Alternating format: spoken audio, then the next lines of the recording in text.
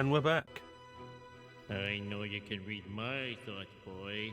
Yum yum yum yum yum yum yum yum yum yum yum yum yum yum yum yum. Thanks for the lurk, Teak.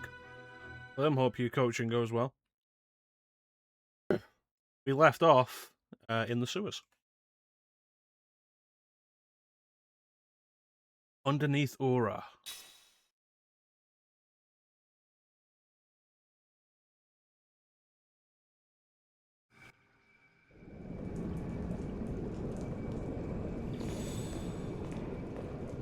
Alright, so a save point, a heal point, and a shop. Something's coming up.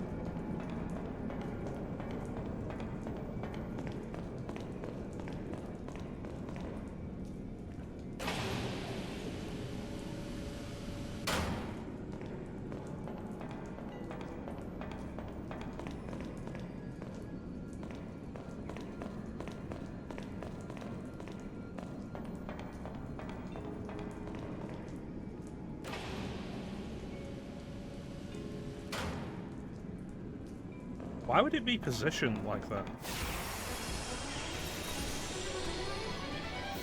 You wanna fight or what? Look out, he's got a gun.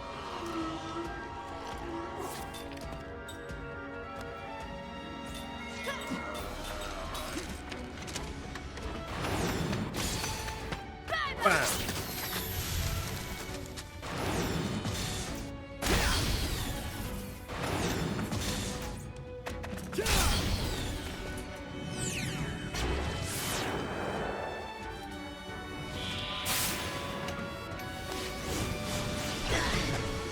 Yeah, it could have been worse.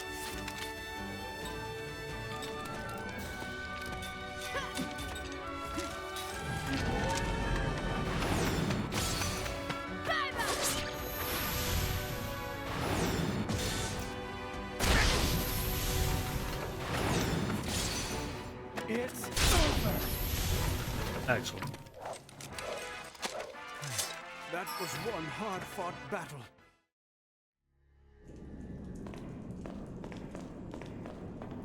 What does this do? Why would you position any of this like that?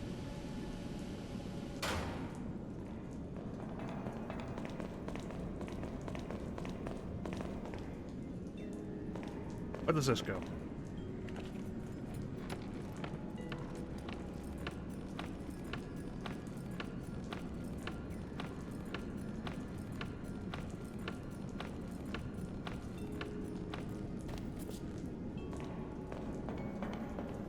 Right, open up a shortcut.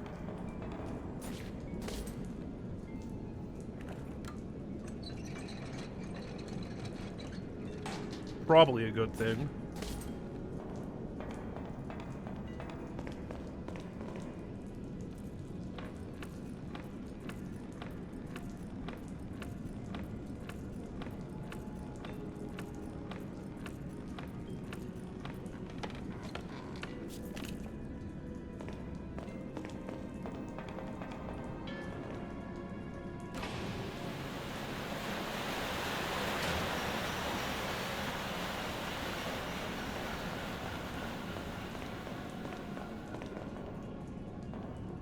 And then close this one.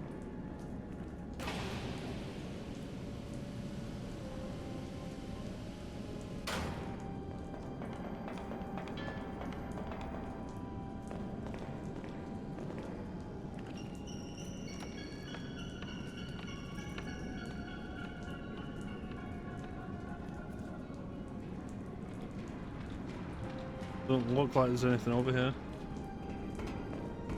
And then press this to open the gate.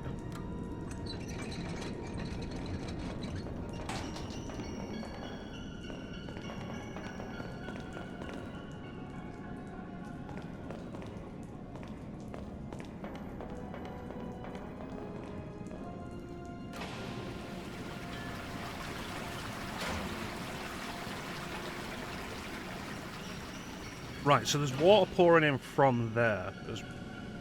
Right.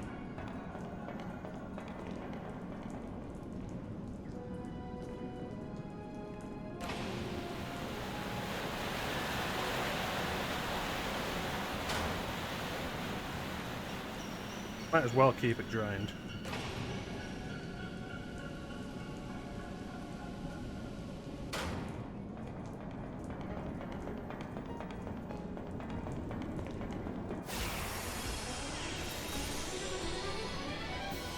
Come on, let's see what you got. Alright.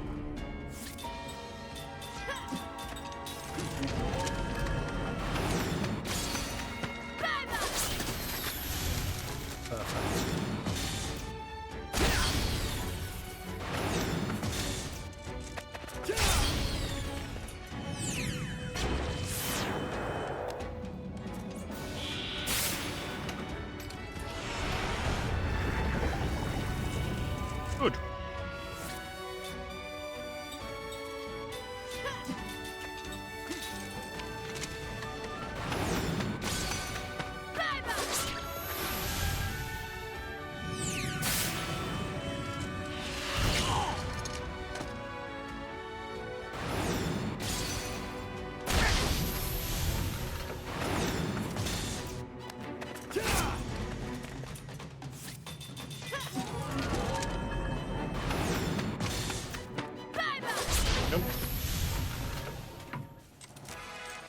It's not in my nature to lose. Excellent. Level 2 composite.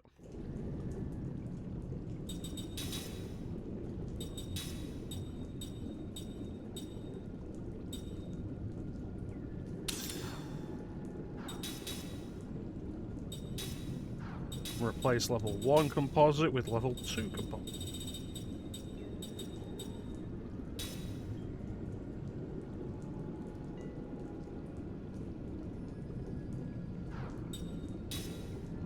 Halfway there to learning double SP.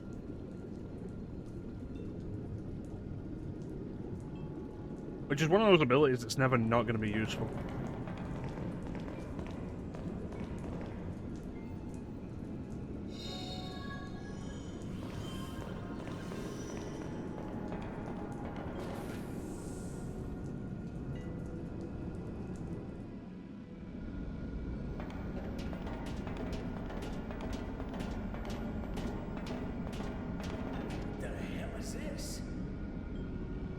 Magic energy is leaking out. The magic energy storage tanks. Whoa. Aura has some pretty fancy technology there. What are they planning?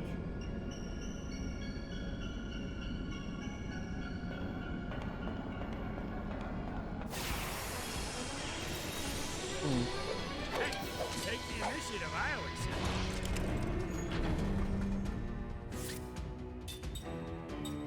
Right?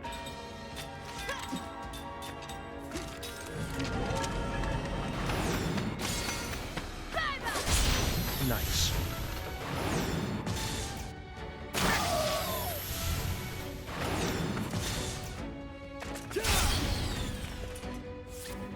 If I could reliably get the perfects, then I could be ending this a lot quicker. But I'm having trouble with it.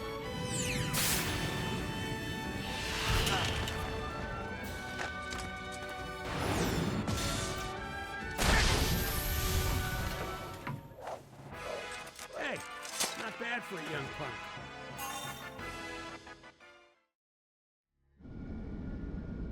Okay, well that's that one done already.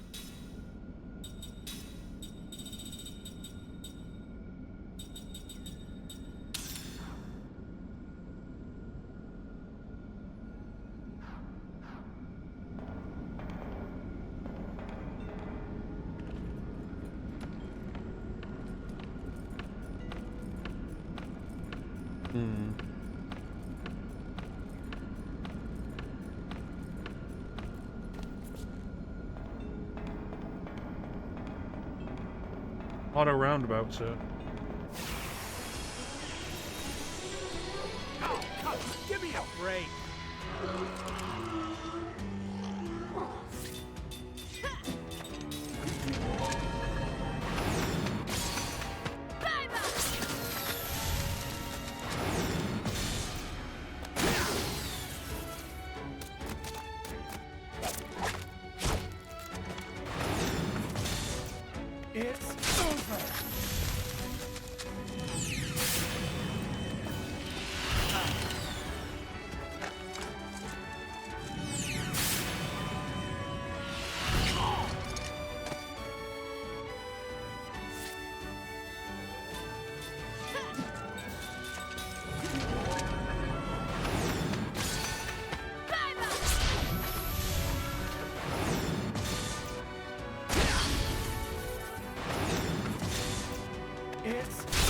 Good enough.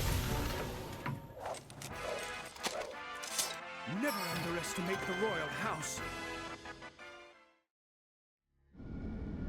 Do I still have relax on Seth? No.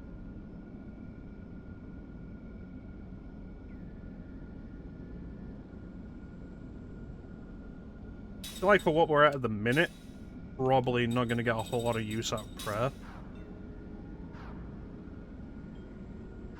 Throw that on and start making some use here.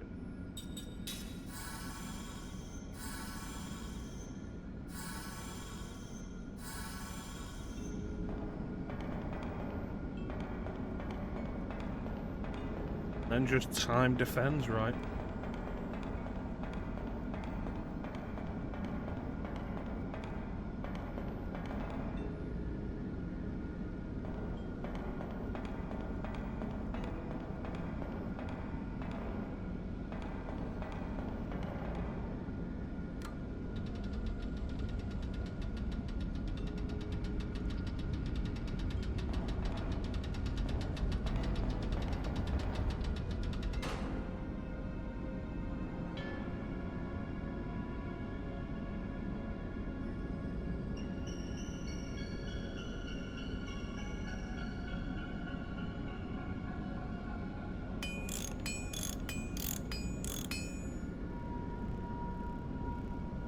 That looks even worse. Oh, free heal.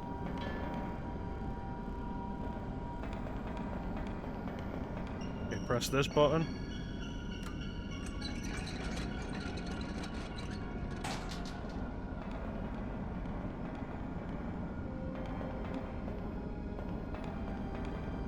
I feel like I should be able to go around there, but I can't see what's blocking me.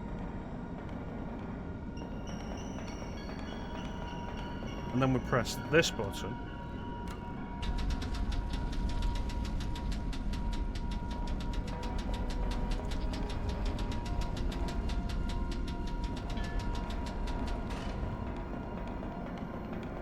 Anything good? Godly dragon tears. Fully restores HP, MP, and any status ailments. So it's a full restore.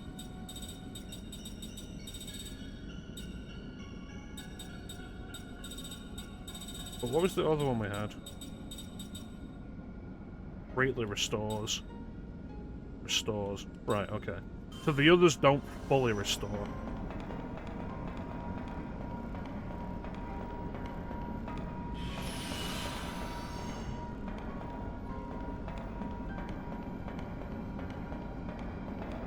Well, I guess we're going up.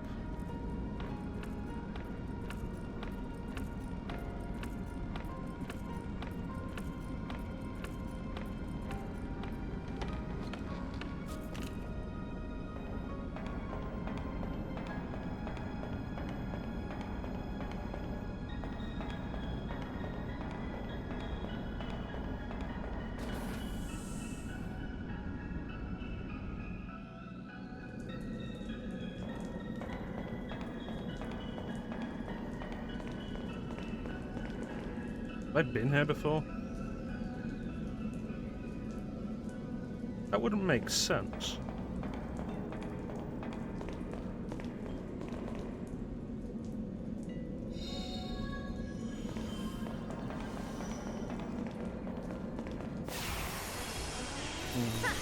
Not too smart, eh? It's over.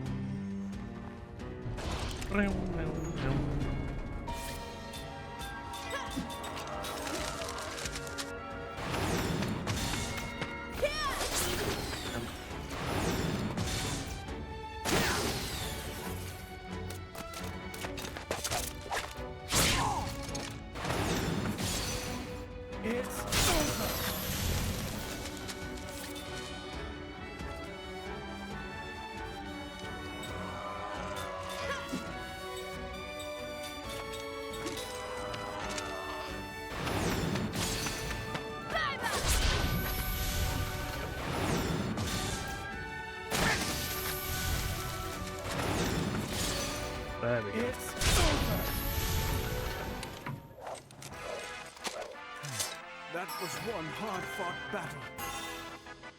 Fire resistance, yay!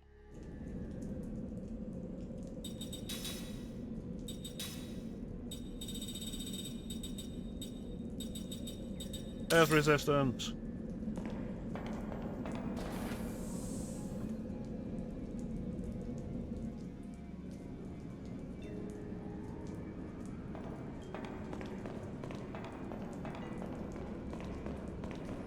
Okay, shortcut.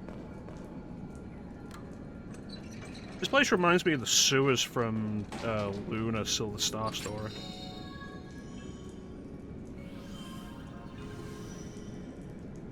That was a pretty good game.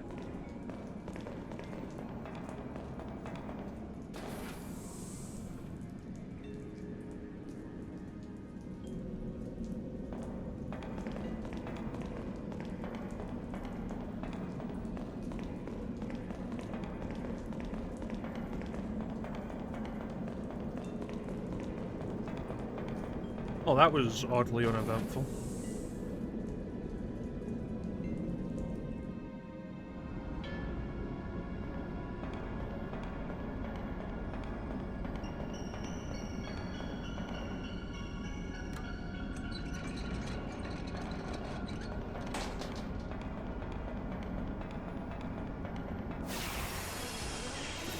If it's a fight you want, you got it.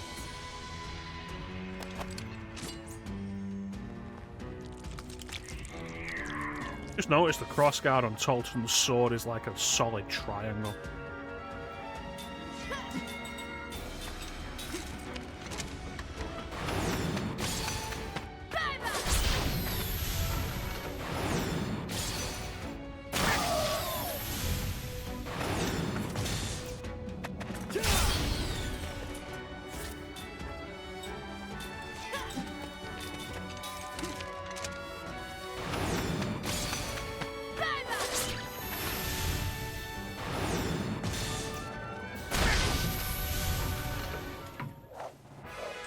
Oh, I'm getting too old for this.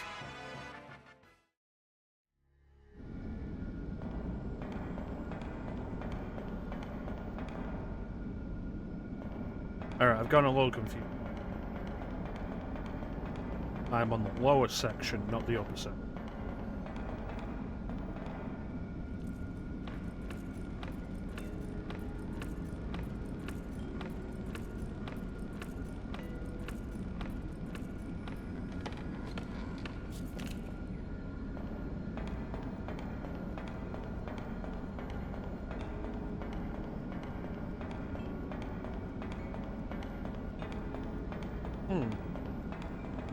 So there's our goal.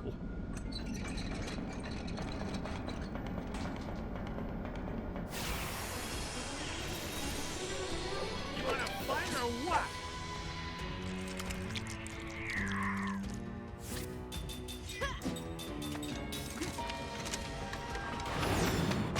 Damn it.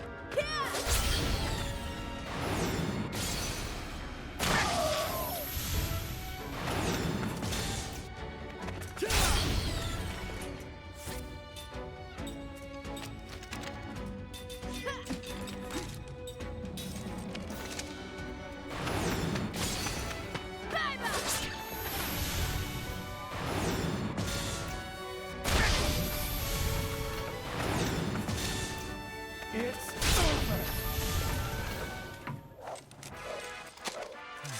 That was one hard-fought battle. Perfect.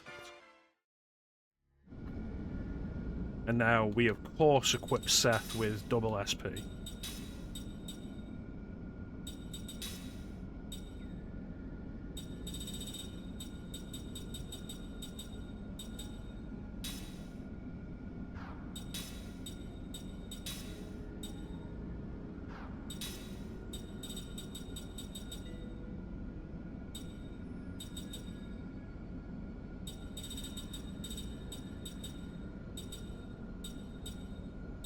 Yeah, I feel like these are just generally not a bad idea to have.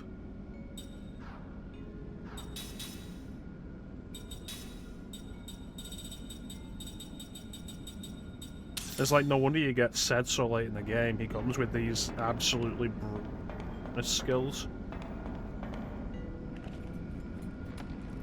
And if we'd been running through the rest of the game with 4 immortals with like double SP, auto shield, auto barrier, like that would have been a lot for the enemies to deal with.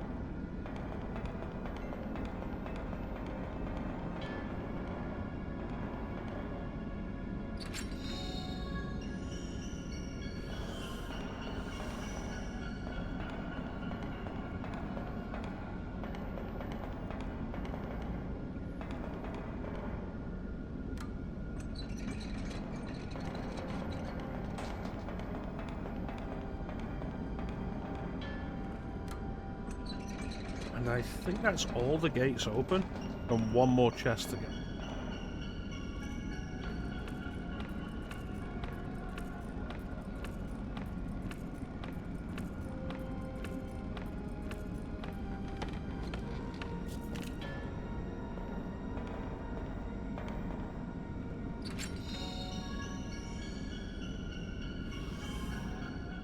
Wisdom earrings. I think I have a pair of these already.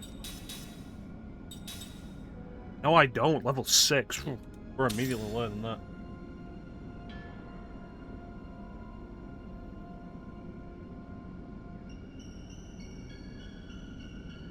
And with double SP, we'll learn it in half the time.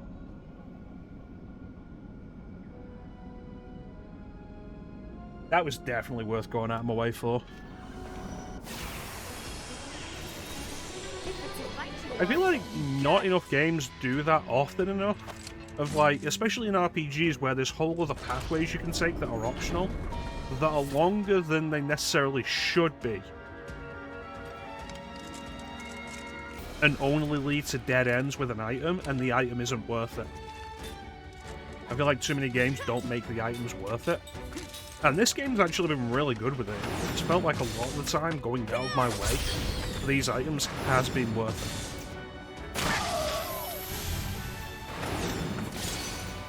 It's over.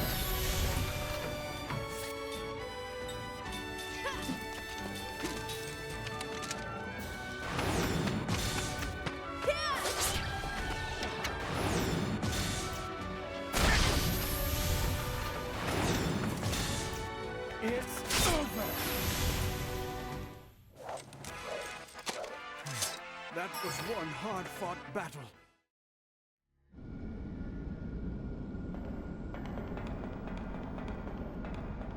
Nothing on this side. Alright, let's get out of here. Way over there.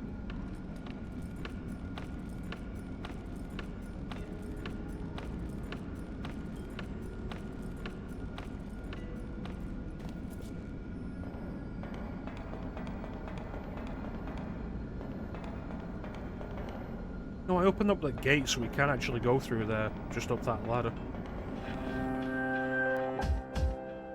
Hey, Panda. There wasn't a ladder here? Over here. There we go. The ladder.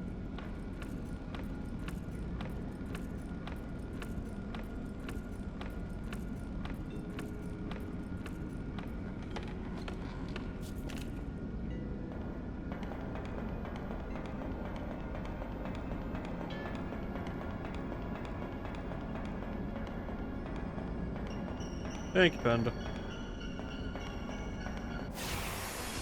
I had a haircut on Sunday. Take the initiative, I always said.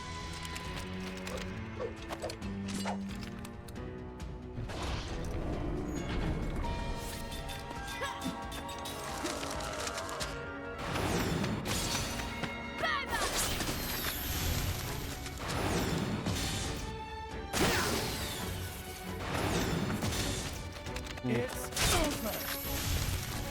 I thought for a minute I might be getting better at the perfects for Tolton and said, and it's just not happening.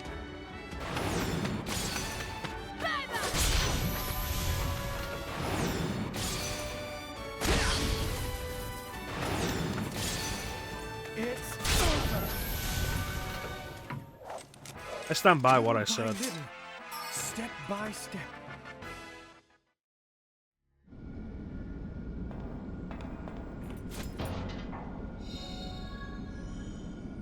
Soul medicine. 2.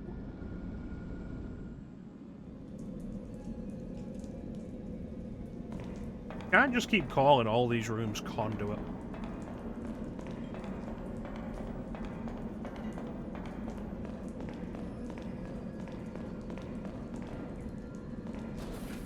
Like, you gotta call them something like Conduit A, Conduit B, something. Look at a map of these areas, it's gonna make no sense.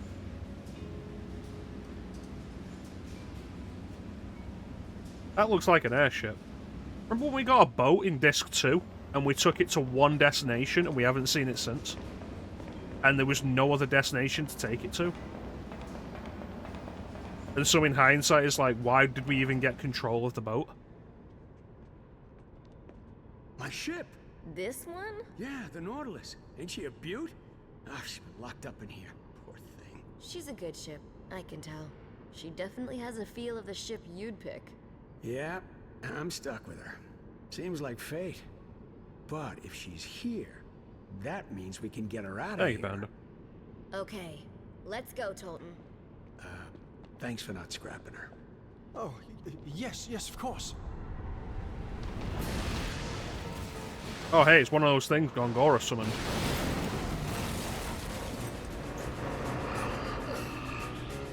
What?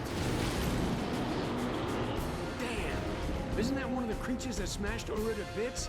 Hey, you, get out of my way! You're getting between me and my reunion. Can me and Nautilus have a moment here?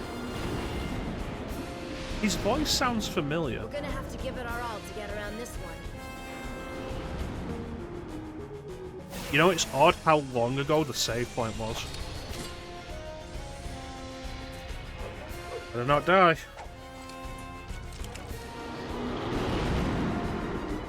I never learned how to fight this way.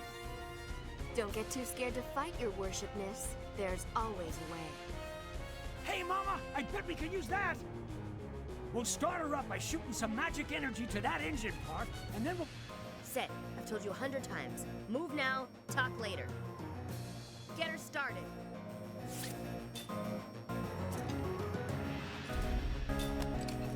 Alright.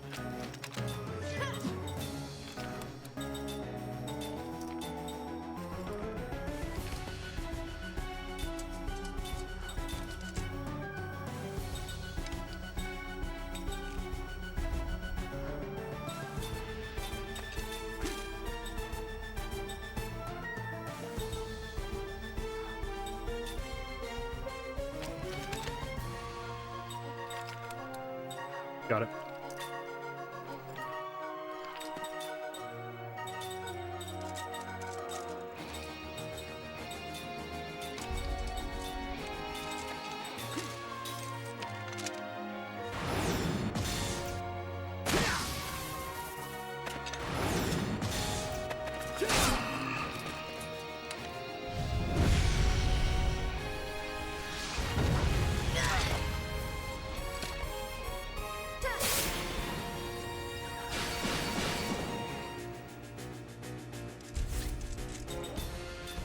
Alright, and magic.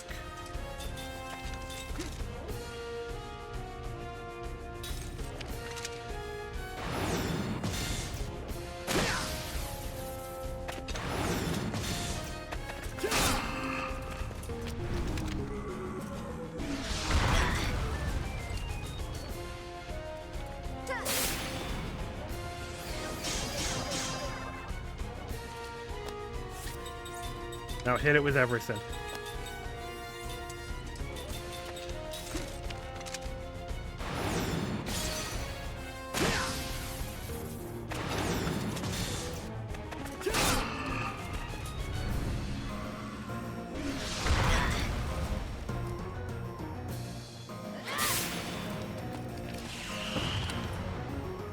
I think that did a lot. Not sure it did anything.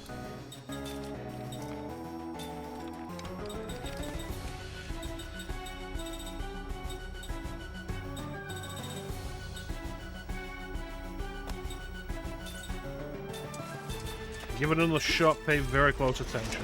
It's storing up magic energy for a big one. Hurry!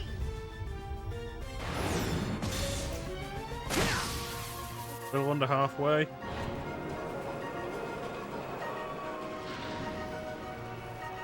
stopped. Did we get it? Oh, shut up. It's just not enough. It's Michael Bell. That's who it is. That's why I recognize the voice. It's Michael Bell. Again.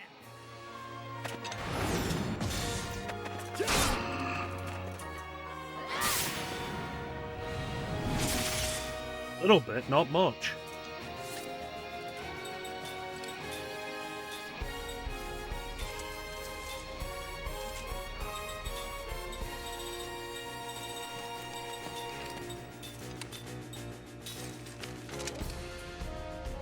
Sha!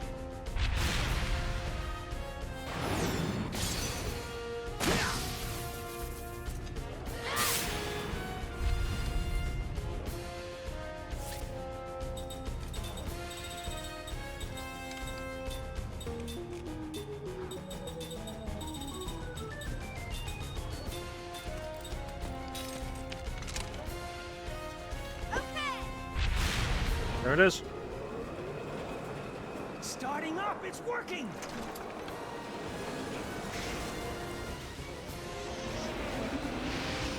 Oh, yeah!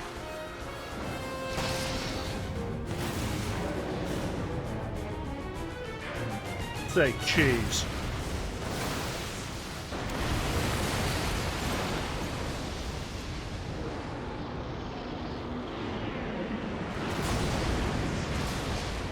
There she goes! How was that, Mama? Ha! I still got it in me. We're off! Let's go! All right, let's go. Move it up.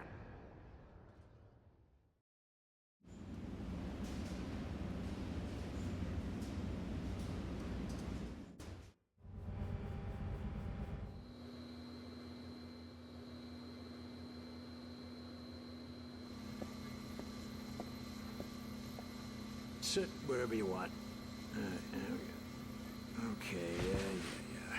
So we got here. Oh, yeah. Okay. Yeah. So. Whoa, don't touch that. I was just wondering what this was.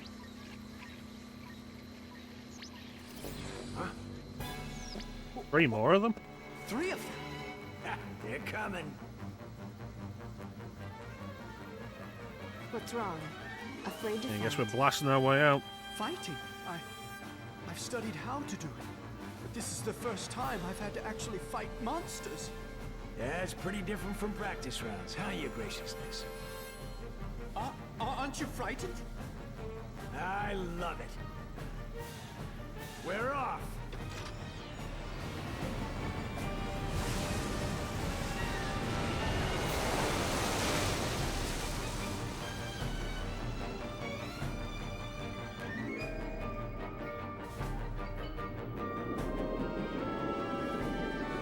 I mean, yeah, I want to know how to do it.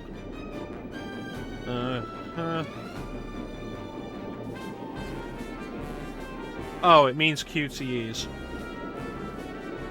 Great.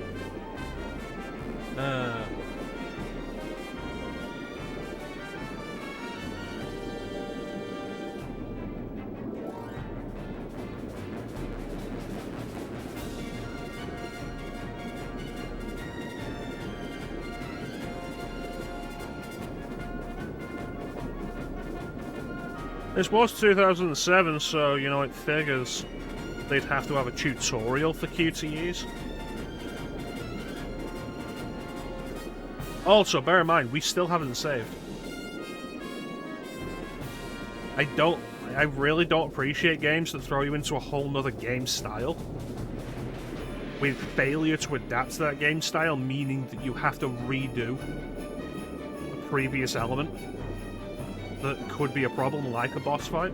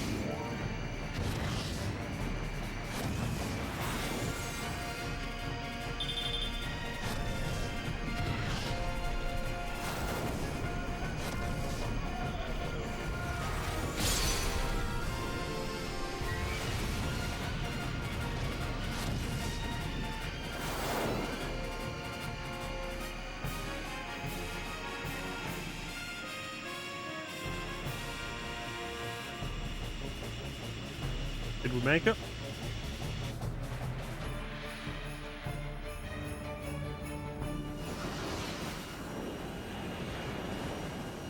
It's a dead end.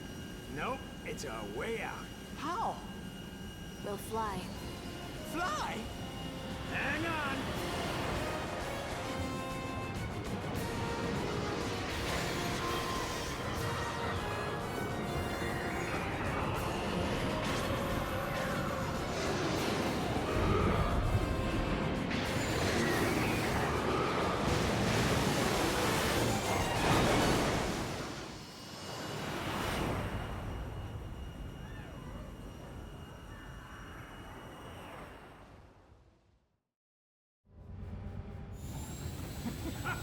This is great!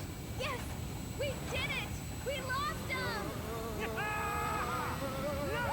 What a great ship! I love it! Are we flying?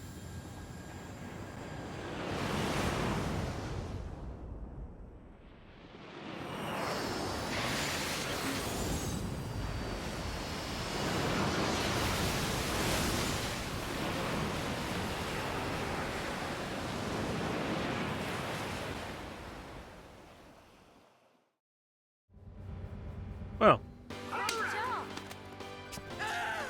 All right. That was lovely. Awesome, huh? Wasn't that fun, Your Majesty? I'm nobody's majesty. I'm just a man. And I finally discovered what kind of man I want to be. And what kind of man is that? A brave man. I want to be like you, said. Laughing in the face of danger. Yeah. It's not as easy as you thought, is it, Your Highness? Yeah, everyone wants to be brave. But if you really mean what you say, then you have to be more daring. Be more of a leader. Leader? That may be setting the bar a little too high, said.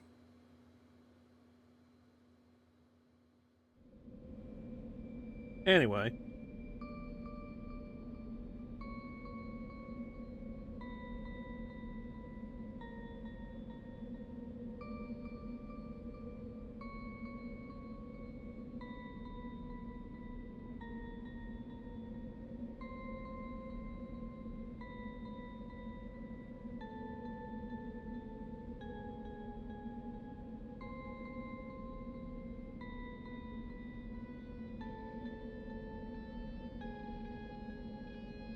Oh good, there's a save point here.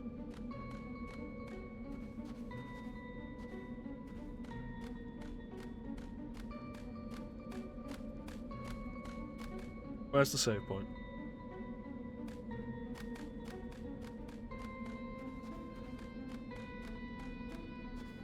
Oh, it's further down. It's the save point we used earlier. There.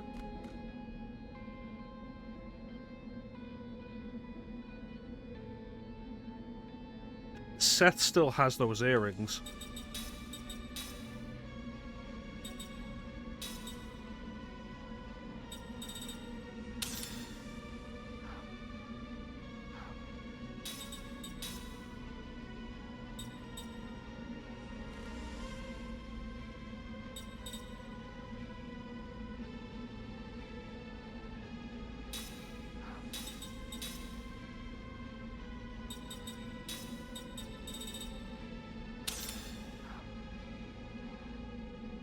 Alright.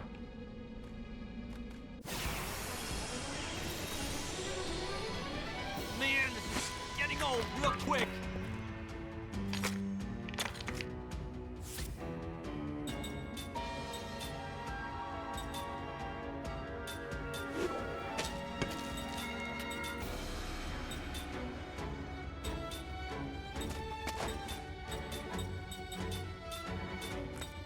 Punch him, Mac. That's my boy.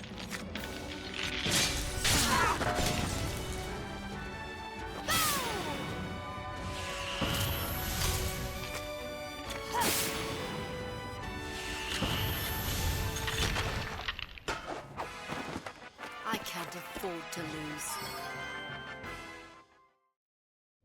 Alright, save point, the most important thing.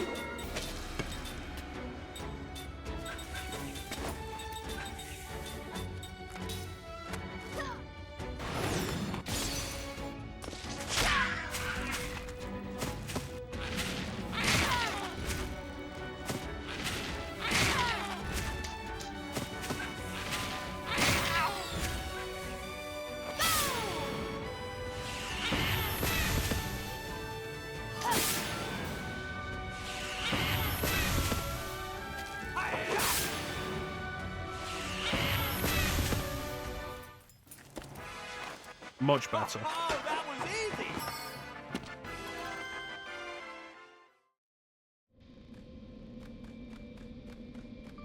Does Ming have relax equipment? I'm pretty sure we had her learn it.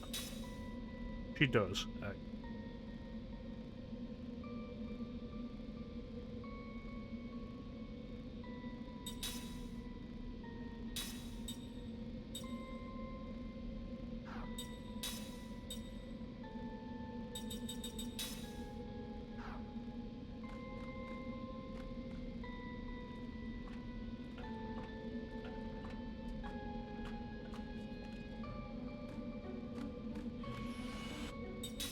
Okay. Everything's gonna be okay. It's been 45 minutes since we saved.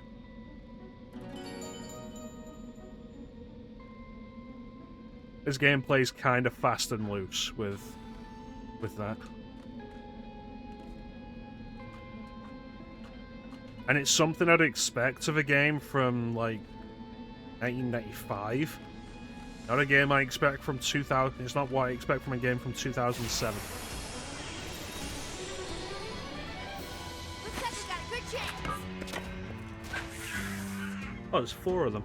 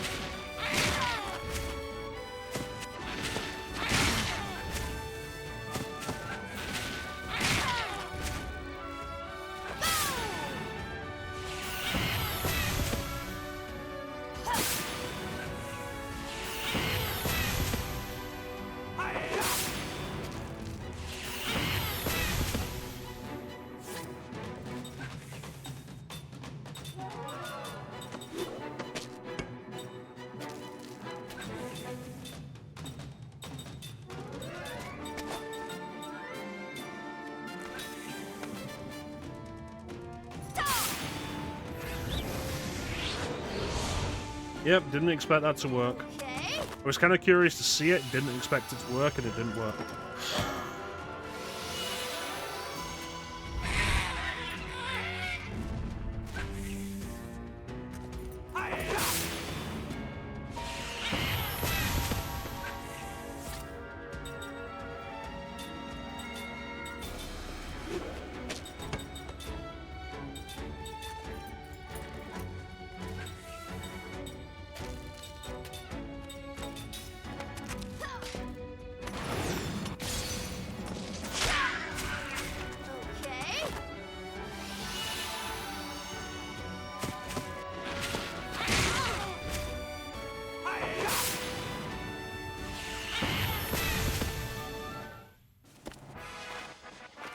That wasn't very fun.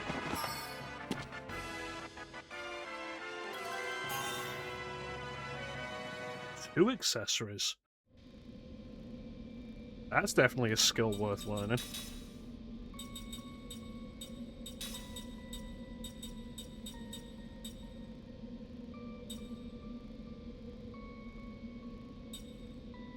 especially for Immortal.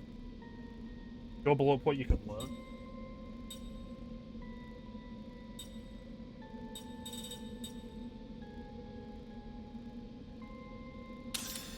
Yeah, having one of these on Jansen, not a bad idea, especially when I bought a spare.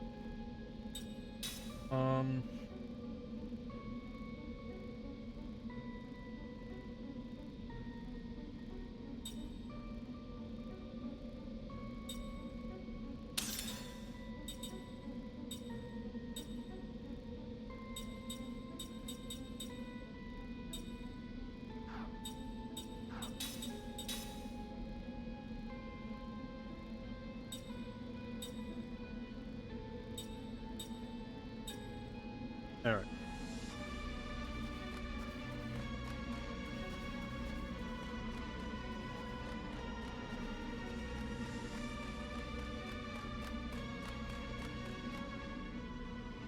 Right. So Ming isn't learning anything particularly noteworthy. Reduced casting time? Yeah. 2 accessories? Absolutely take priority.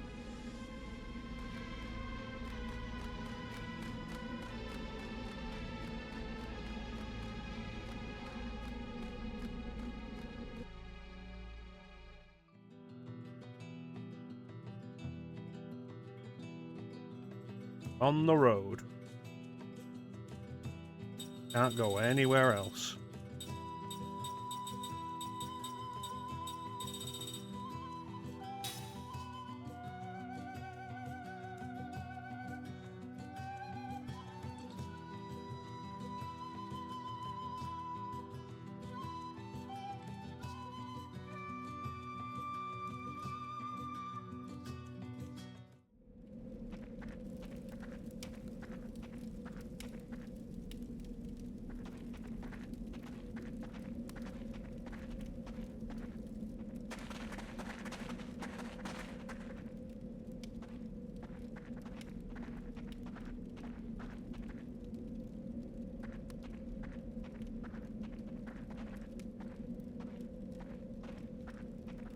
I feel like safe is a relative term.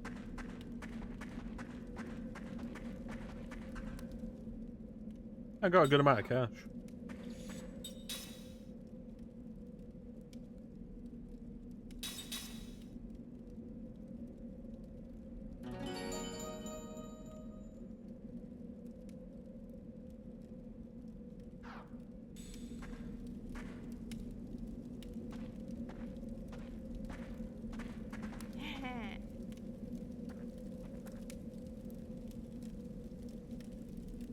Hmm.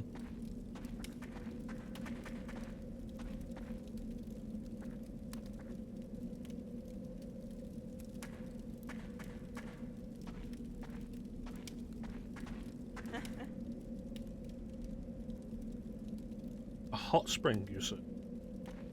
Makes sense as a natural refuge point, then.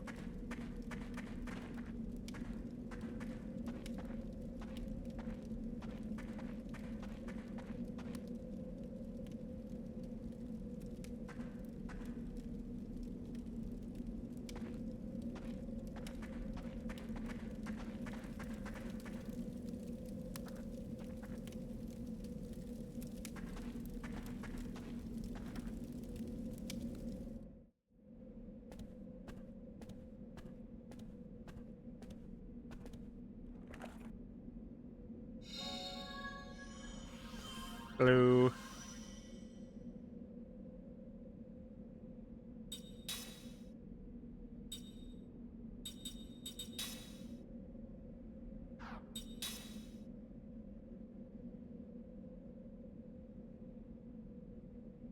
Venom, inertia, and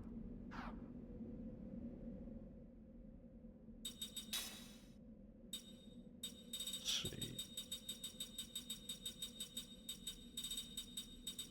I don't seem to be able to make any of them. Dinosaur ring.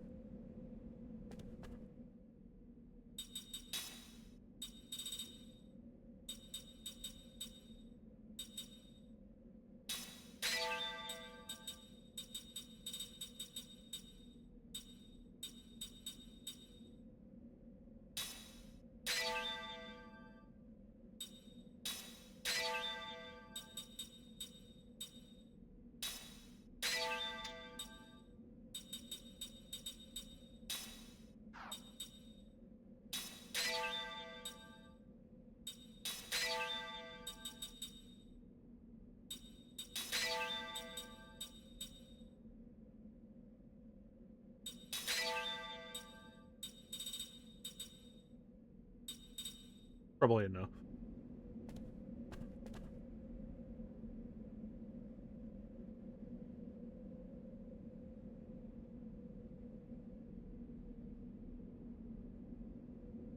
Well organized.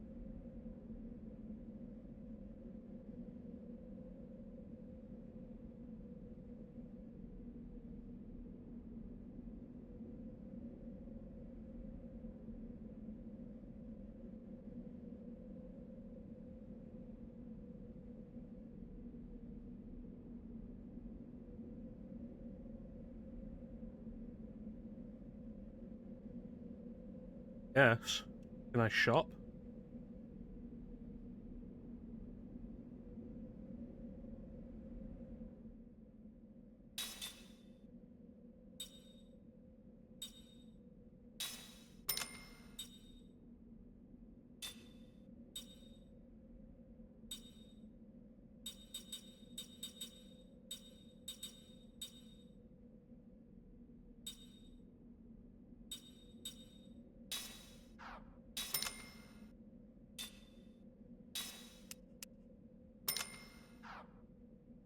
Yeah, it should be good.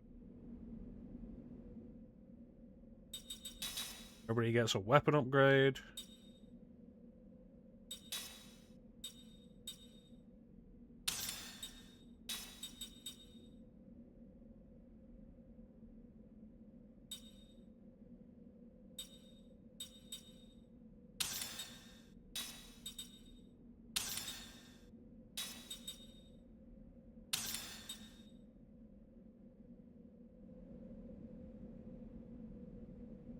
Shouldn't be-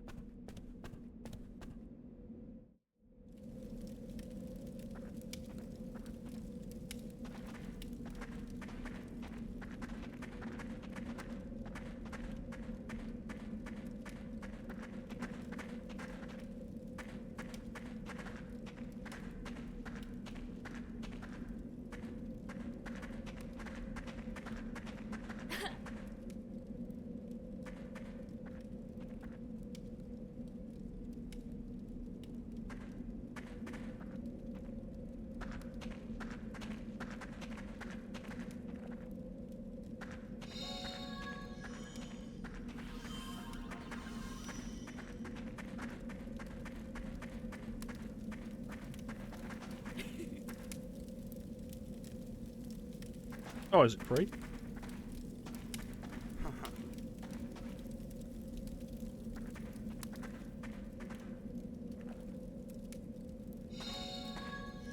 You'd think surely they're not charging for beds at a refugee camp.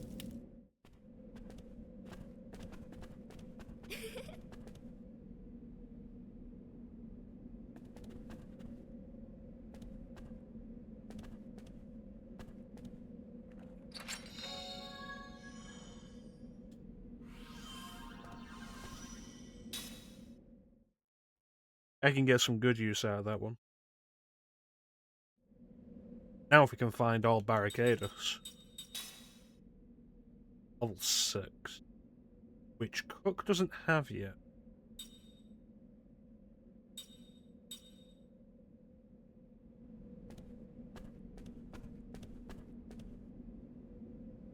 We'll get there.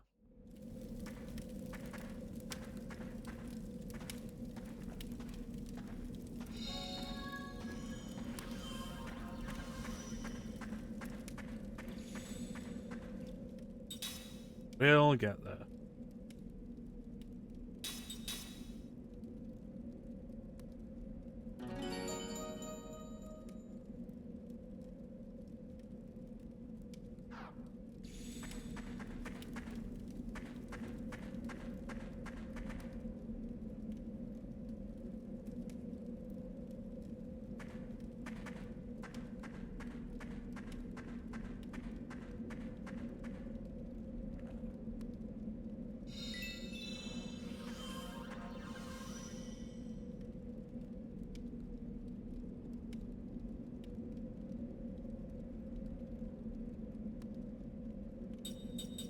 Yeah, probably.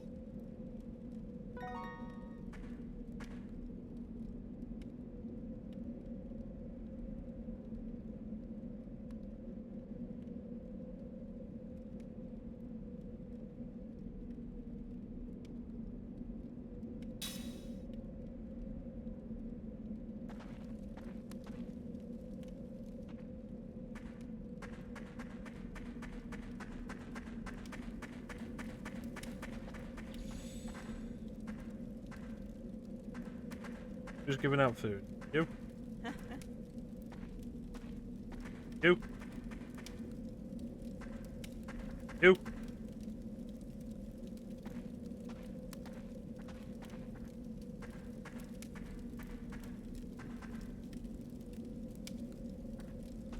Well, didn't make it.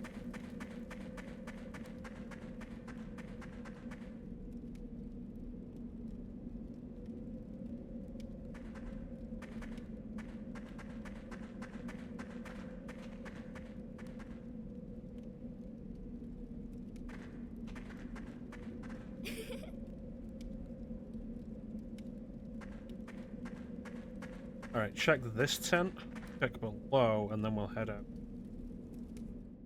Should be everything that we're here.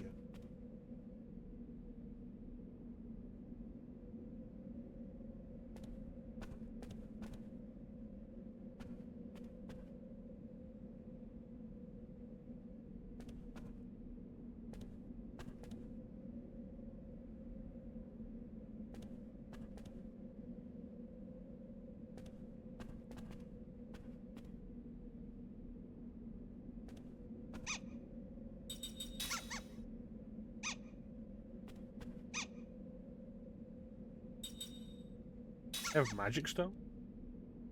Ah.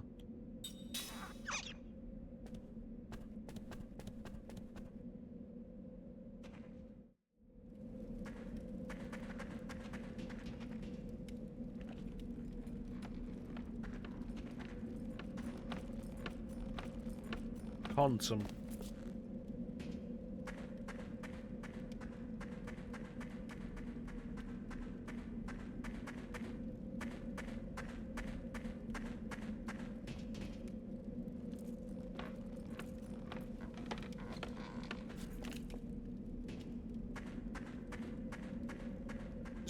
Actually, anything over here?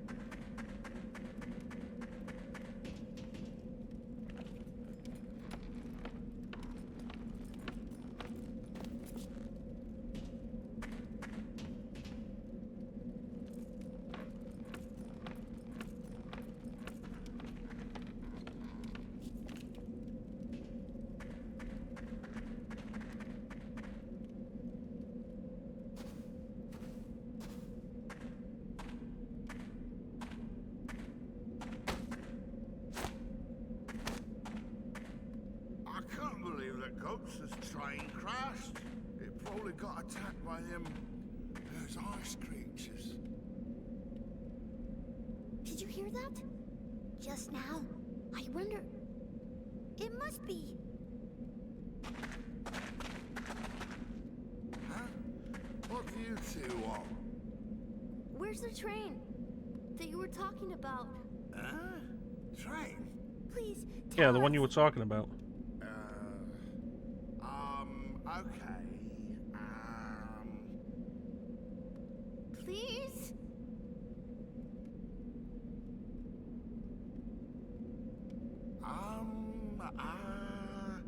That away. Thank you. Train? I think it's worth a look. Hey, it's dangerous up there. There was some really weird stuff going on. You know.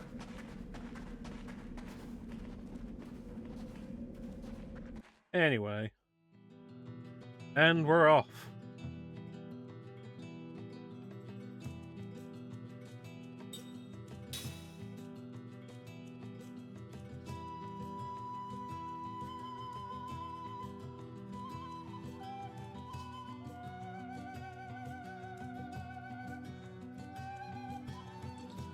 That looks more like a cave.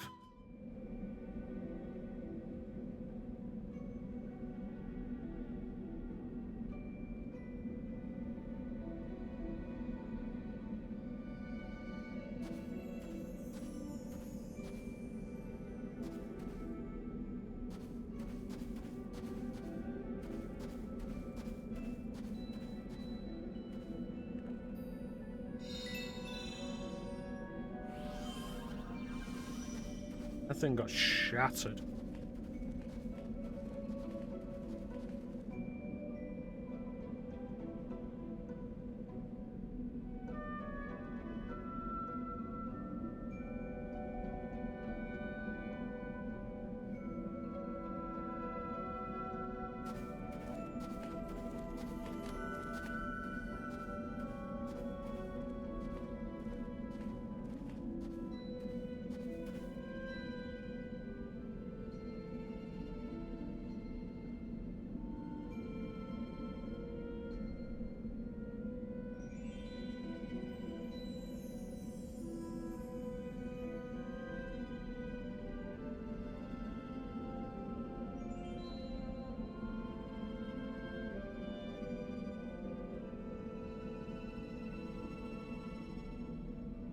Well, looks like we're going spelunking.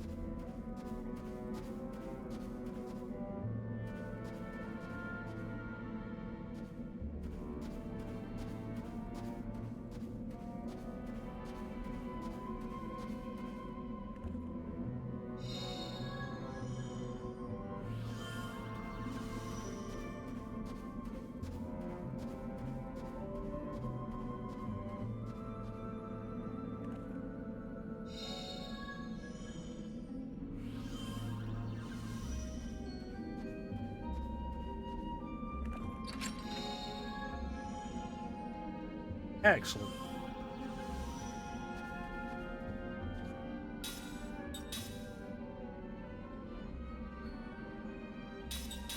There we go, about 15 minutes left until the next ad. But I think we'll run it now, so we don't have to worry about it during our cave diving session.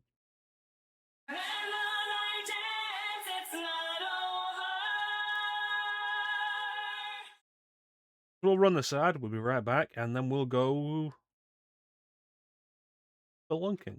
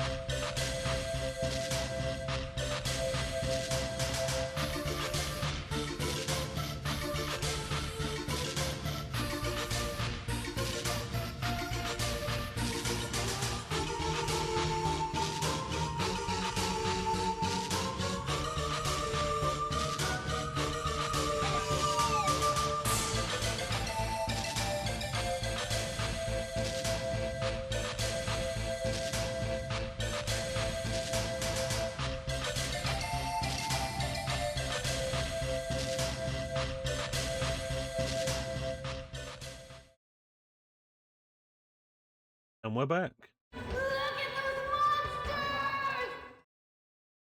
Right, monsters. Probably Cave. Probably ice monsters.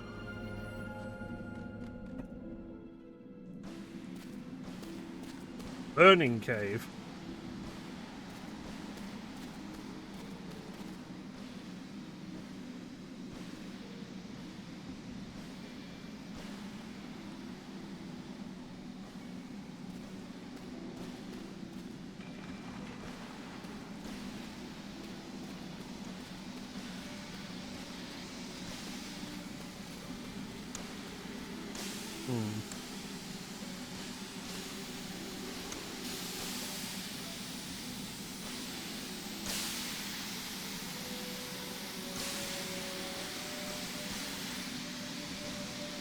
I think the correct term is scalded. Be careful you don't get scalded.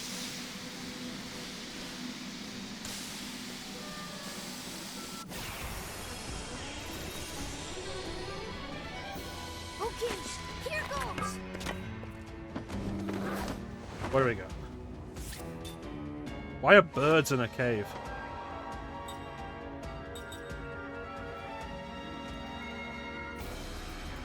Anna? Right.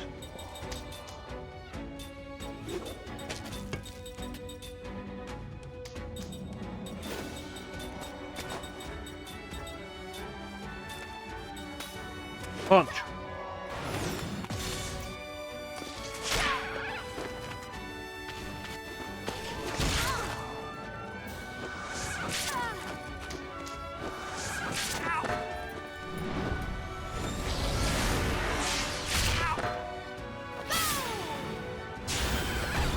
Oh boy. I hope I find Kaim soon, because I need somebody else for the front row.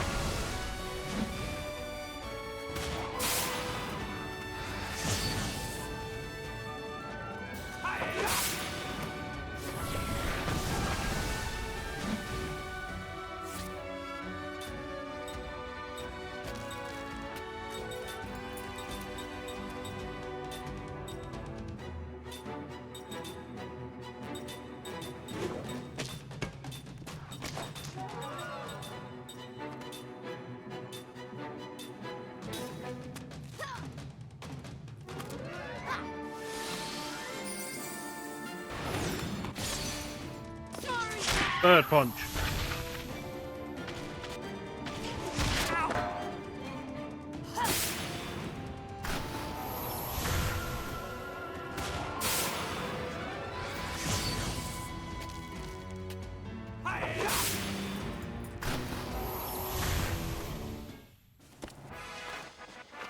That wasn't very fun.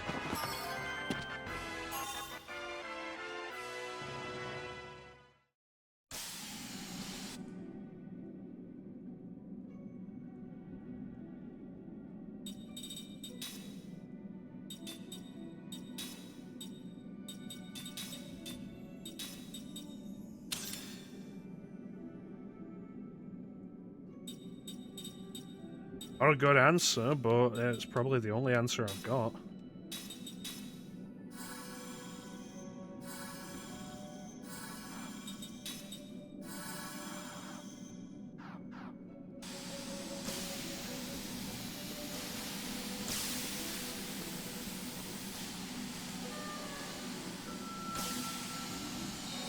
at least Mac can take a hit. Like, it's not great to have my GC dependent entirely on one character. But like I say, at least Mac can take a hit.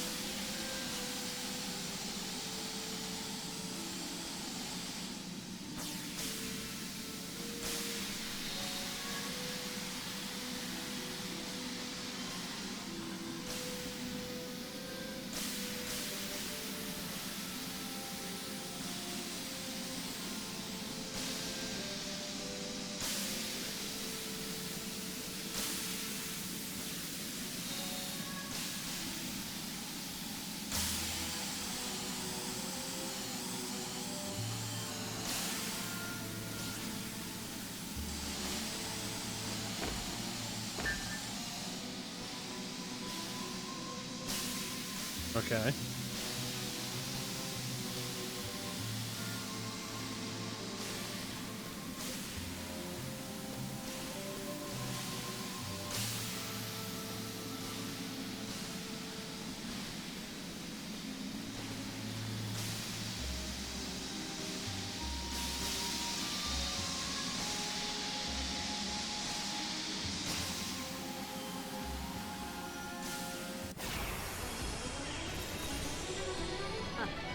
Let your guard down, eh?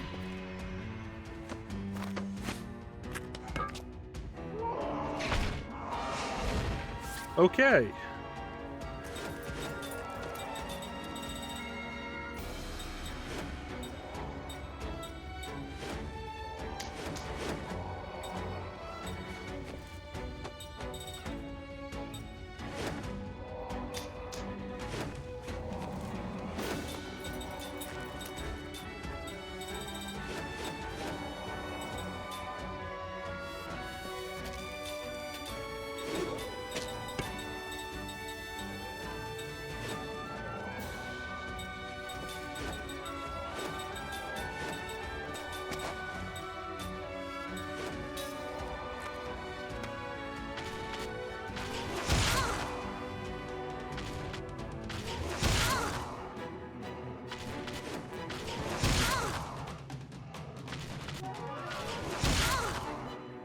Okay.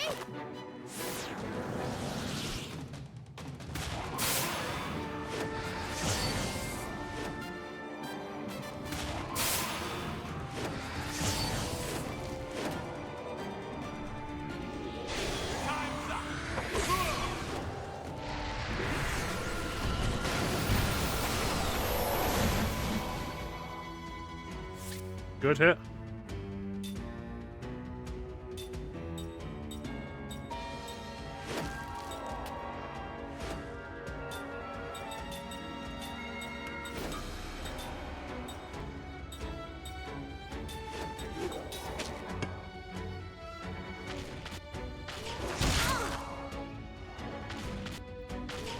They were all going for Cook. Like, that's insane.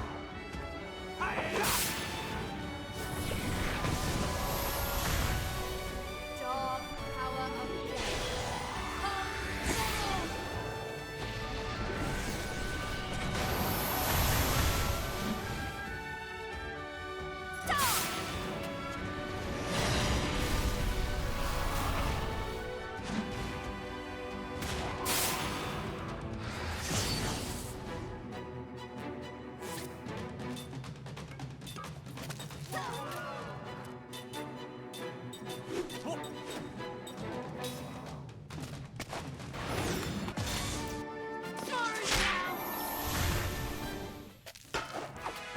That went better than it could have. I wish I was stronger.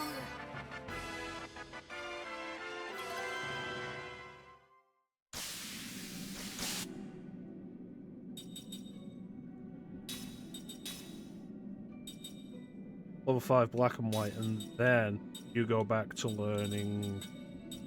Oh, well, you go on to learn Posit 2.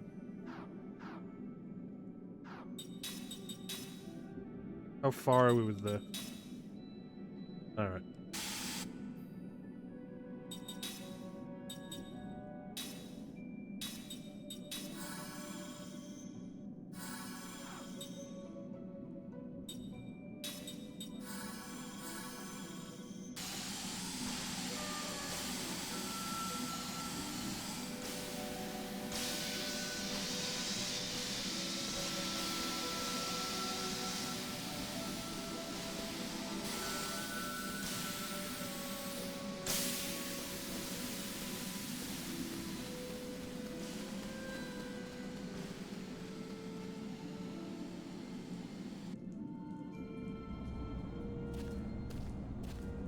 The Path of Dankness.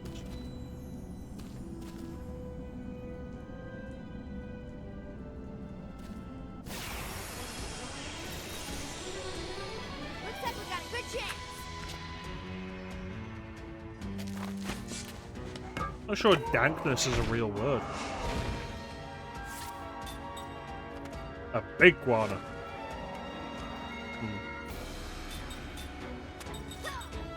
So what we're gonna do is we're gonna hit you real hard.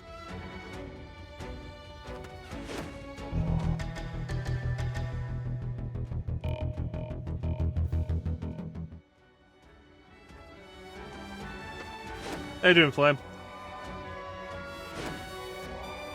Not true, we're gonna hit these guys real hard.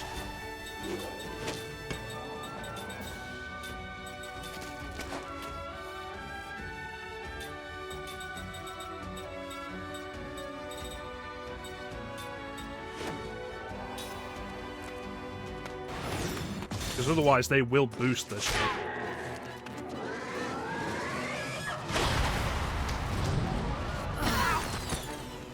Bitch.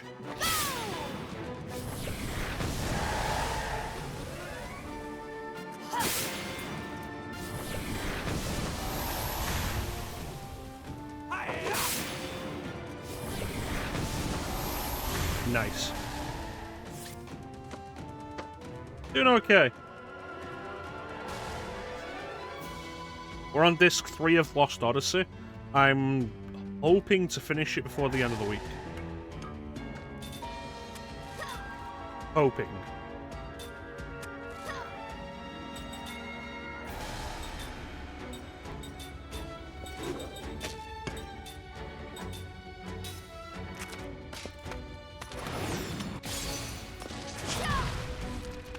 Okay.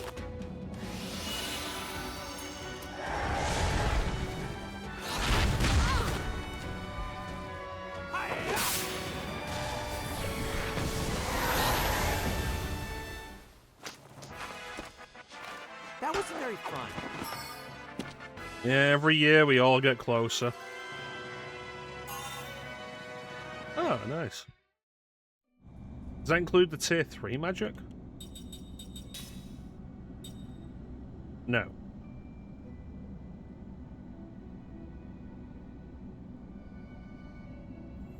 Level 7 then, presumably. How long are you with us today, Flame?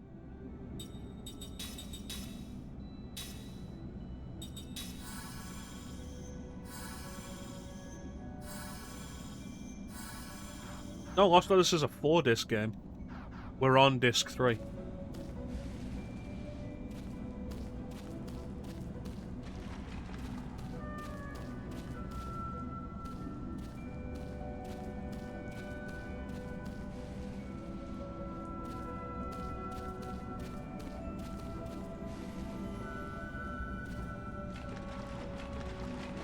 don't think there's anything over here.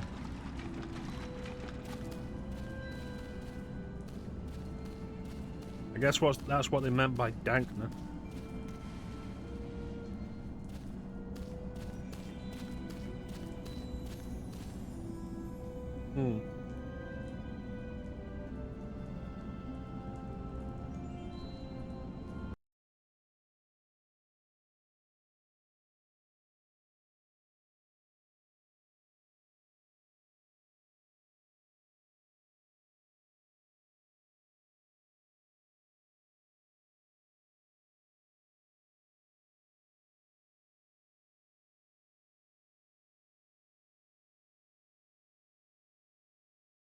There we go.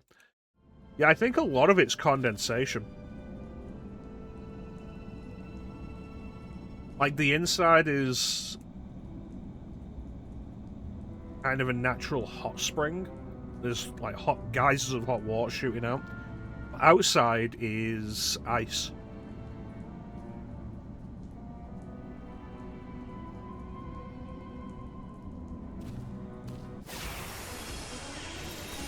So it's probably condensation. Let your guard down, eh?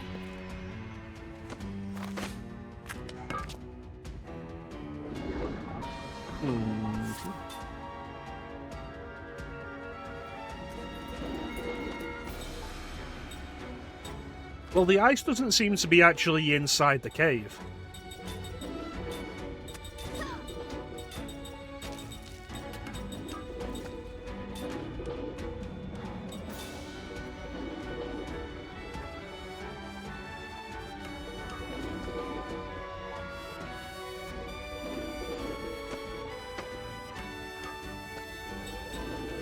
I guess it's really going to depend on like how thick the rock layer is between the inside of the cave and the upper outside.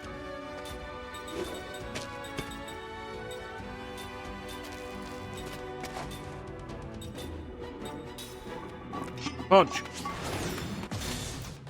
Sorry, pal. Okay.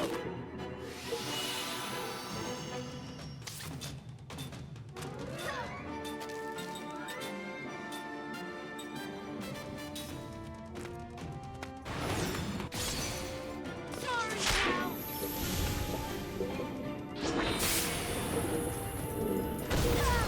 Alright, I think I know my solution for fighting these things again.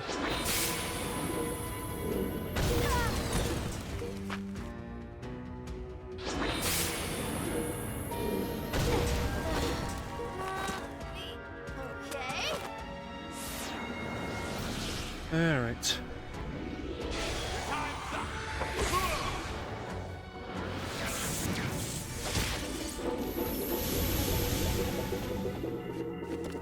Yep, could have done that better.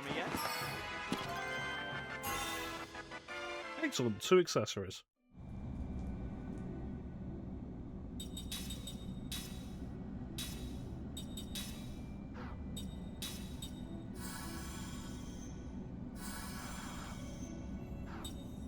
So let's put a second accessory on Ming then. Oh, she has to equip the skill to equip to it. Anti-seal. Go, bam.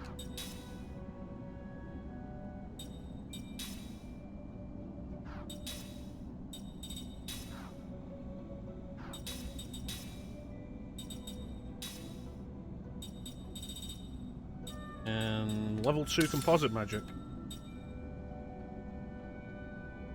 That's such a good idea for the Immortals, to have 2 accessories at once.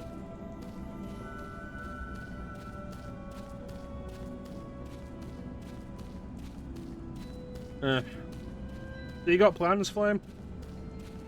When you're coming back to streaming? Flame, when am I gonna get my History of Id session?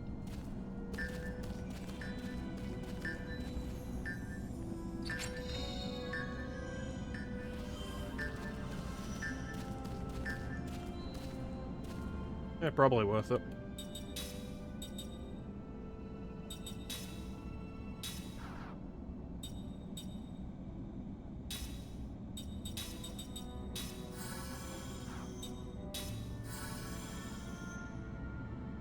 Headphones with decent microphone, not a webcam.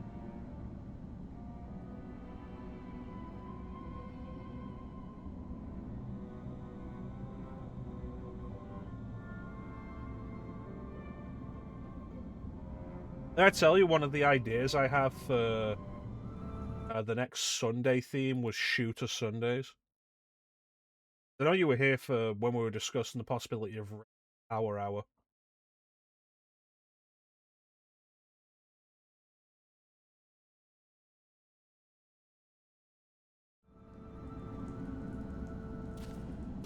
Go!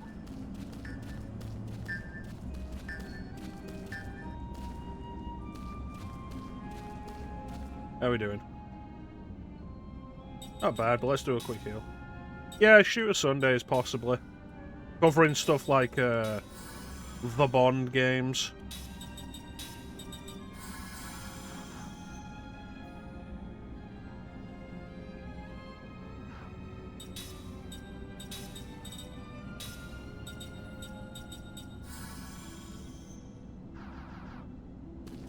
What else were we looking at? Time, like, the Bond stuff, Time Splitters.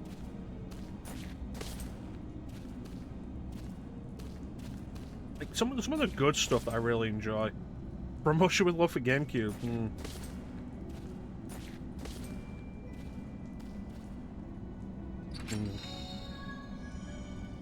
I mean, I suppose I'd do that at some point, even though it's, like, my least favorite.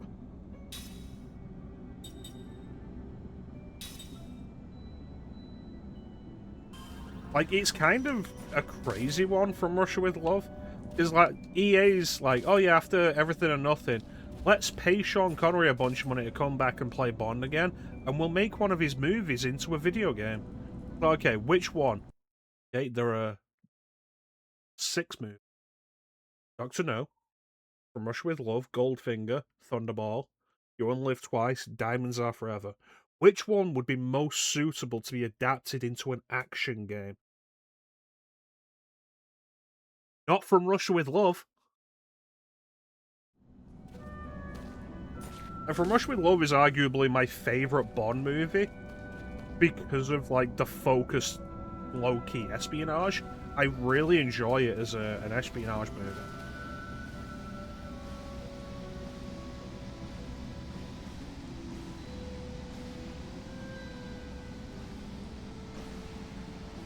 And EA's response to all of that is basically everything involves you gunning down a ridiculous number of goons.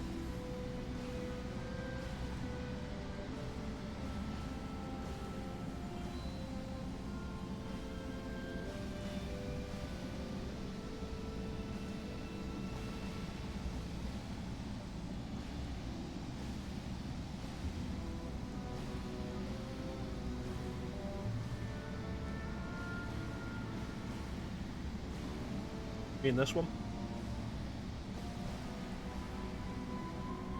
This one.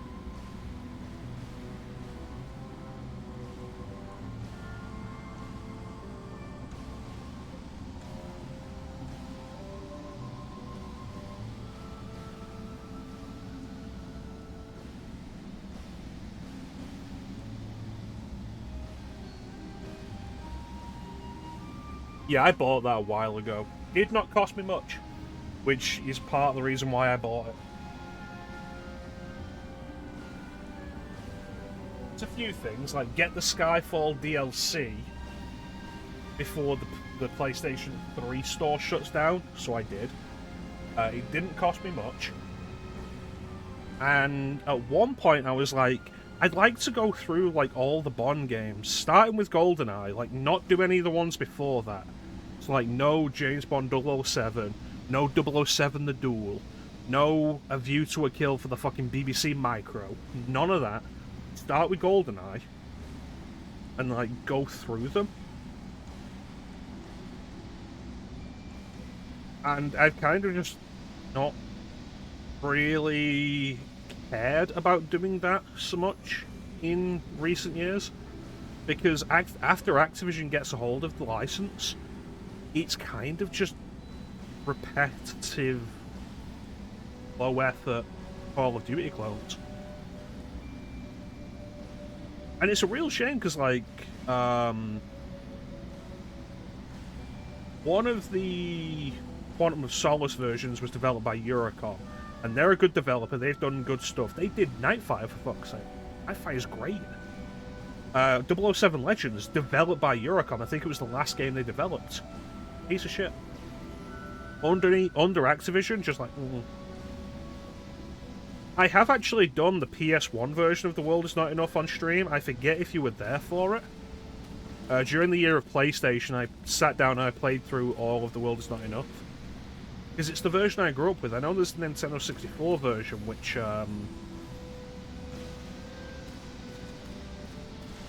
people generally say is much better and is comparable to GoldenEye in some respects. I've never really played it.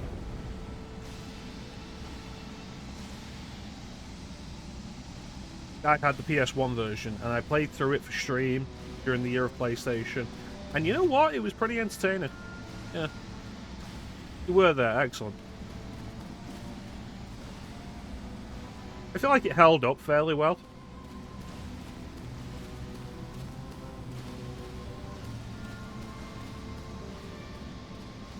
Yeah, like Shooter Sundays would consist of like a bunch of the Bond games. We'd definitely do GoldenEye.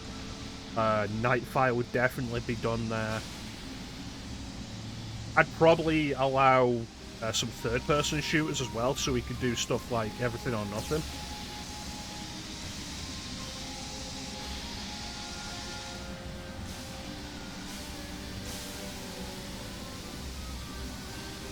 Time splitters.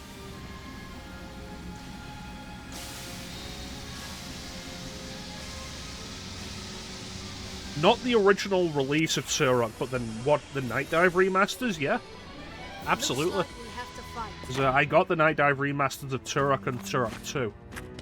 Because the Turok game I had when I was a kid was Turok 2. With its black cartridge. I think I still have it somewhere.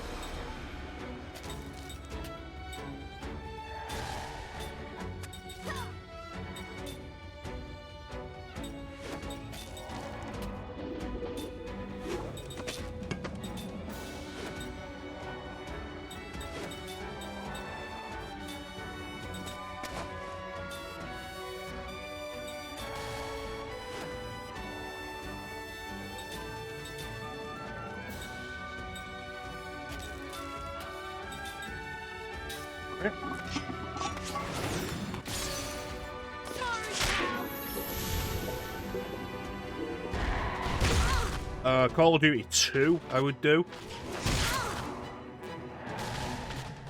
I do have some nostalgia for that. That was a game I played on PC. Like, particularly as a point of me not being against doing mouse and keyboard at any point. Or, like, never having been willing to do mouse and keyboard. It's like, I did mouse and keyboard. I beat Call of Duty 2 on mouse and keyboard. But we'd play it on it. Modern Warfare, because Modern Warfare, I think, is a pretty important game in shooter history, and it was good. Fine. Really? Army Men Sarge's Heroes? I only ever played one Army Men game, and it was Army Men Air Attack, and I never enjoyed it.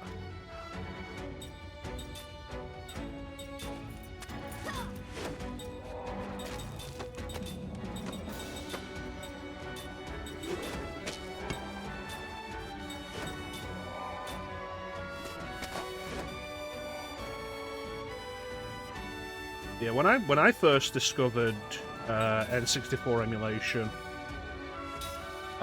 it was Zelda for me. I was just like replaying Zelda.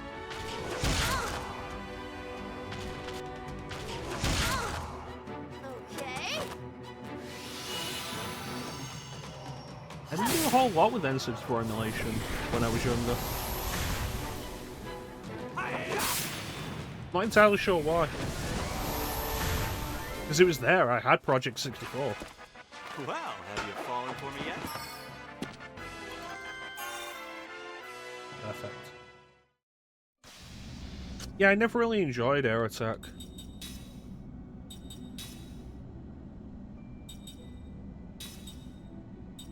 I'd probably be kind of curious to go back to it in some regard, but nah. One thing that might be of interest to you now, Flame, if you never finished either of them, check out the recomps of them.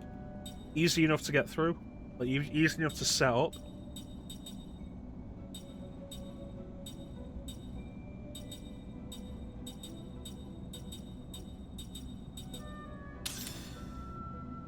I got them set up pretty easily, and they're really convenient in their way they work.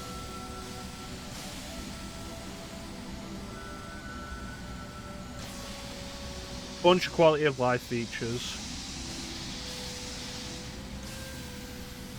Yeah, Klim doesn't enjoy Majora's Mask for the same reason, and like, I get it. Majora's Mask is absolutely a game that is best enjoyed as a kid when you've got that kind of limitless patience and time.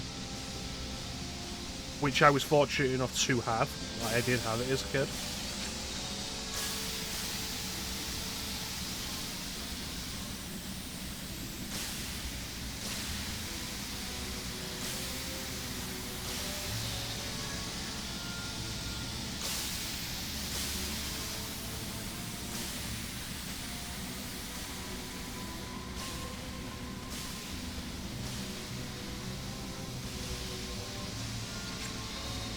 Yeah, so I'm at the point now and have been for several years now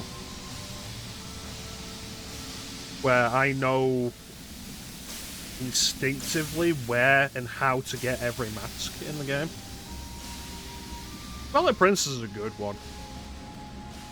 I've only played through it twice. Once was the HD version on stream, and it's always kind of baffled me how it has kind of a bad reputation, because I think it's really good. It's slow. My biggest complaint with it. It has such a slow start.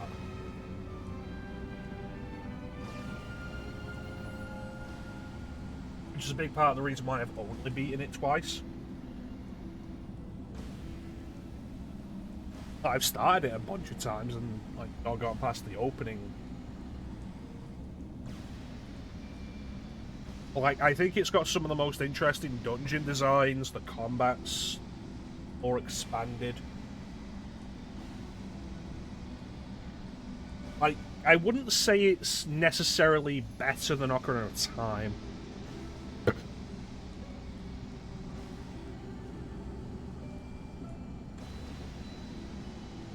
But I don't think any of the following Zeldas were better than Ocarina of Time. Mostly because, not because they didn't do stuff better, it's because Ocarina of Time was better balanced than all of them. Like, I think Wind Waker and Twilight Princess have better combat than Ocarina of Time. Twilight Princess has more interesting dungeon designs, Wind Waker probably has a better soundtrack. But Ocarina of Time does everything really well. There's not really a down point of Ocarina of Time. With Wind Waker, there really fucking is. Like, with Wind Waker, you start the game and you've got the stealth section, which is awful. I don't like most of the dungeons in Wind Waker. And then, of course, the Triforce quest. Plus, the sailing around. It's a lot of emptiness from very early on. And people complain Hyrule Field in Ocarina is empty. It's not that big. It's the biggest difference.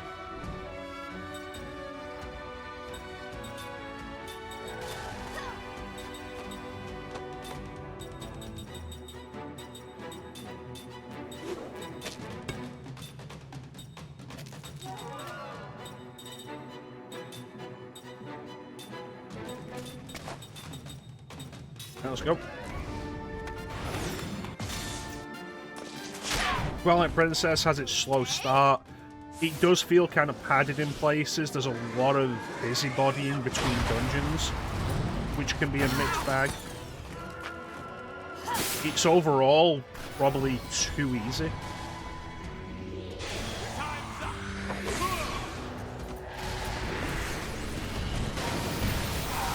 And I think for the complaints that Ocarina gets of having the main hub area, Hyrule Field, be too big and empty, I think that is absolutely true of Twilight Princess. But I think Ocarina of Time does everything better on balance.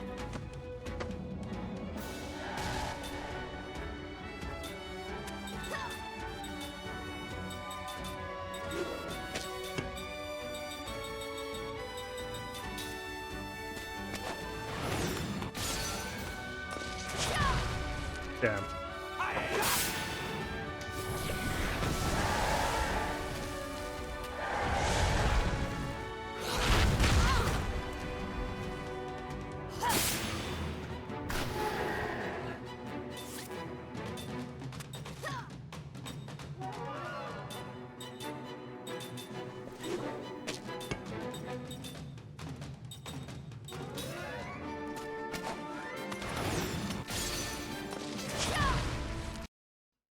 Dudes, I actually sit down and enjoy playing games.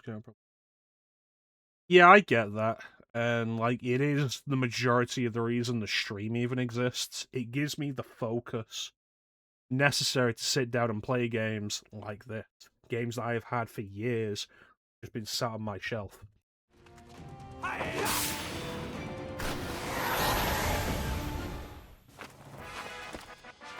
That wasn't very fun.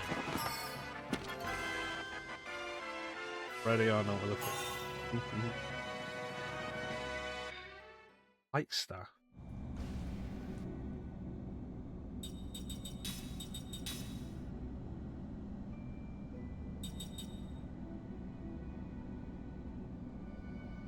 Okay. It seems like it's not all that useful. Off stream at the minute, I've been playing through Metroid Prime again. And stuff like that's a big part of the reason why I am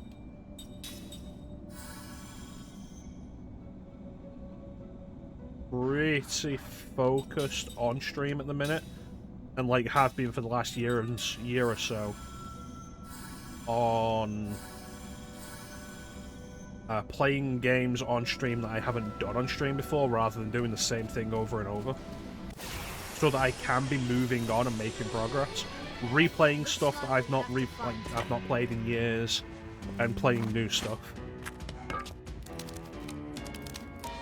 Like this year, even though it's only focused on RPGs aside from the Sundays, there's stuff like this that I've not done before, Lost Odyssey. There's stuff that I haven't played in a long time, like Jade Empire.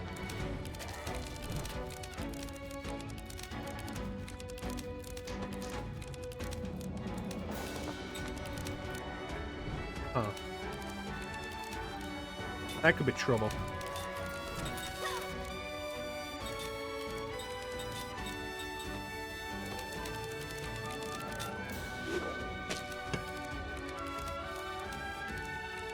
Yep, 2 BioWare games come in this year. For some reason.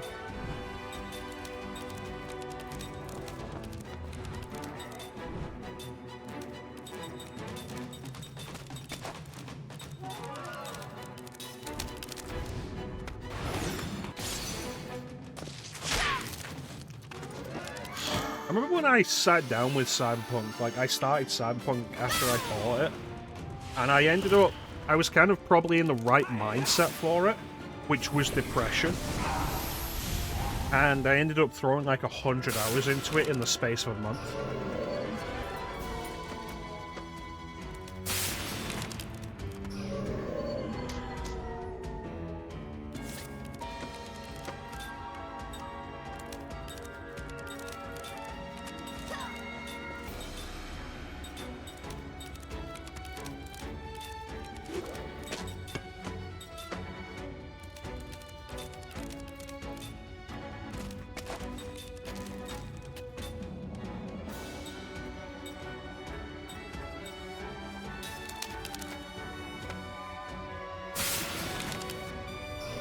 Yeah, I did see the picture you posted with the fire blue hair.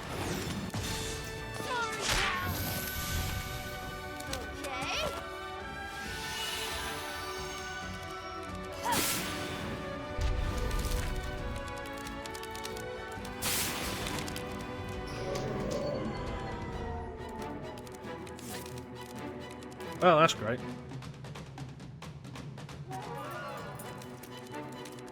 But yeah, I enjoyed Cyberpunk, and it's a game that I'm considered for stream, but I don't know if I'd be willing to go through the whole thing again, especially on stream, because like I say, I threw like 100 hours into it.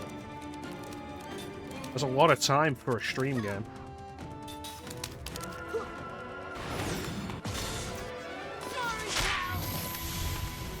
Yeah, I could absolutely understand that.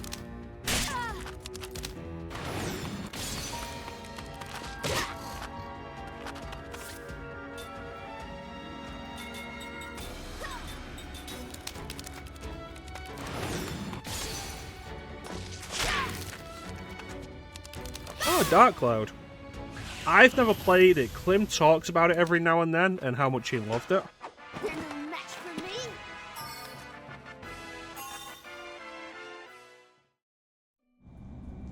How's that going for you?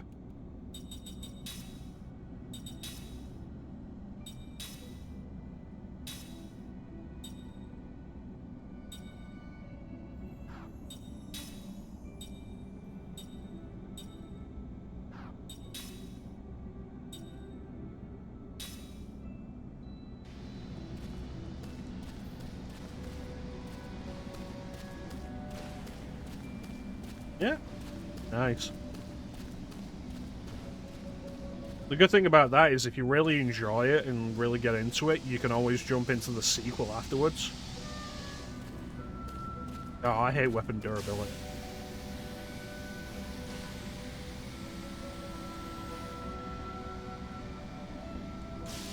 Okay.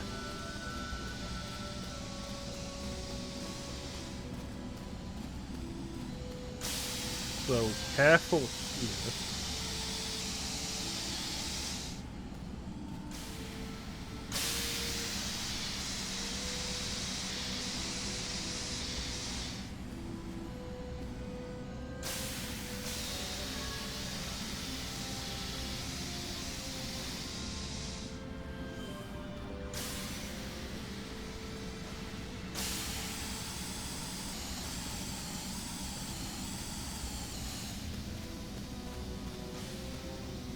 Yeah, if you end up really enjoying it, you can always jump straight into Dark Chronicle afterwards.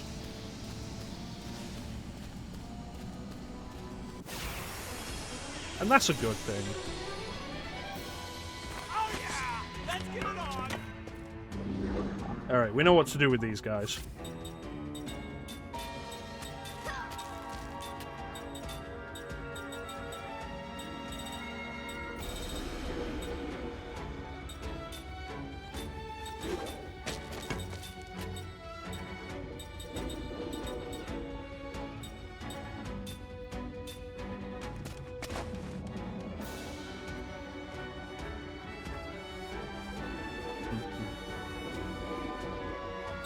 You gotta be careful taking it slow with an RPG, though.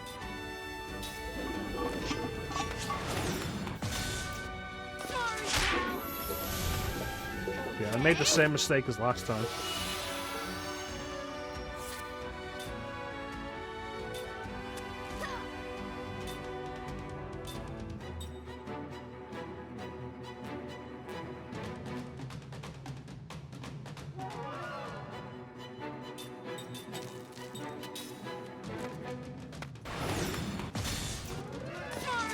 Yeah, you gotta be careful with the idea of taking it slow on an RPG.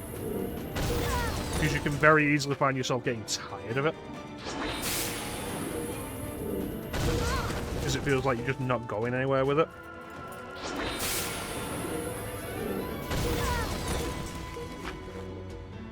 Okay. Ah, nice. What RPG books are you going for?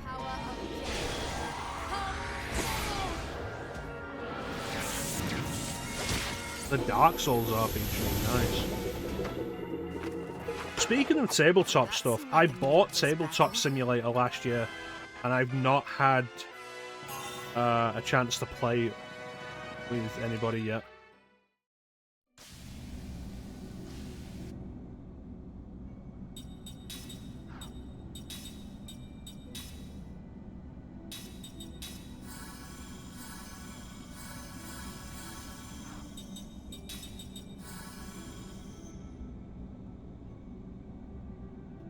And I bought it specifically for the idea of playing the Resident Evil board game, but also probably other stuff. See why they removed it from the store.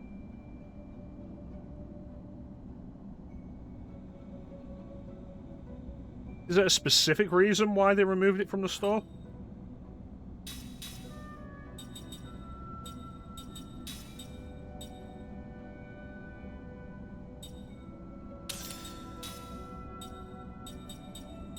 Yeah, I got Clem and Ali. I got Clem to buy it, and I bought it for Ali, and we've just not gotten around to doing it yet. But the idea was that we would play.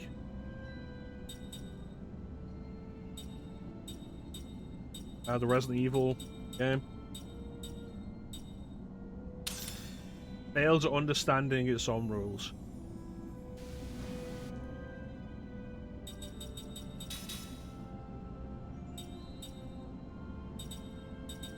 That could be useful. Really?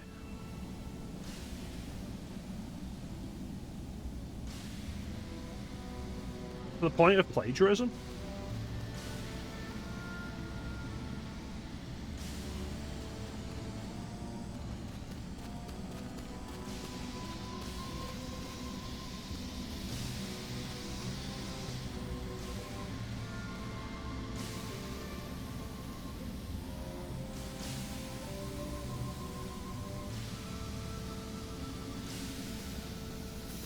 Okay, wait. Mechanics that clash and become useless. Did you end up ordering the Nocturne RPG? Right, alright.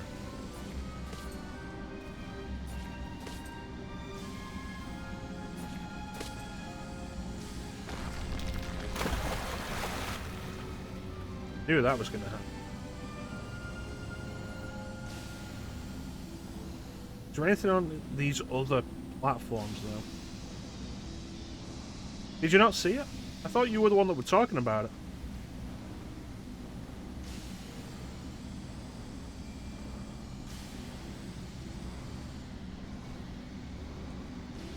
It doesn't look like there's actually anything on. Oh, there's that. What do I do with that? Yeah, I'm sure you were the one that I saw talking about it. You can see a key.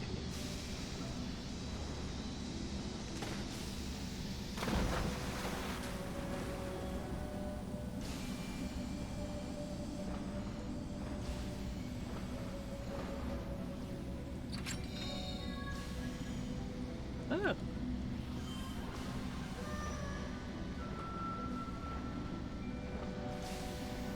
But yeah, there's an SMT TTRPG. SMT TTRPG. I think it came out recently, and I think it is specifically Nocturne. Tokyo Conception, I believe it's called.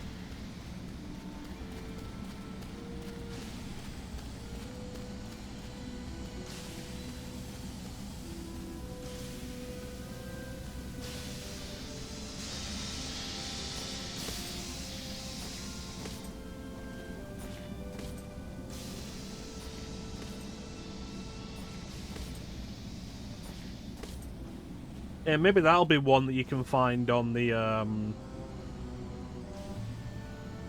Tabletop Simulator Workshop.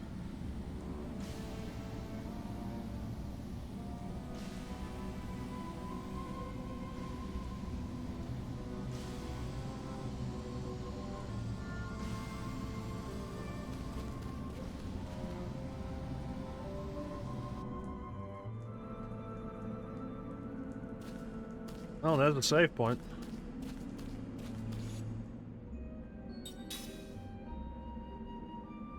Conceptually, I can understand that.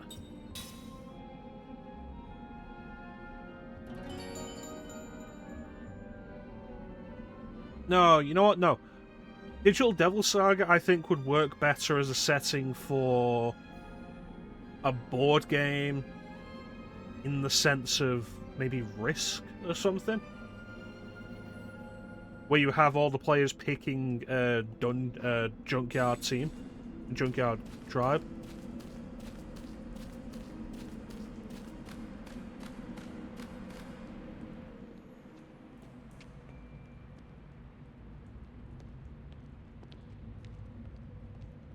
Whoa.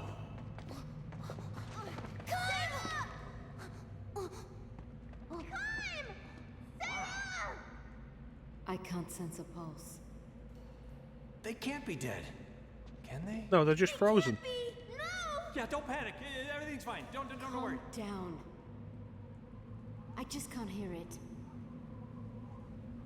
I sense a huge energy surge. Oh, that's good.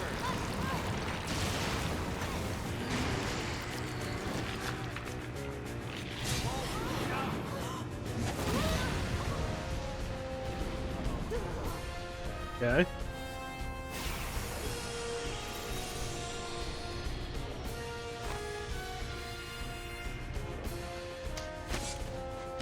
Yeah, I'd be curious to read through the game book for game. Oh, yeah. More good news. I didn't know a creature like that lived around here. They're probably just a manifestation of whatever power is causing this awful cold. Can we save Kaim and Sarah if we beat the creatures? No, if. We will defeat them.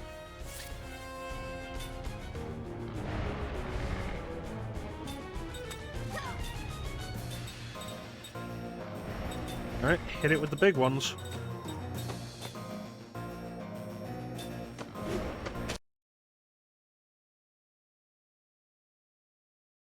Fair enough. I bought from Humble Bundle a while ago, probably over a year ago now. Like a big collection of Vampire the Masquerade books.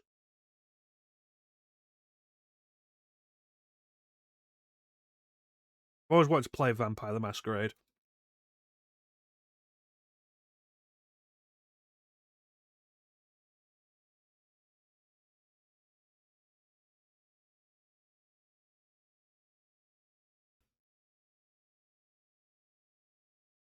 They're just sat there on my hard drive.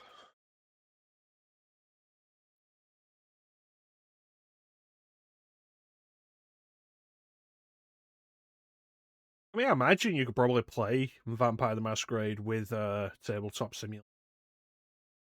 Use it as a base. I don't know. I'd have to actually look into how Tabletop Simulator works. What do we got?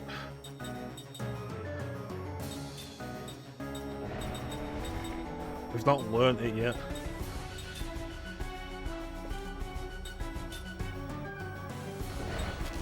Not great.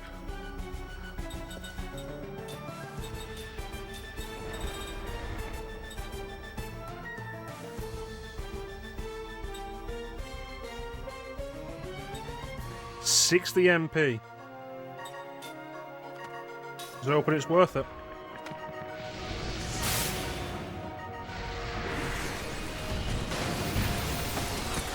Probably worth it.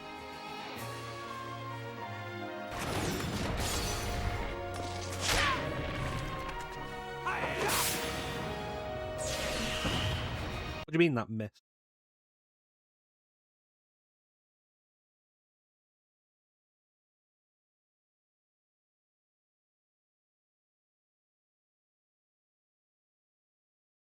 That sounds pretty good. I should have a word with one of my friends who runs the indie campaigns. See if he'd be interested in doing stuff with it.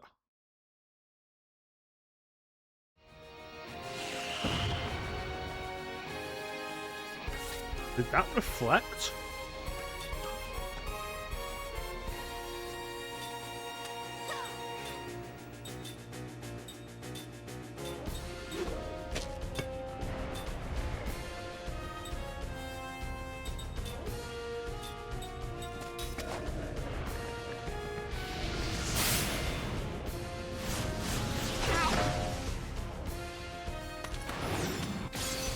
Oh, that's really good.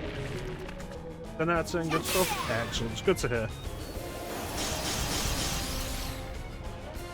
Okay. Here's hoping this works well. It's reflected.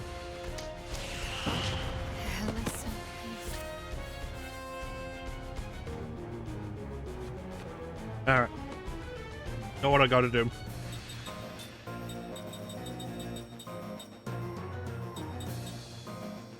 No fucking around with that. You have the spell, you do not. Give yourself a big heal then. Cut, break it down.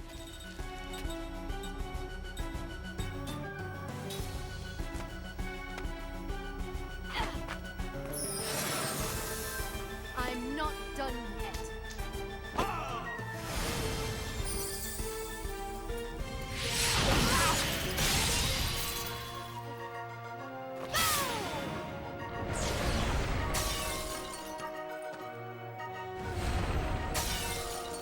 It reflected reflect. It reflected the spell. Like, what? Which means all I can do is physical attacks. Which isn't good when my party is composed, mandatorily composed of 3 mages.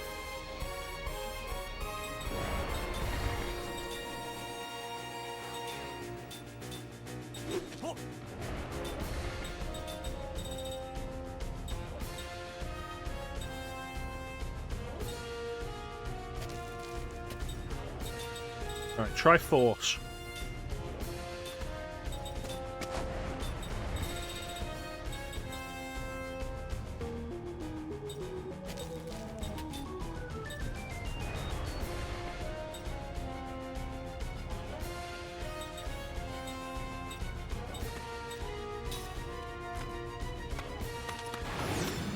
I know, right? Like, what the hell's that about?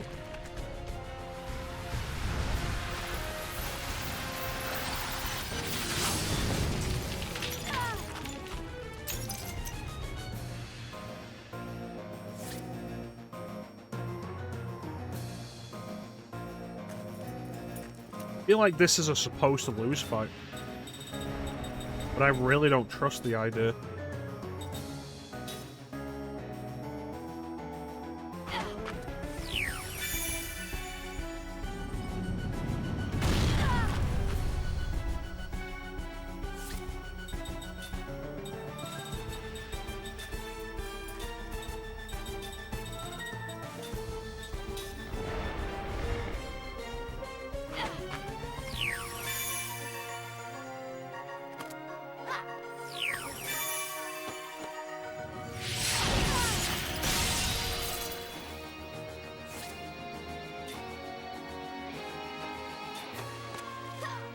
I guess we've just got to support Mac.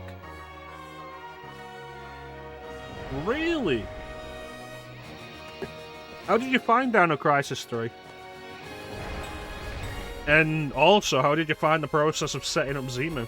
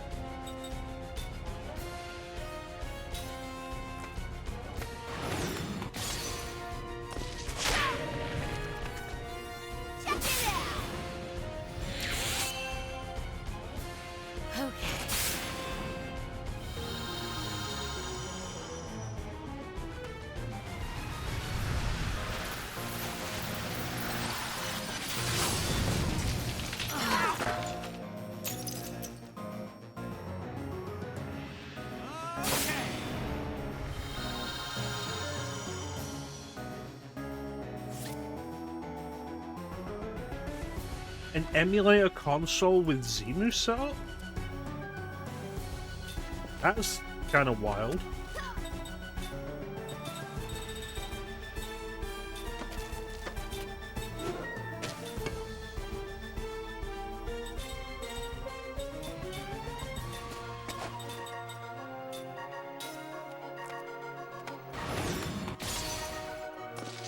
I didn't realize there was emulator consoles roaming around that had that kind of power.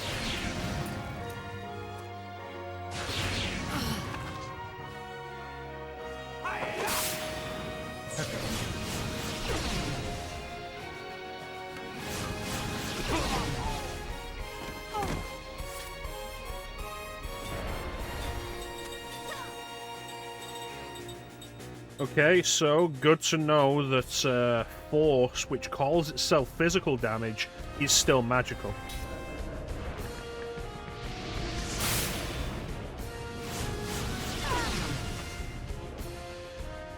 Okay. Yeah, it's a really weird game.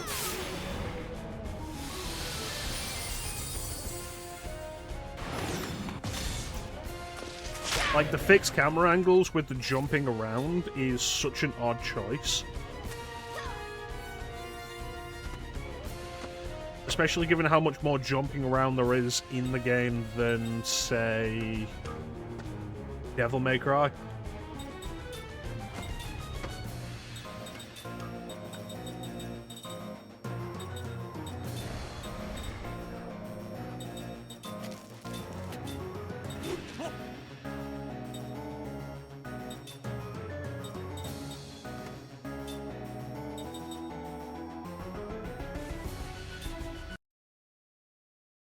I think if it was available on more than just original Xbox, I think it'd be a game that would probably have a more interesting reputation than it does.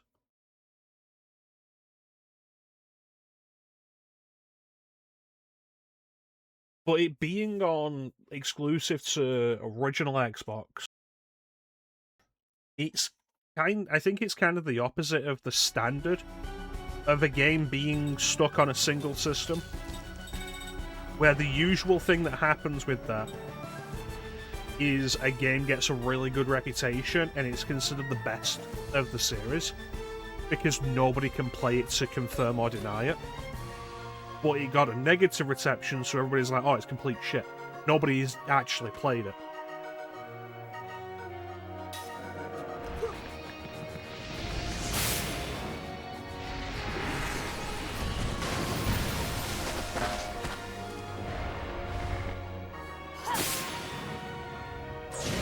Why did you use ground?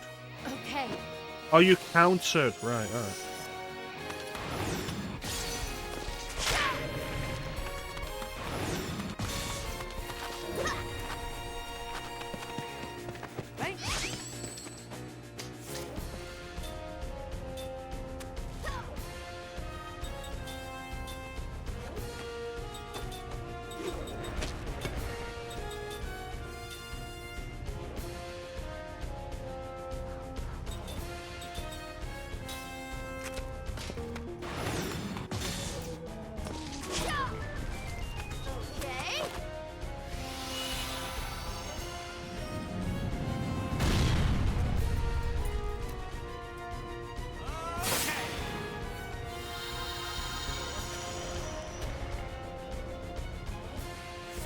I'd say it's a game I'm interested in doing on stream, and like it wouldn't be a lie to say that it would just be an exaggeration, because like I would be kind of interested in doing it on stream, but it's more trouble than it's worth to set up.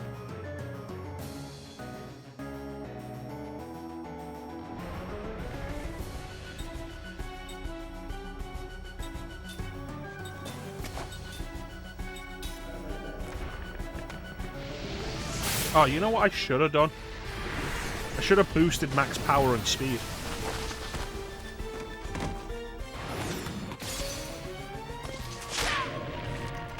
Okay. I feel like if we restarted this fight, I could do it so much better.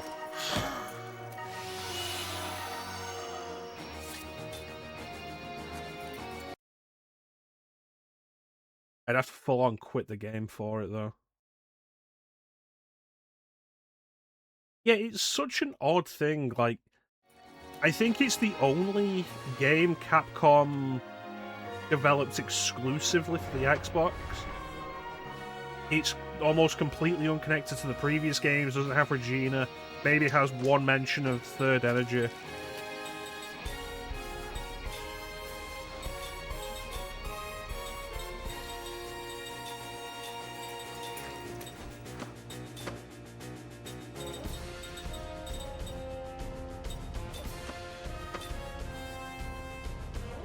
The fact that it's never been put on anything else.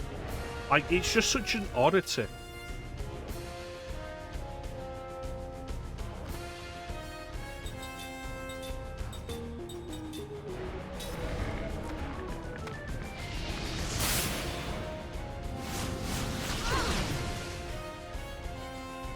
Okay. That was close.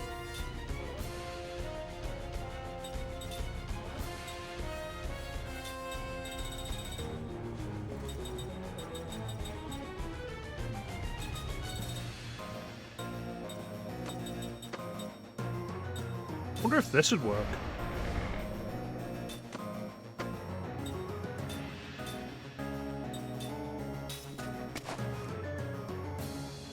Oh.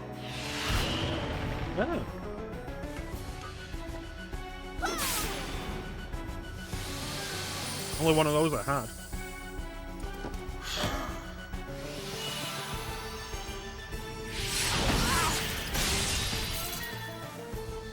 Let's go.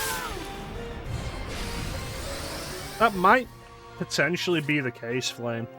Because, like, there's another thing that's kind of interesting about it. As far as I'm aware, there's no time travel involved in the game. I'm pretty sure it's all just genetic experiments.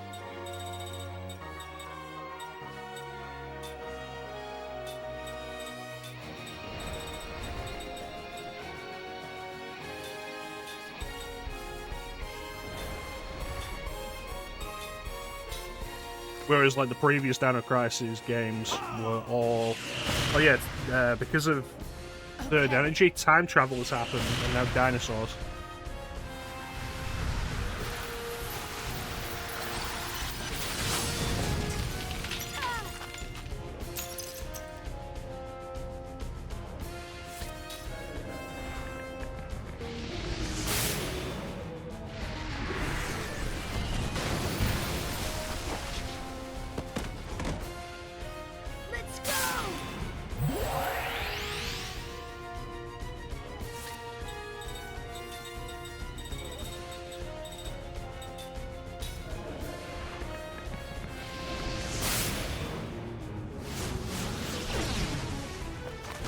Well.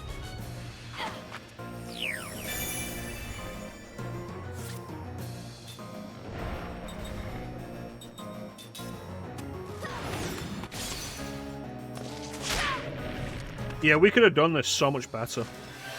I'm not done yet. I don't know why she got back up.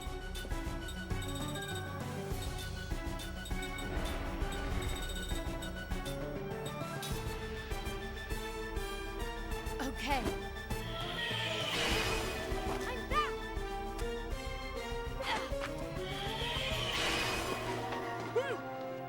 That was close.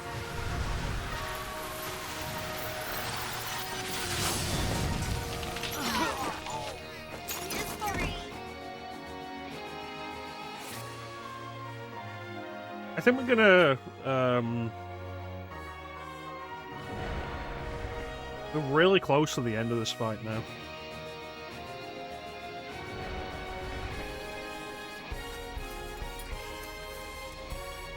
Like, even the box art though, like, you look at the box art, the logo, none of it feels Dino Crisis.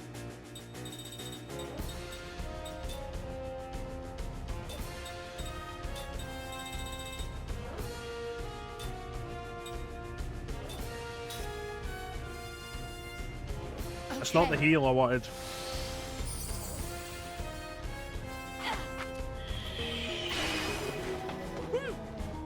That was close.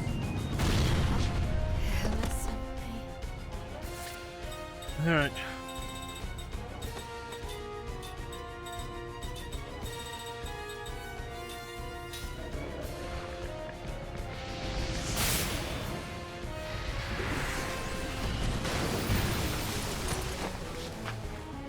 I think we're gonna restart this fight. I'm not done yet.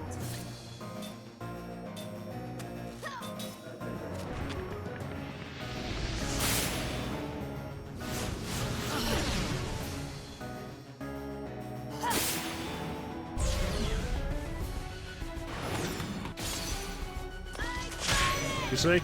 Like, we can do this so much better.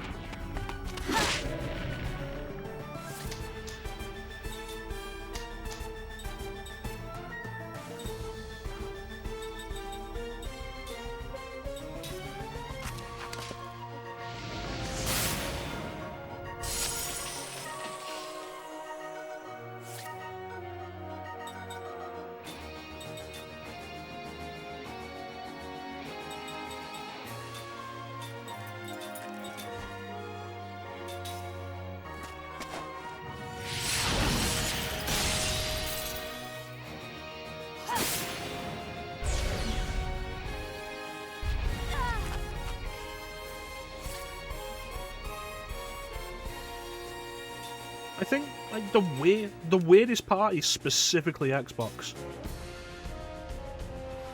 Because, like, Microsoft had no presence in Japan.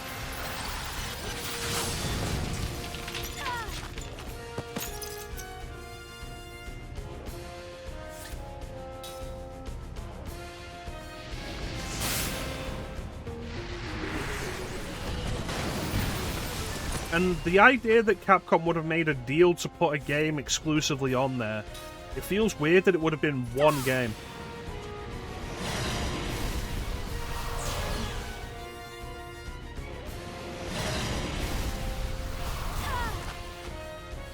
Especially back in the day, I feel like that kind of thing was usually a group of games. I'm not done yet. The Immortals just keep getting up on their own.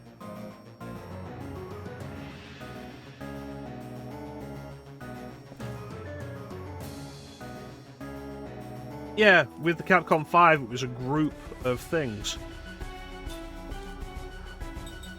Alright, you know what?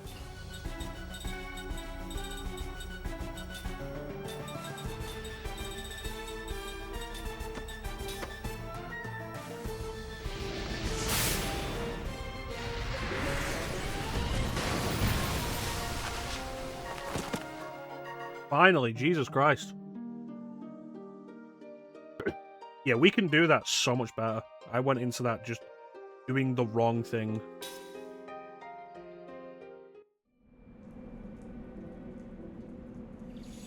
Alright. First off...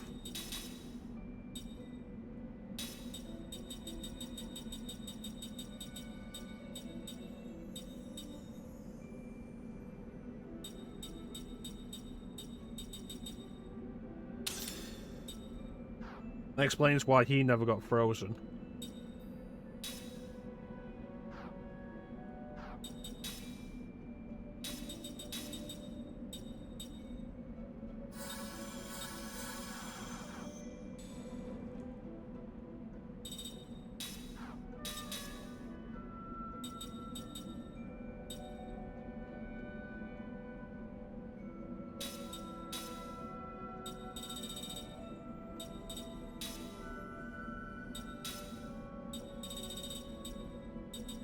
Actually equip that shit.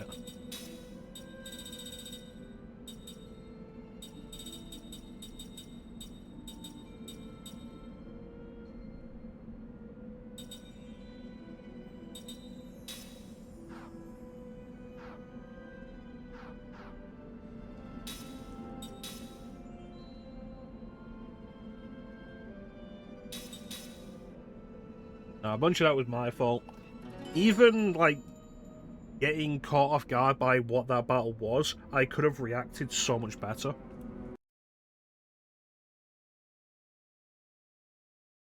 Yeah, I think, like, if it hadn't been called Dino Crisis 3, it could have been an interesting curiosity. There's a game that I think of that was exclusive to Xbox that was kind of interesting for something like that. Breakdown by Namco. That I'm honestly amazed got backwards compatibility support. A game I'd love to do for stream one day. Really weird fucking game.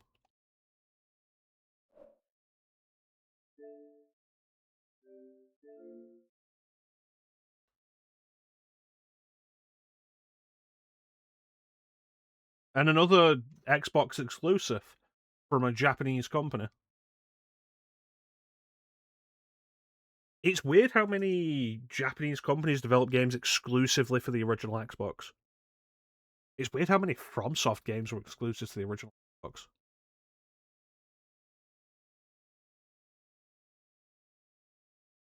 And then when the 360 came out, that just didn't happen. I feel like there were very few Japanese developed games ended up exclusive to 360. Lost Odyssey is kind of an exception because it was published by Microsoft. Development of it. Speaking of FromSoft, though, they did an Xbox 360 exclusive. Well, it was a Ninja Blade. Phantom Dust. I don't recall. I need to run the ad, so I'll look it up while the ad break's running and see if I recognize it.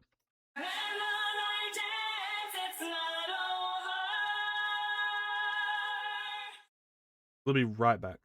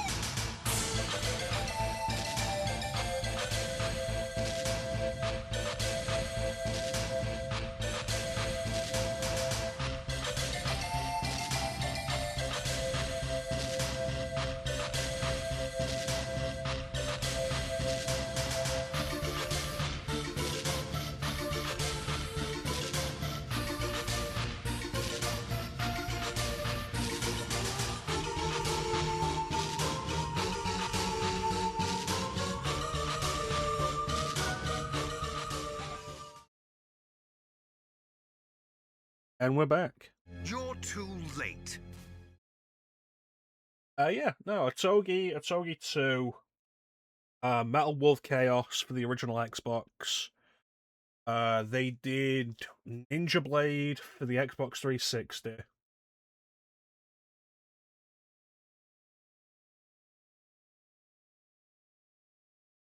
So I looked up Phantom Dust, and I feel like I had heard of it. Developed by Microsoft Game Studios Japan, when they had a Japanese game division. Wasn't particularly well received. I don't think it got released outside Japan. But it did get a remaster, and you can get it on Xbox One and PC. So if we take a look real quick.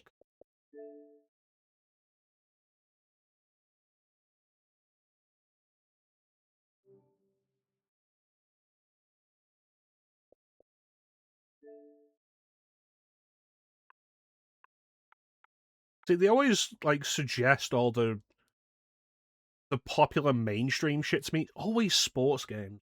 And it's like, I own no sports games on Xbox. Why are you suggesting to me? I want the weird shit.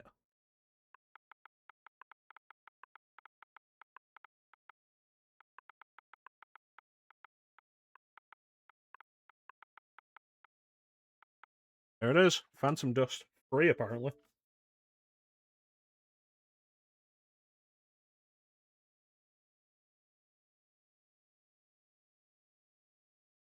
Yeah, New Vegas, which I already own.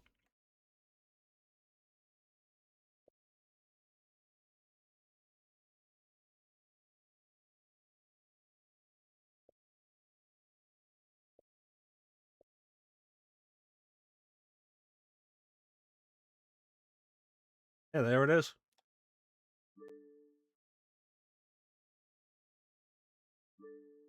I wouldn't play it because it's an RTS, and I'm not really into those. But Xbox One and PC. SMT9's such a weird...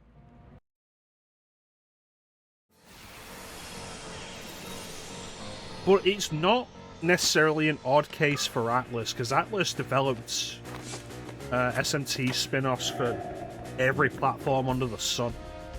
Oh, yeah. More good news. I didn't know a creature like that lived around here. They're probably just a manifestation of whatever power is causing this awful cold. Can we save Kaim and Sarah if we beat the creatures? No, if. We will defeat them. Alright.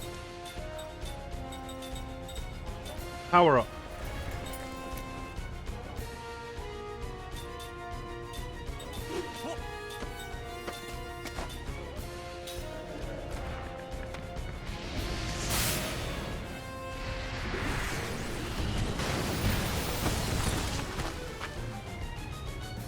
Okay.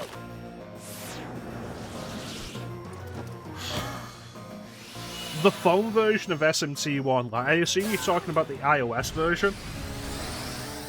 Like, the iOS version of SMT1 is so weird, because it's literally just the GBA version in an emulator with a weird front end.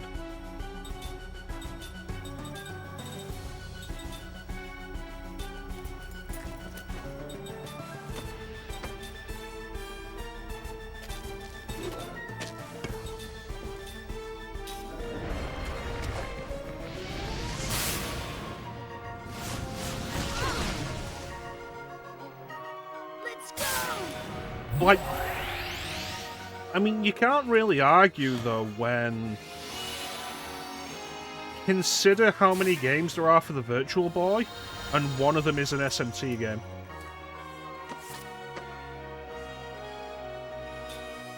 I'm gonna go punch it to death.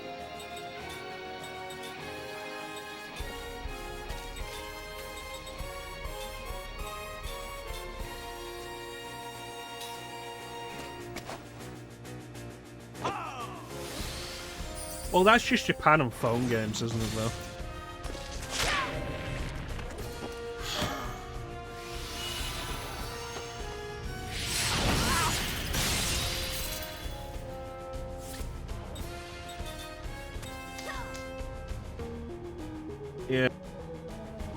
You ever heard of the Telefang series?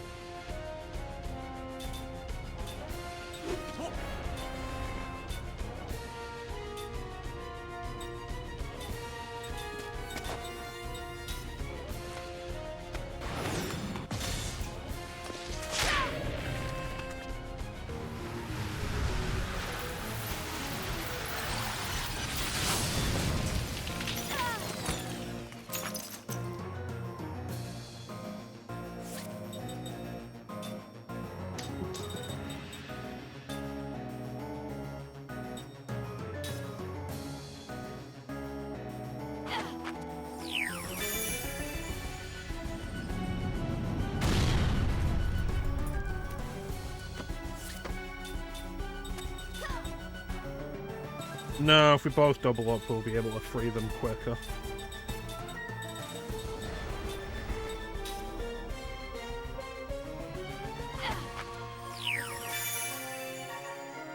Yeah, the Telefang series, it's a series of games that were on Game Boy, Game Boy Color that are very specifically about connecting to Japanese mobile phone for online play. It's such an oddity to see.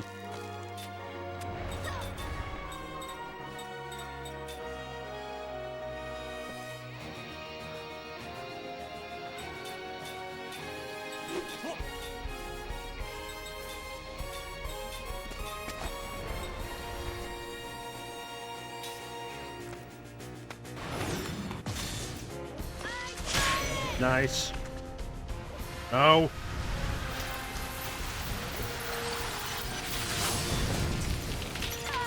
God fucking damn it.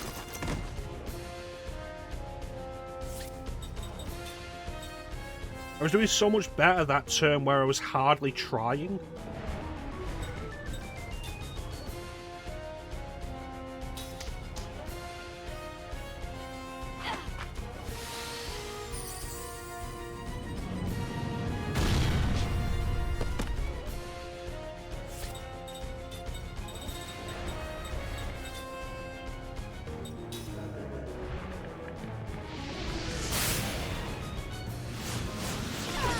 I don't think so. Not that I'm aware of, at least.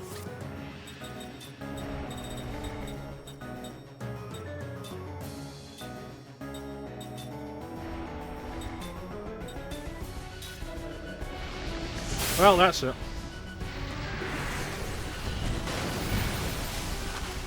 When I wanted it to kill me last time, it just wouldn't fucking kill me. And now it's like, oh yeah, no, you've got a strategy. Die.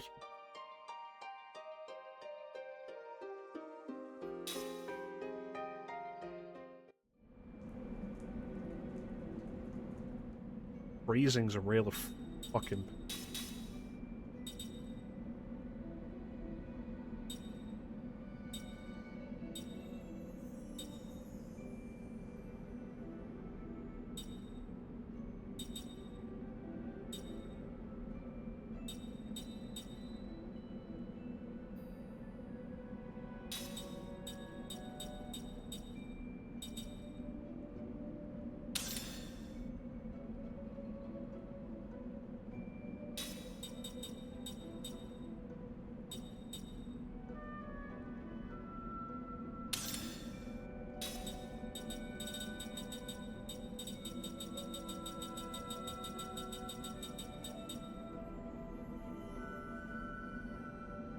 It's a weirdly balanced game, honestly.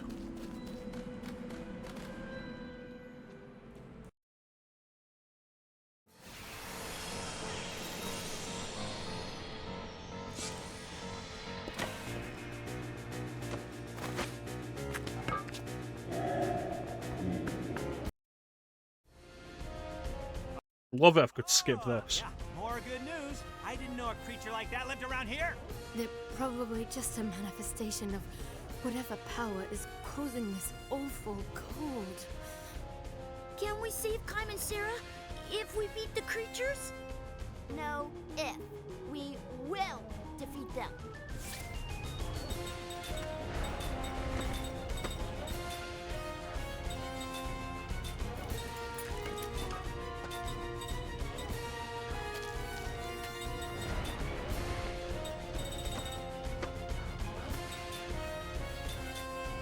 But yeah, it's a bunch of weird quirks, like with this boss, the way it reflects everything, and that reflect cannot be disabled.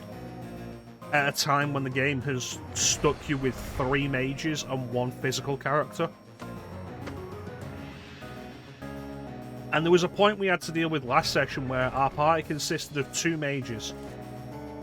And the way magic works in this game, it's entirely a support class.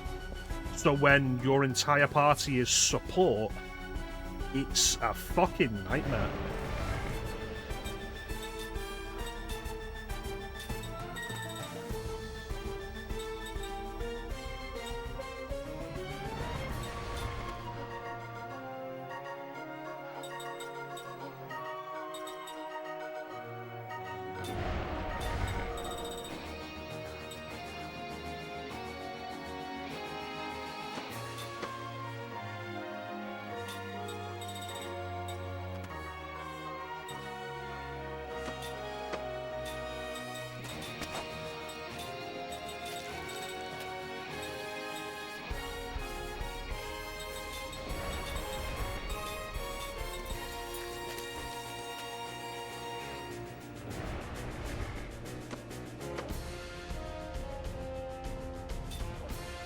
No, an abyss.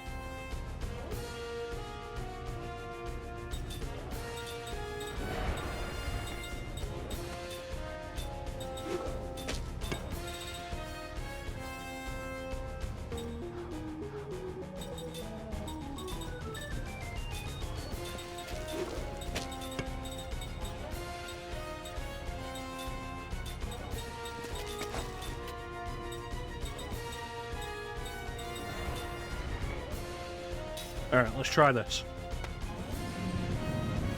Ow.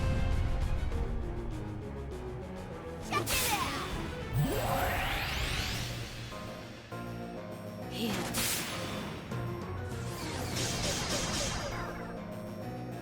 Hey, Bug. Yeah, the music's been really interesting. Like, knowing that it's composed by Uematsu, it's been a really interesting soundtrack in comparison with Final Fantasy.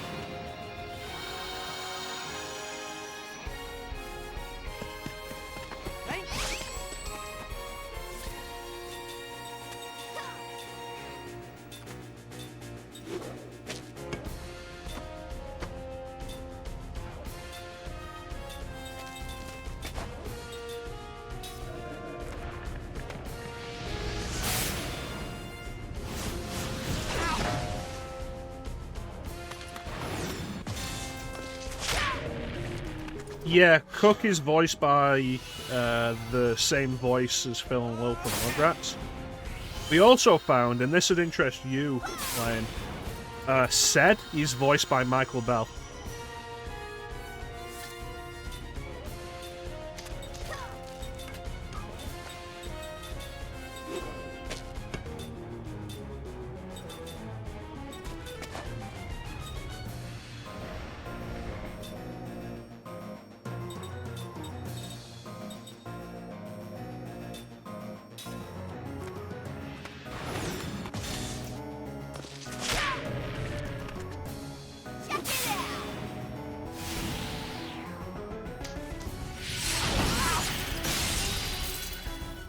It's gonna freeze them soon.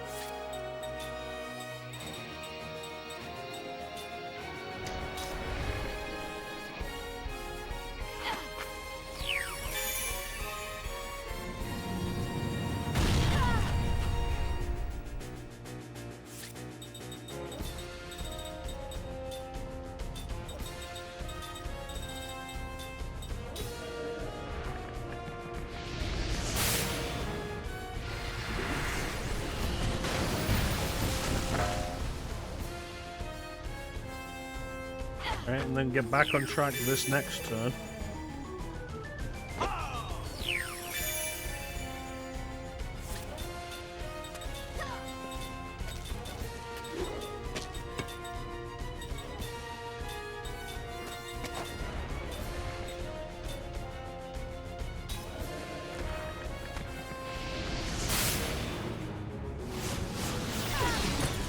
Right, guard's broken.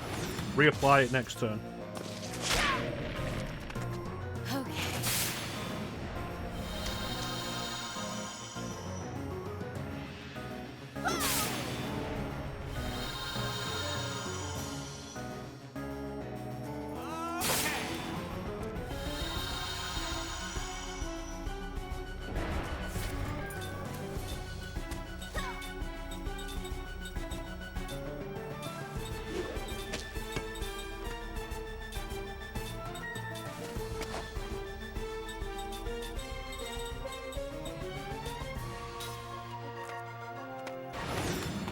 Good. What?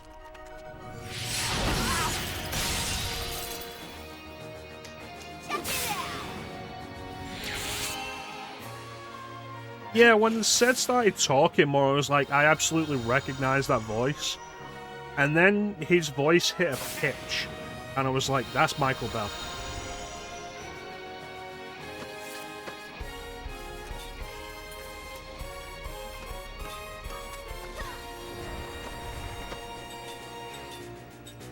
Here we go.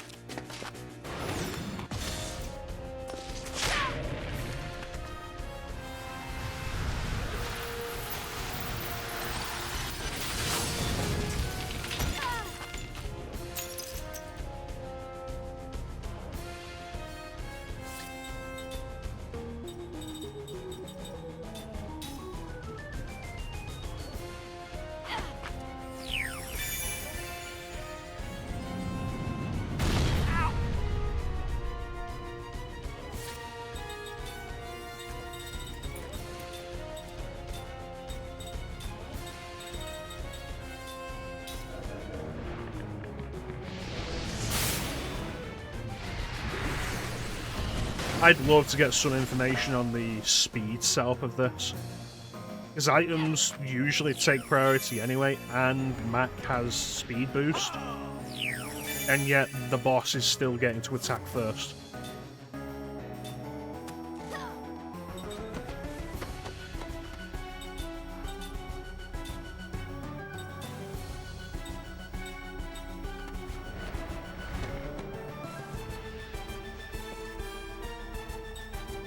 I know I saw the VA list at some point, and I don't remember.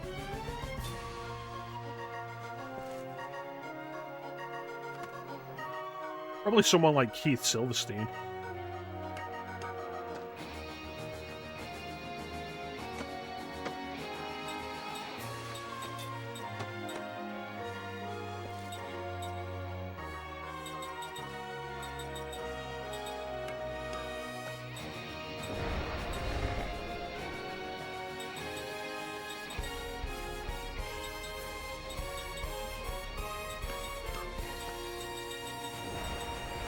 No, do the thing.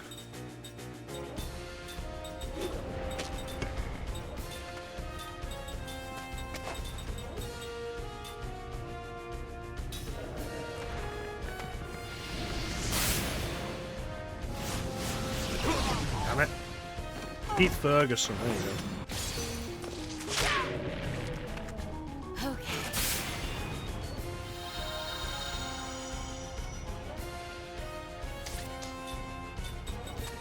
Revive before hook casts. Okay. Alright, this should be able to do it. Yeah, I think it's rare that he's in a leading role.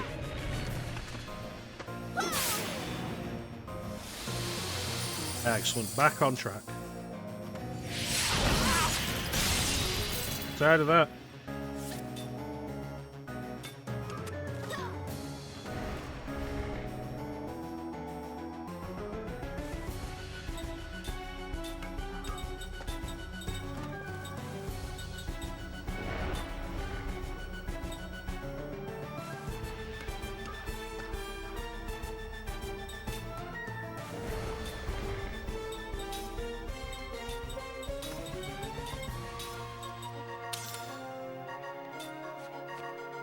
See if that'll work.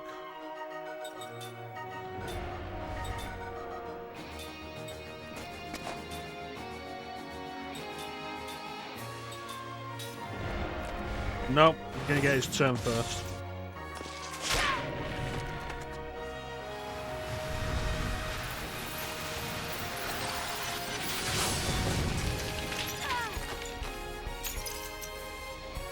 Oh, it doesn't matter because it hits everybody. Alright.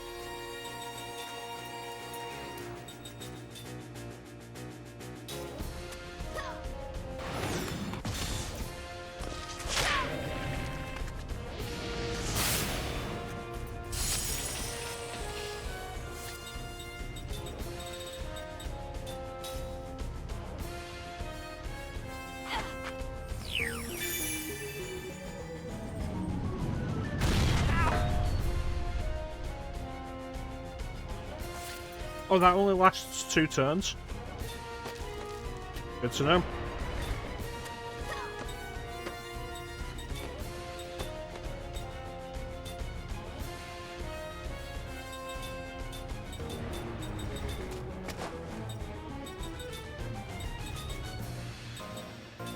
Just in case. See how much damage that does.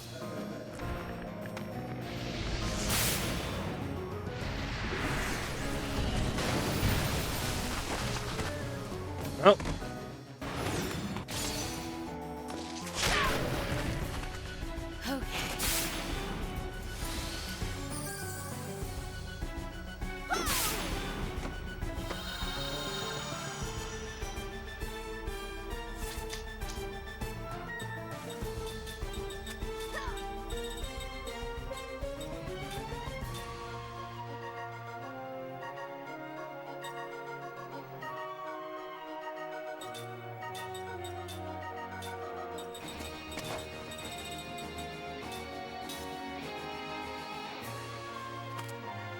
Hey, come on, don't miss. That was close. Yeah.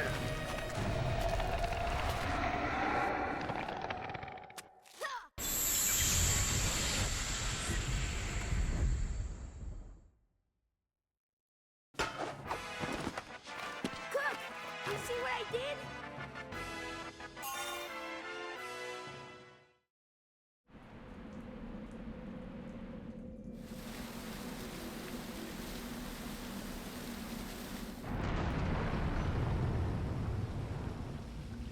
I've never smoked. I'm asthmatic, so it always felt like it'd be a stupid idea. Plus, when I was younger, I didn't have the money for it, and then when I started getting money, it was like, I'm spending this money on video games. Sarah!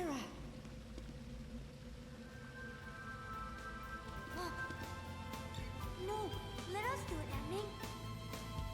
Yeah, yeah.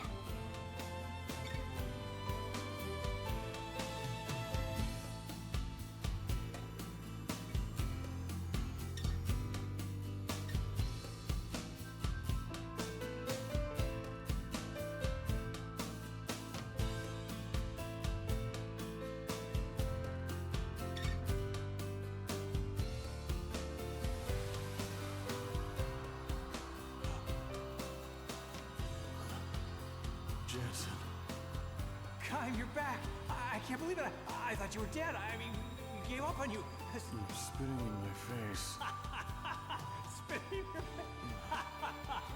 Hey, I love you too, you big lug.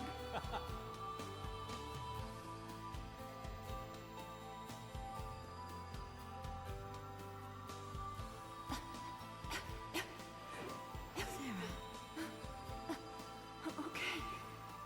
Thank you. Thank goodness. This time, you saved us. Thank you for being so brave. Look, And we can finally have Kaim back in the Thanks, party. Jensen. Don't worry about it, buddy. We've got bigger problems. By the way, you can always get a job as an ice sculptor. Kidding. We're all friends.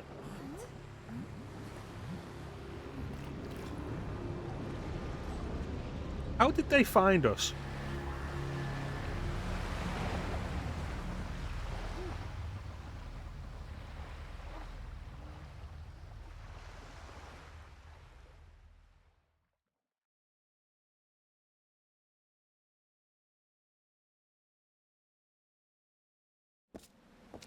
Yeah, I was always just like more interested in spending the money on video games. Boy still hanging around.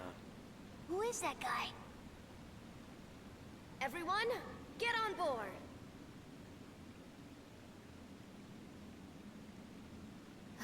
You're all safe. Well, we've been kind of through hell and Hope back. it goes and we're well for running you, a Bug. fight. Hope you're able to stick with it. How did you find us? The pendant that I returned to Ming. What? There's magic energy in it. We've been tracking its output. Well, at least they give us a reason how they found us.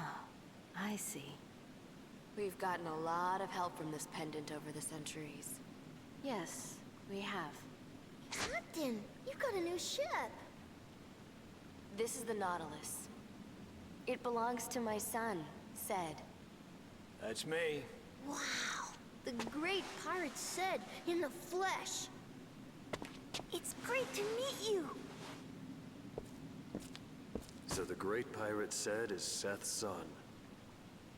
Ah, you must be Kaim and Sarah, the immortal doing the dirty work for Ura. That was a long time ago.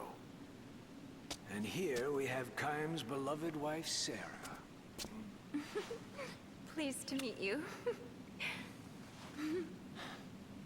And Numara's 1,000-year-old Queen Ming.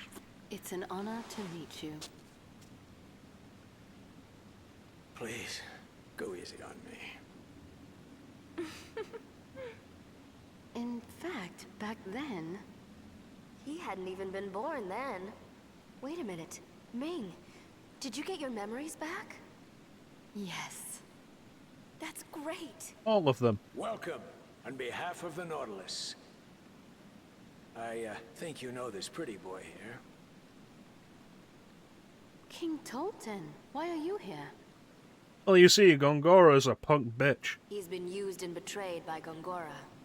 That's what I said. So, his objective is the same as ours? Yeah, he's still wet behind the ears. But I think we can make something of him. A daredevil, right, Mama? Daredevil? Yeah, a real macho man.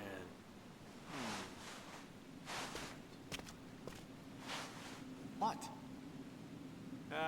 Yeah, I thought something was in your eye. Nothing. Who does your hair? Yeah. It's okay. He's been abandoned by Gongora. Left for dead. Still worth making sure. Disc 4.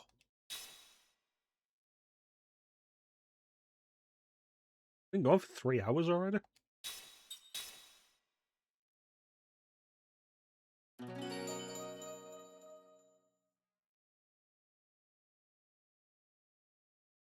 The entire party.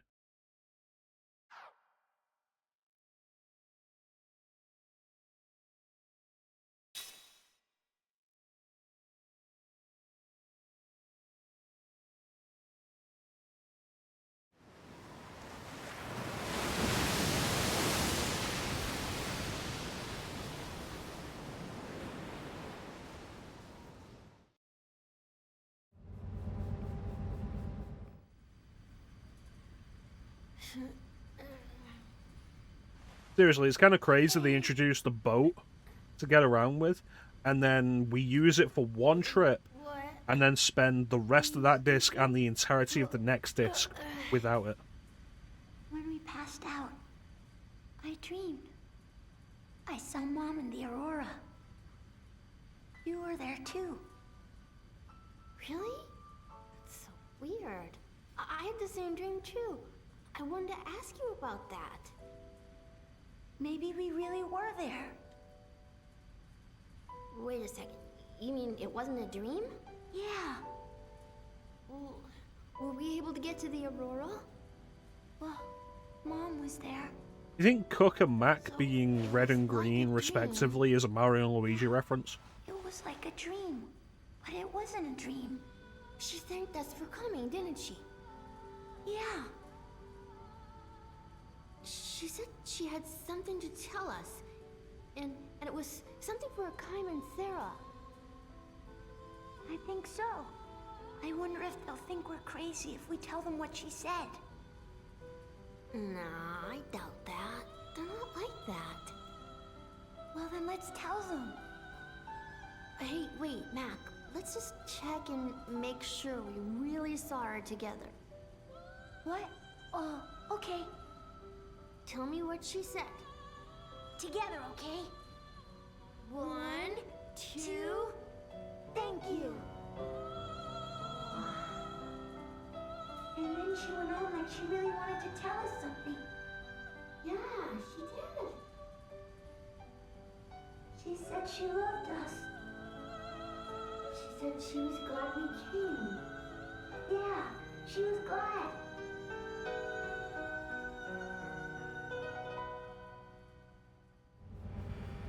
Now we can't use her jump function anymore. We broke it when we were leaving Ura. Gosh, she's more delicate than I thought. Oh, Ma, don't go saying that. Mama? What are you, 60? That's just sick. What? You got a problem with that? No, I think it's really very endearing. Yes. Where are the kids? Asleep. It appears they've seen Niram. I see. Gungora might not be there when we return to Ura. Why? When I was helping Ced, Gungora had boarded Grand Staff. After that, Grand Staff seemed to just fly away. What? It flew?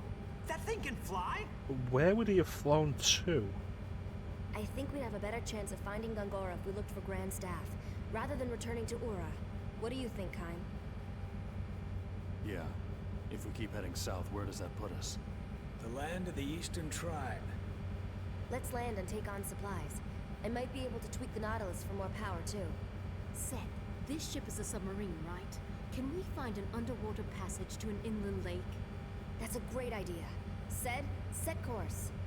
Aye, aye, ma'am. You're still captain of this ship, Ced. And yet you're still giving orders, Mama.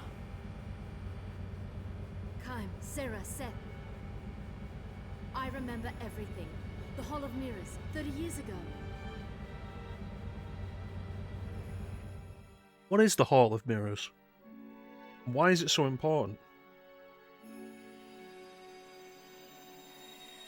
Do you remember the world on the other side?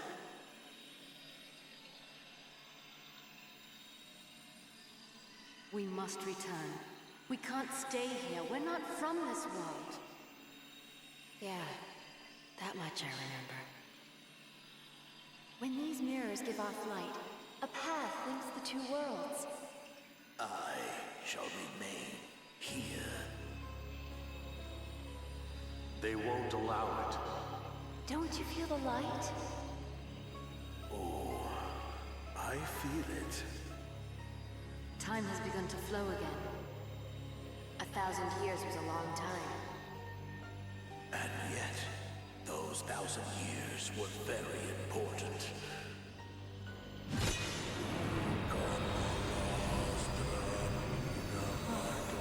A sleeping spell. That won't work. You think?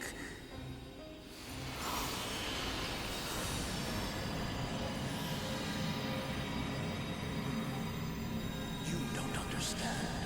As long as we and these mirrors remain here, magic energy will increase in this world. This place shall soon be replete with that magic, and we will be able to access power stronger than any ever known. To do what?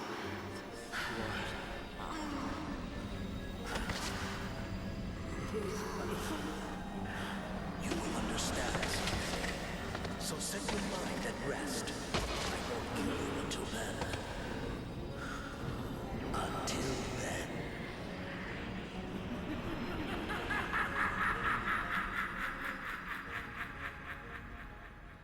was a good laugh, but the face did not match.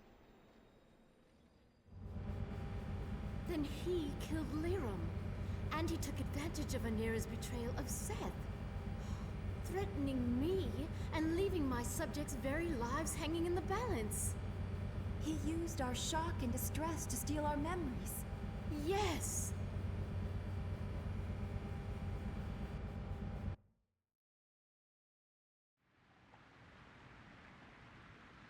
Yes.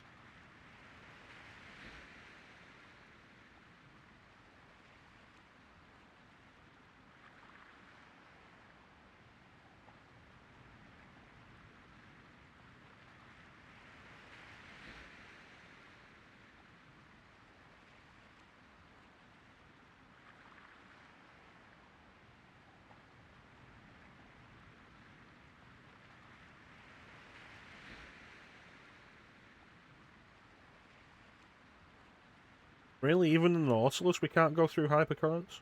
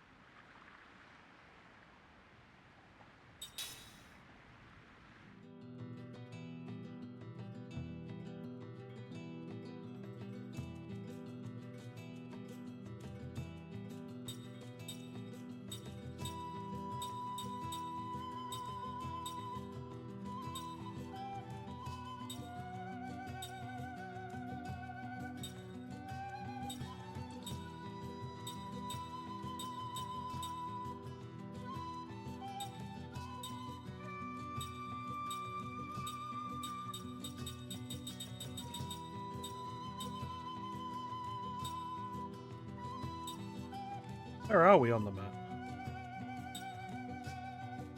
We're on the eastern coast of Salmon. Right.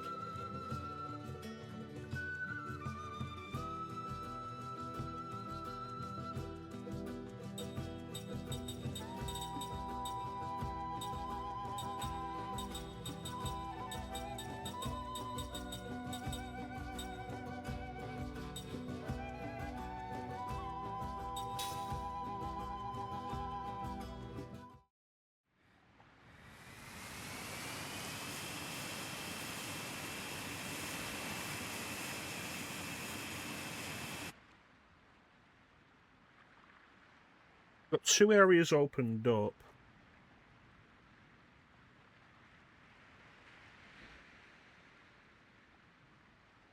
Mm-hmm.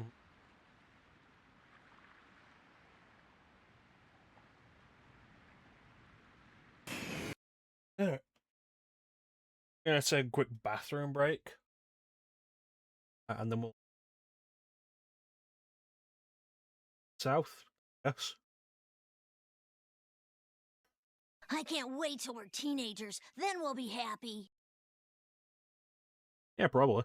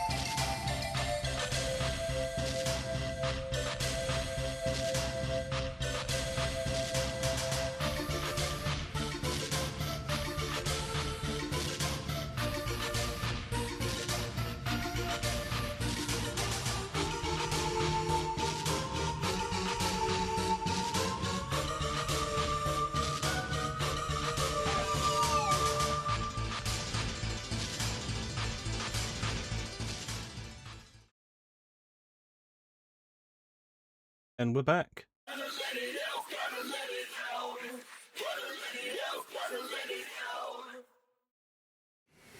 Alright. I think one important thing to do is going to be setting up skills we're learning.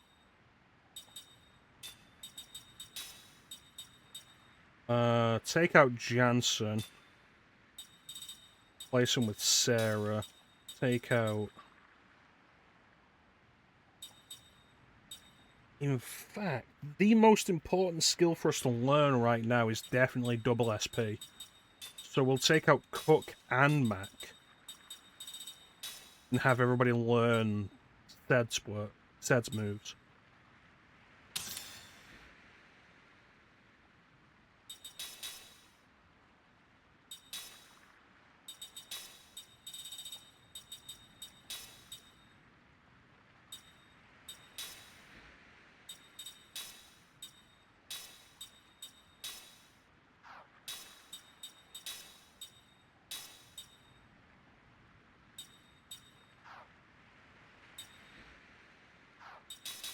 Alright, what do we got here?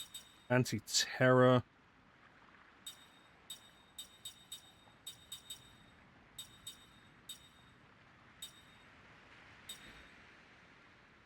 Oh, we do want people learning that as well.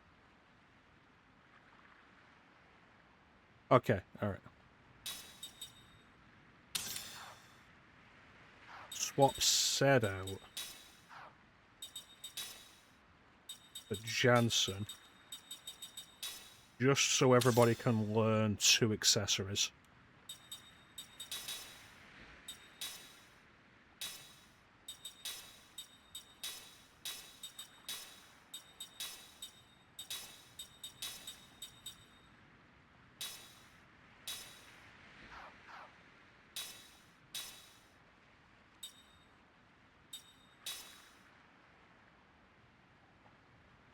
That was the wrong button.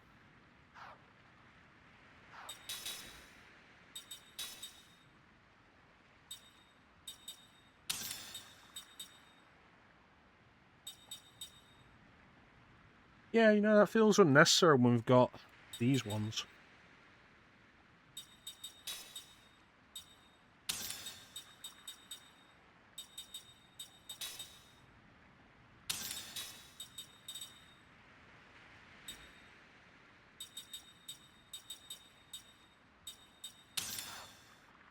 Alright.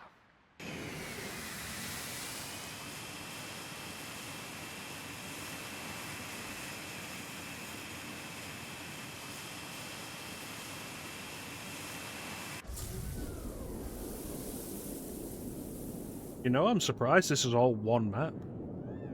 Without, like, a loading screen between.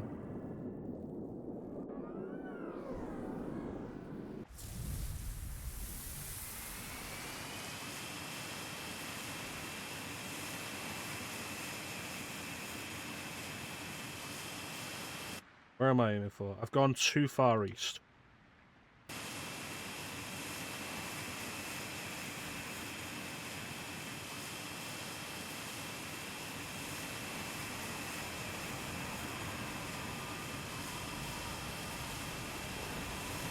Okay, the controls on this are really weird. They're not analog.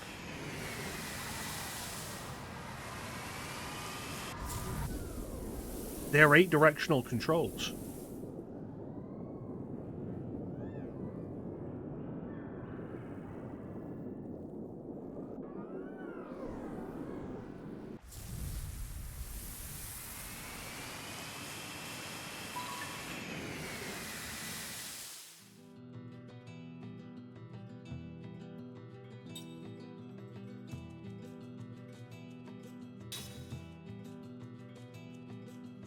Yeah, let's just do some wandering around here for a minute.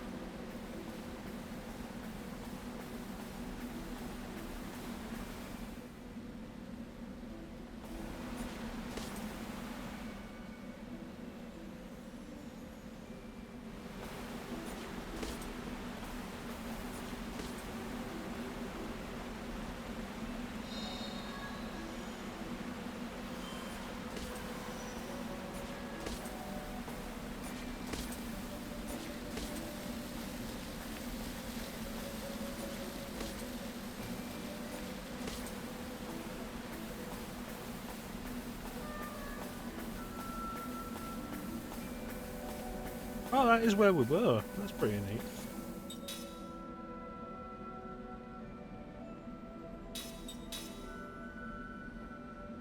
Right, do a bit of grinding around this area so we can get the 2 accessory ability.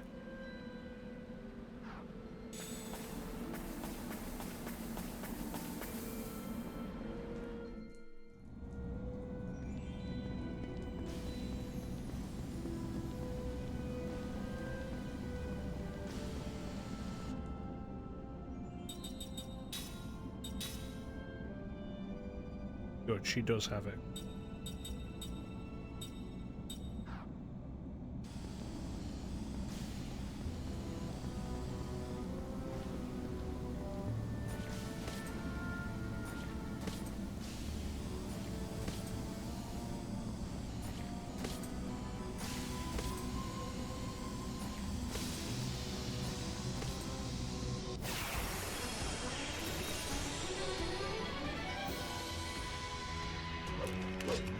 Numara's here.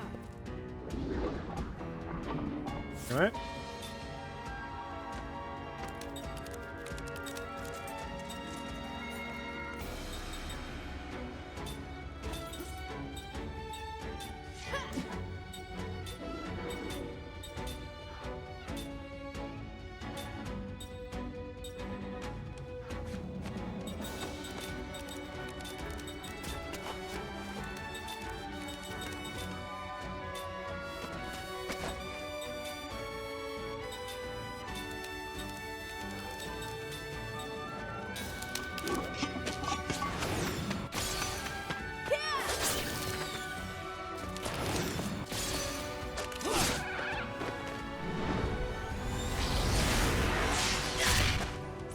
Wow.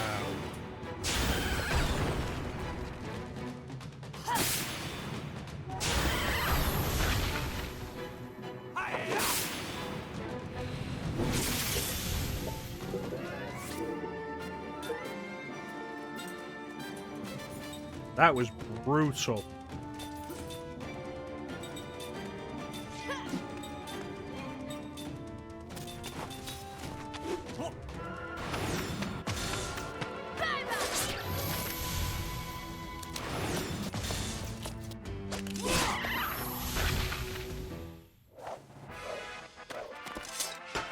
What a waste of time.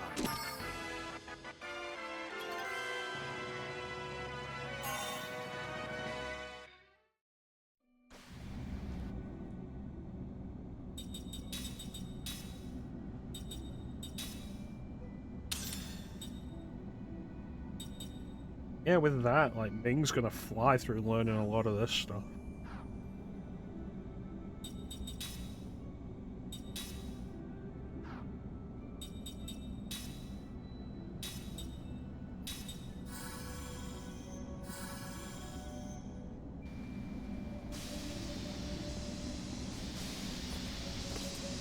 How much did we get from that one battle, though? 8. That's good. 3 battles like that and we're good.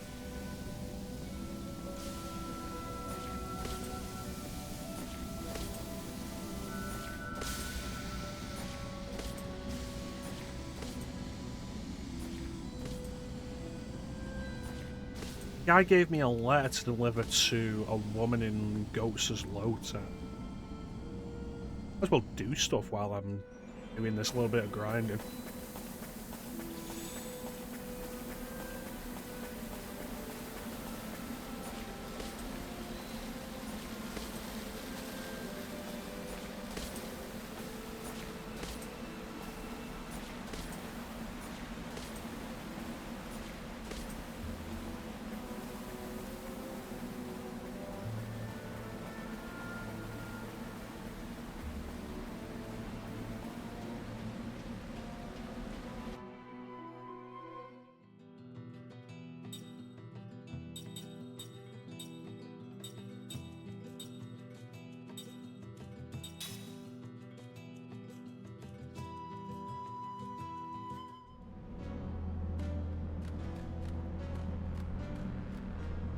Man, can you even get in this side?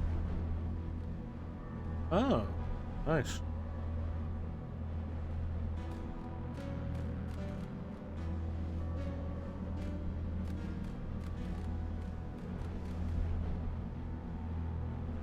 It's horrible up here.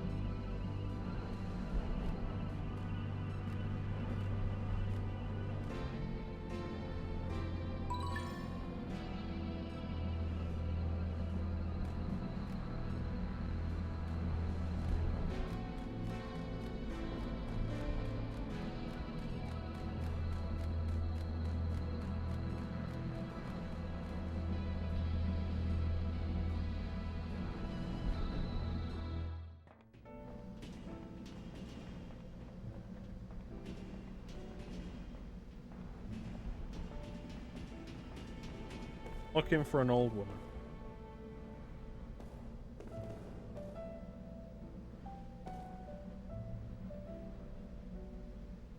Oh, so you can't get out there now?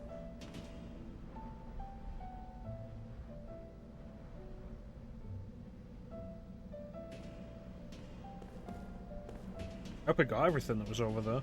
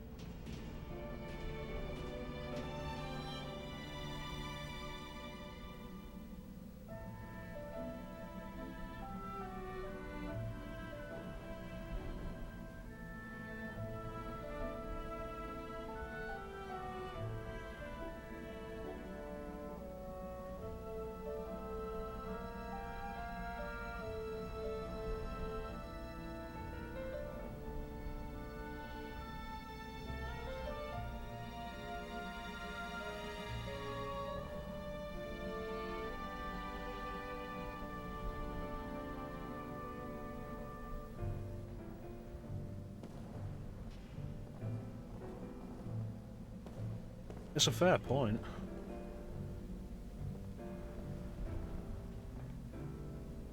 Pretty much everything was buried under... What do you even call it? Molten slag?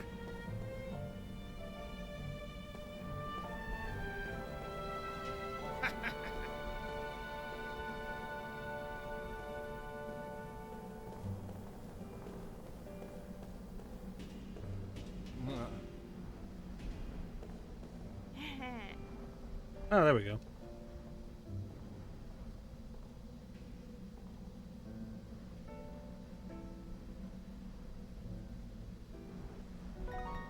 Oh.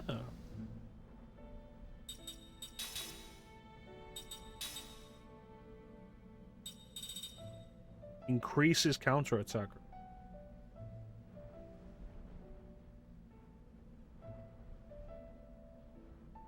So you'd have to have counter equipped and then counter up equipped as well to make use of that?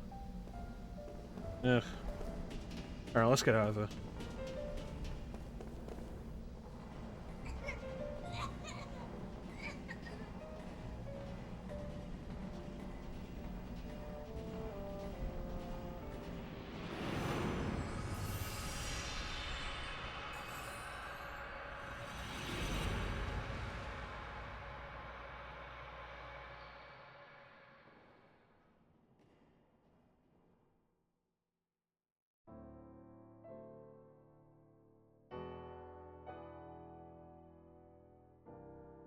I'm gonna play East after this, and I'm not gonna read a goddamn thing. A terrible epidemic is ravaging the kingdom. The onset of the disease is sudden. Due to genetic or perhaps hormonal factors, it strikes only males. The victim experiences a high fever, a violent headache, and often a swift death. The disease does have two hopeful aspects. First of all, once an individual survives it, he need not fear catching it again. From then on, he has immunity. Secondly, an extremely effective medicine exists. If used preventatively or in initial stages of the disease, the drug, a tablet made primarily from a plant that grows in the mountains, almost always results in a cure. Does this mean people can relax and there is no need to worry? Unfortunately not. For an ironic twist of fate is something that life tends to thrust upon people all too often. The high-altitude plant used to make the medicine that is so effective in prevention and early cure is extremely rare, verging on extinction. In other words, there is not enough medicine for all the kingdom's subjects, only for certain people. You see what I mean? Asks Doc, a quiet man on patrol in the capital's marketplace with his fellow military policeman, Kaim. Sending his sharp gaze down one alley after another, Kaim responds, "You're saying they rank people who decide to get medicine?" "Exactly," says Doc. "In deciding the rank order, they brand us either subjects indispensable to the nation or other subjects." Capital military policemen will receive their medicine relatively early, which demonstrates their ranking as subjects indispensable to them. "I guess it makes sense," Doc goes on. "If all of us were to keel over, order in the capital would break down like nothing. We always have to be the picture of health as we patrol the city, right, Cam? Sake of the homeland, as they say." "Suppose so." "First the royal family gets the medicine, then the royal guards, third comes the politicians, then the financiers who run the country's economy, the police and the firemen, doctors, and finally us, the capital military police. There's just not enough to give to everybody." Doc all but spits out those final words and he asks, "What do you think, Kaim? Ordinary subjects are people too. Is it okay to rank them like that?" In theory, Kaim should be able to reply without hesitation that of course it is not okay. But realistically speaking, he says, there's no way around it. He averts his gaze from Doc as he hears himself saying these words. "No way around it, huh?" he mutters with obvious distaste. "Maybe you're right. Maybe there is no way around it." Sounds as if he's trying to convince himself. In fact, it does seem to be the only means open to them. "The folks here in the marketplace know about the disease, obviously." "Obviously," answers Doc. "If their fears get the better of them, they could riot any time." "Absolutely. We can just manage to keep the peace by patrolling the streets like that." "Know what you mean? If we were to succumb to the disease, their lives would be put all the more at risk. If we can't dose every subject in the kingdom, all we can think about is how best to keep the harm on, the impact of the disease to an absolute minimum." "I couldn't have said it was better myself, Kaim. You got a perfect score. Good job." His words of praise carry obvious barbs. Sensing their presence, Kaim Foyle is silent. Underlying Doc's sharp comments is not only the pain of biting sarcasm, but the sorrow of helplessness. Two children, a boy and a younger girl, run past the men laughing. Dressed in rags, they've probably come from the slum behind the market to gather scraps of vegetables little better than garbage.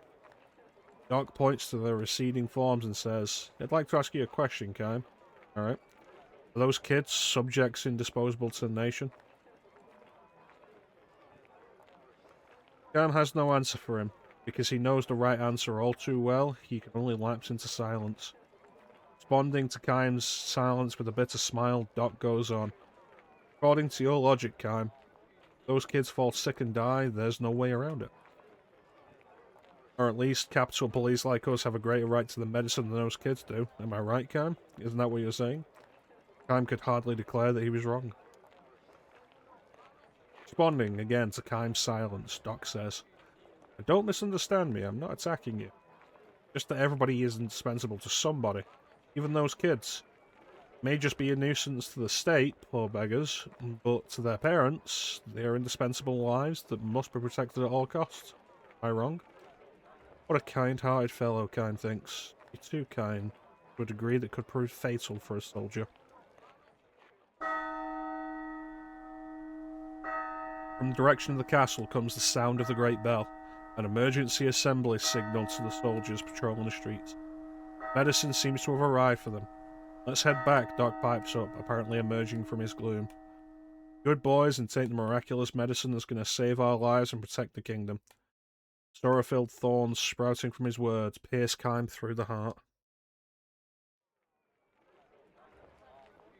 It's the following day when Doc tells Kaim of his plan to desert. I'm only telling this to you, Kaim, he says when they are patrolling the marketplace again. I know the punishment for desertion is harsh. I'm not sure I can make it all the way. And if I'm caught, I know I'll be court-martialed and executed. He's resigned himself to that possibility, he says, which is why he wants to make sure that Kaim knows the purpose of his desertion. I'm not betraying the country or the army. I just have to deliver this. In his open palm lies the tablet that he was issued the day before. You didn't take it? Kaim asks, shocked. No, I fooled them. He chuckles, immediately turning serious again and closing his open hand. You gonna deliver this tablet? Uh-huh. Doc holds his hand out now, pointing towards the mountains south of the capital. At the foot of those mountains is the village where I was born. My wife and son are there. Just 5 years old and has been sickly since the day he was born. He gets the disease, it's all over for him. So you're gonna give him the medicine? You think it's wrong of me to do that? Transfixed by Doc's stare, Kaim's at a loss for words. Suddenly the gentle Doc's eyes betray a murderous gleam. I may be a soldier dedicated to protecting the nation, but before that, I'm the father of a son, and before that, I'm a human being. I don't give a damn about the kingdom's ranking of lives according to whether or not they're indispensable. I want to save the life of one human being who's indispensable to me. Doc's eyes take on added strength. A bloodshot now, clear proof of his resolve. If I leave now, I can be back in the barracks by roll call tomorrow. I'll leave home as soon as I give him the medicine, so I'm asking you to do me this one favour. Don't cause any commotion until then. No, of course not. I'm not sure I can make it, but I am sure my boy will die if I just stay here. He'll pull through if he has the medicine. If there's even the slightest possibility of that, I have no choice. I have to take the chance.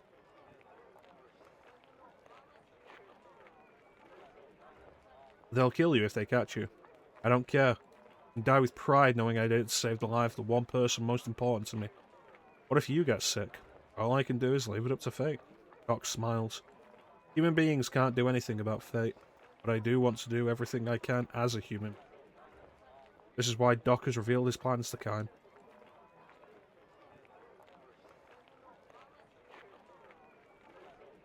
One more thing, Kaim. If they kill me, or I get sick and die, I hope I can depend on you to visit my village sometime and tell my wife and son what happened. Make sure they know I didn't desert because I got fed up with the army. I did it to save my son's life. Something that is way more important to me than army rules, and even more important than my own life. You'll be satisfied as long as that message gets through, he says with a smile. Kaim has no way to reply to that. Not that Kaim fully accepts everything Doc has said to him.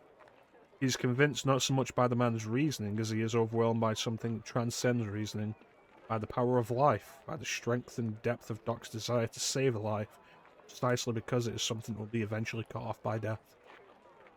I'm gonna make a run for it while we're patrolling the marketplace. I'm asking you to look the other way. Tell him I disappeared when you took your eyes off me for a split second. Kaim can do nothing but accept Doc's plea in silence. It sees that deep in the hearts of those who love finite life is a place that cannot be entered by those who have been burdened with irrevocably life everlasting. The two men reach the far end of the marketplace. Alright then, sorry to put you through this, Doc says. Turns towards the exit and is about to plunge into the crowd when it happens. A child comes bounding out of the alleyway. Same shabbily dressed girl from the slums who ran past the men yesterday laughing. Today she's alone, crying her head off. She looks around with wild eyes, and when she spots Kaim and Doc in uniform, she comes running to them shouting, "Help! Help!" "What's the matter?" Doc asks. Takes his hand and leads him into the alleyway as if to prevent the surrounding people from hearing what she's about to tell them. "My brother," she blurts out. "Sick, he's got a high fever and he's shaking all over. Got to do something, he's gonna die." Kaim and Doc look at each other. "How about your parents? Don't you have a father or mother to take care of him? What parents? The girl retorts tearfully. Both died a long time ago. There's just me and my big brother. Oh, please help him, please.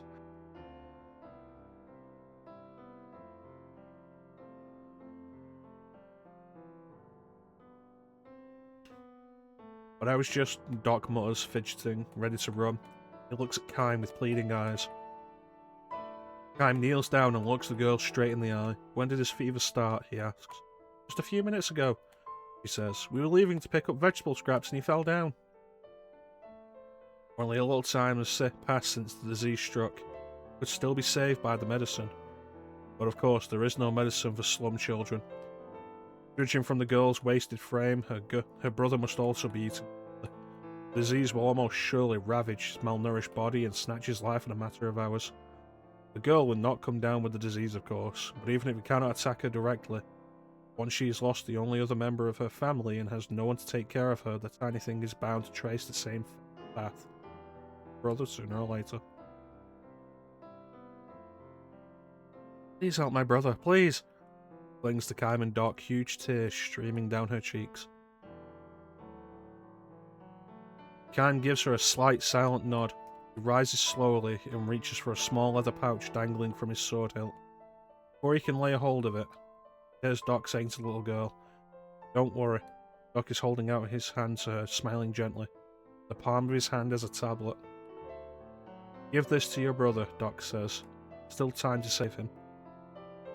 The girl gives him a puzzled look and he hesitates until he urges her. Hurry, do it now. He reaches for it uncertainly and takes it in hand with great care. Hurry home, now. Doc says with a smile for her. The girl dashes off. Thank you, thank you, thank you. The shrill, cheerful voice rings out as she disappears into the alleyway. Glad it worked out like this, Kaim, Doc says with a shrug. Pained smile. Now I won't be branded a deserter, and I won't have to give you anything to worry about. No, this is a good thing. He sounds as if he's trying to convince himself. Even nods deeply in agreement. Surely he can't have done this without regrets, especially if his son at home should take sick and die. His voice is calm, however, as he couldn't help it. When I saw that little girl crying like that, I know my son would understand. He gives himself another deep. Still, Doc. Never mind. Don't say a thing. Doc cuts him off and squints towards the alley the girl ran down. There's absolutely no rank order to lives. The only thing that matters to save a life you see with your own two eyes. I know what you mean. Just because I saved one slum kid's life, there's no guarantee he'll grow up to be a credit to them. Maybe all I succeeded in doing was prolonging the life of yet another drag on the state. Maybe after I get back to the barracks, I'll start thinking of other people I should. On the other hand, Kaim, he says, interrupting himself, turning to look at Kaim as he considers yet another possibility. On the other hand, I look at it this way too. Maybe it is just a matter of innate human instinct to save the life before your eyes. Maybe we learn those other kinds of ranking later on, for the nation, or for people, or even for my son. I may have failed as a soldier or as a father, but I think I did the right thing as a human being. Doc stops himself there and starts walking without waiting for Kaim to reply. He might be trying to hide his embarrassment at his own torture. Seeing this, Kaim produces a laugh and calls out to Doc as casually as if he was suggesting to go to the tavern for drinks. Hey, Doc! Uh-huh. We got this. Now Kaim finishes what he interrupted before reaching for the leather pouch tied to his sword hilt. From it he takes a small pill. What? I mean, I didn't take it. Capable of losing his life to a disease, Kaim had no use for the medicine to begin with. Of course, he has no intention of telling Doc about that. Even if he were to try telling him that he's lived 1,000 years, it's not likely that Doc would take him seriously.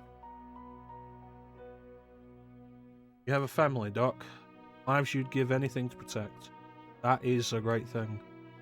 Now Kaim holds out a hand with a tablet in it the way Doc did earlier to the girl. I envy you, he says with a smile. Wait, Kaim, wait.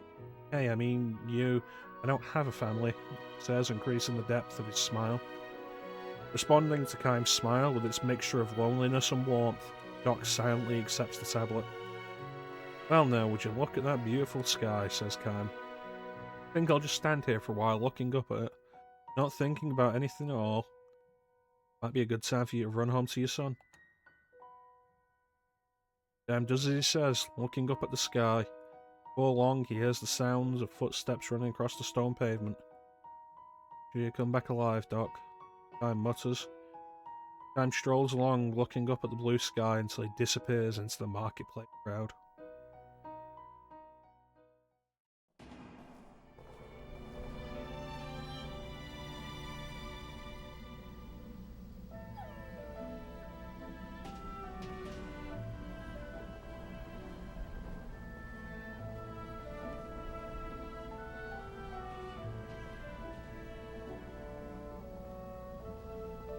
Let's get out of here.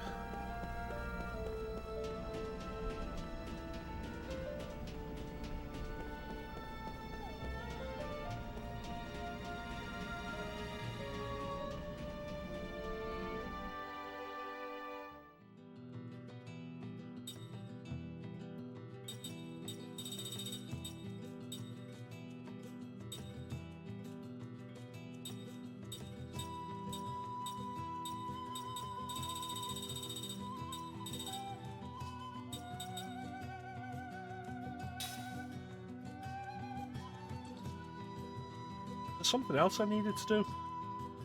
Deliver the letter, yes. Else? Oh, we could try activating the gates, but I can't get back to the Crimson Forest. I don't remember where any of the others were.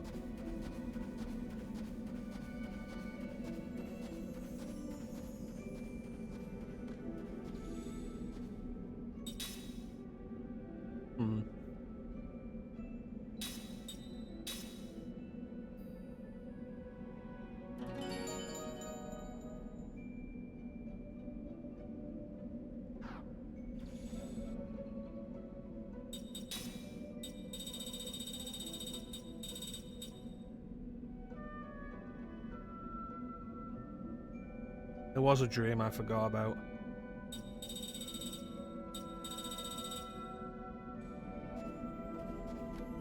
There was one that I didn't look at because we were close to ending, I think.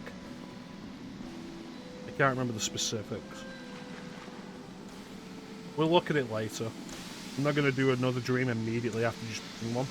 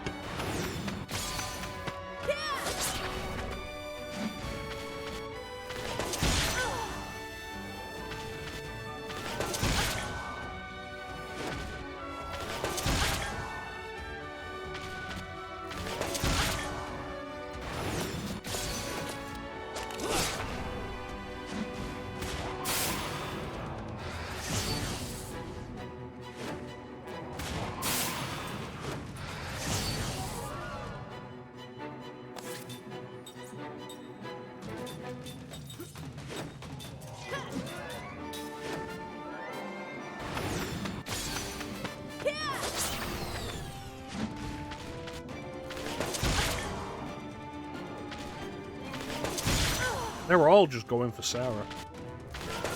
Like, it's honestly kind of excessive. Dark power of death. Come true!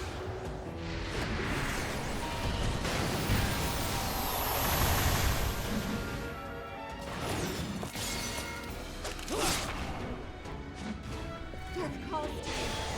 You must answer!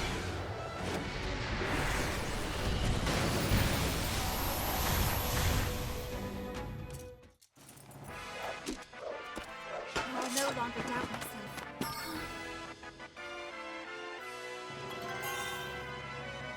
Excellent.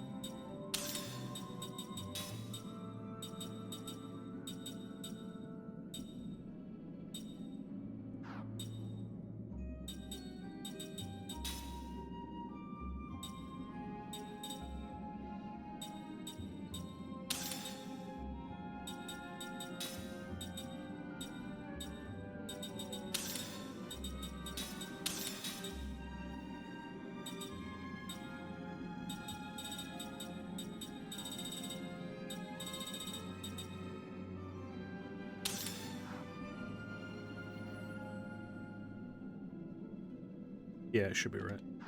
And then we can swap out Jansen for Sed.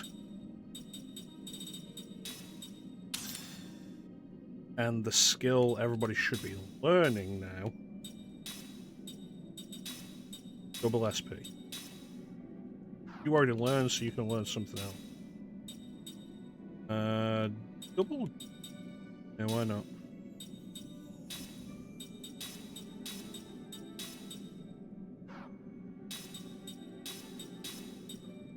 That'll make everything else go quicker as well.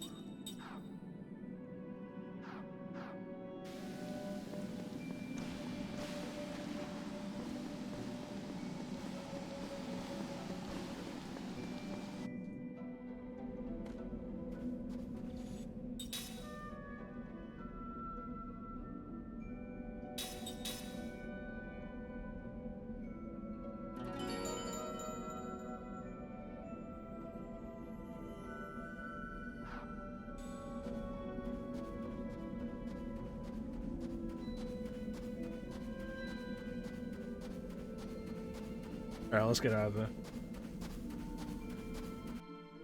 Double SP is going to require enough to learn that we may as well just continue.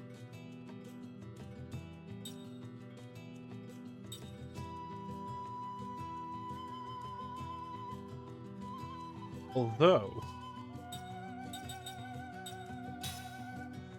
what's that other area?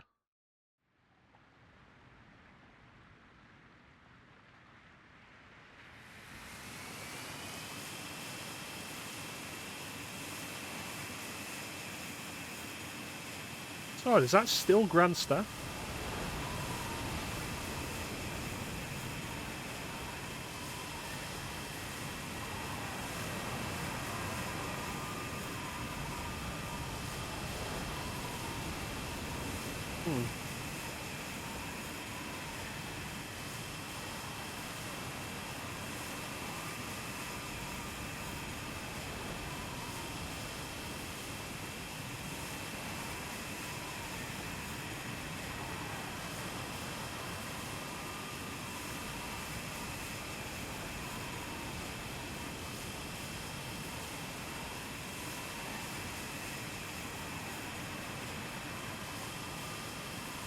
There we go. There was another area on the southern tip of Numara.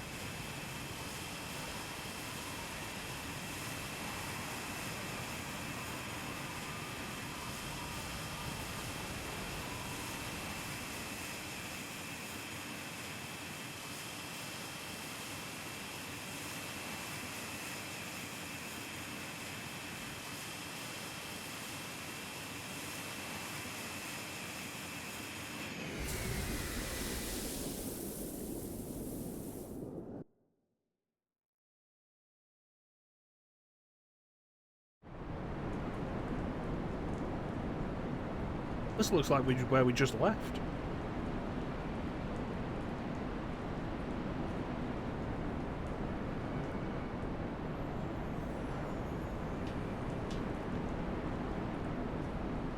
Okay, they said something about a treasure here.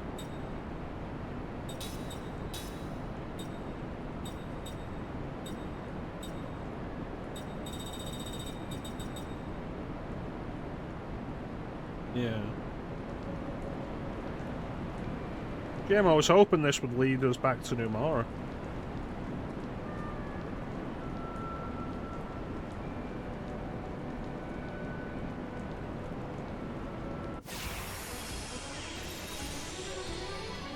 Alright, how bad are the enemies here?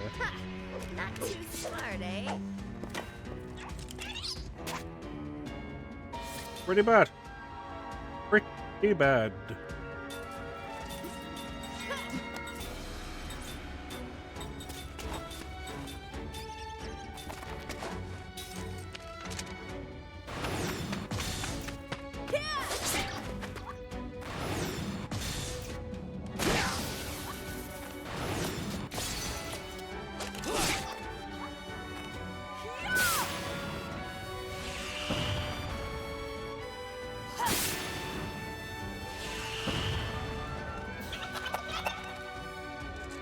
Yep, pretty bad.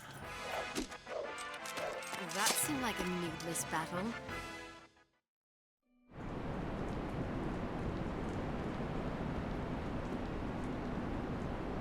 Look how big this area is.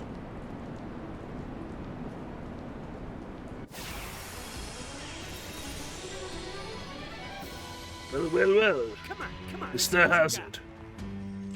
Let me.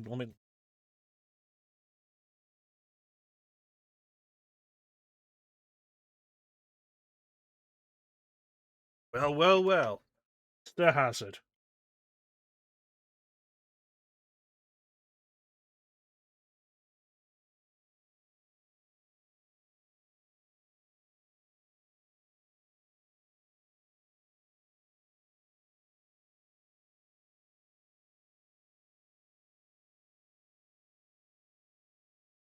How you doing, Clem?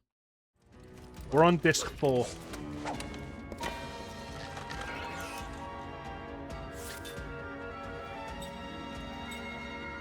Alright.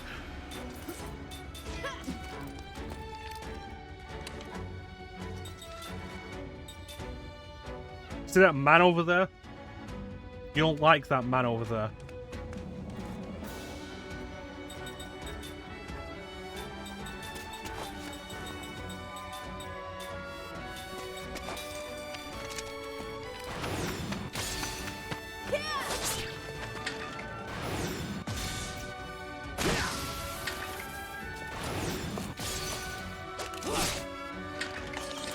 Excellent.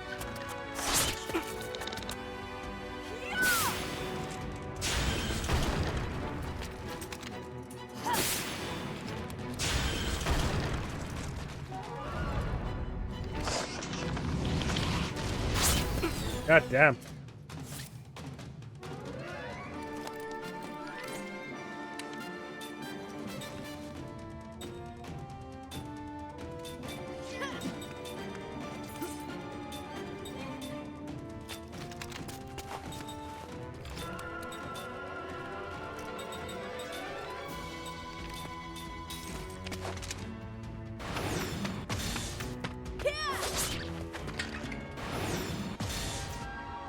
Gun.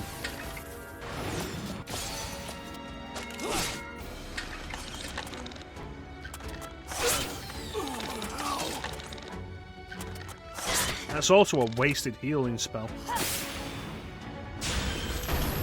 I might be here. I'm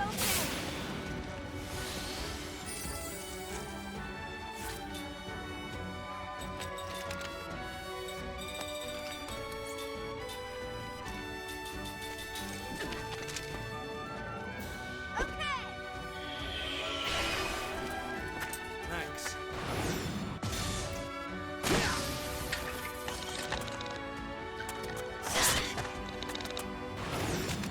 Oh, hey, is that EID?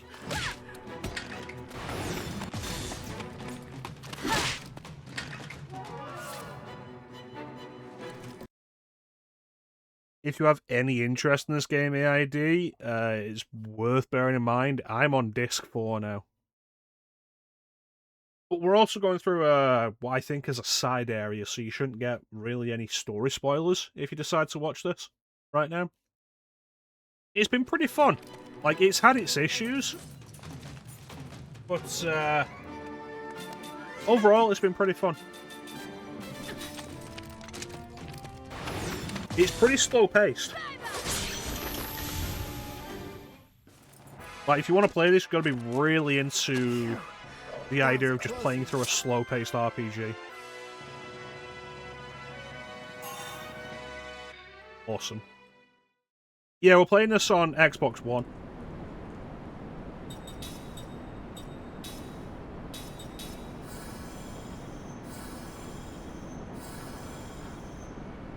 I'll just use Sarah for this. I can get that map. There we go. That's done.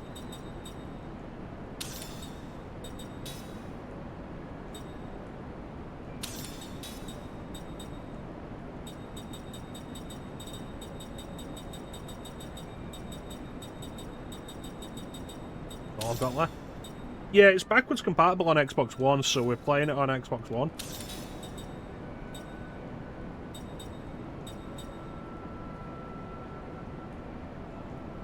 Yeah, she will absolutely get use out of that.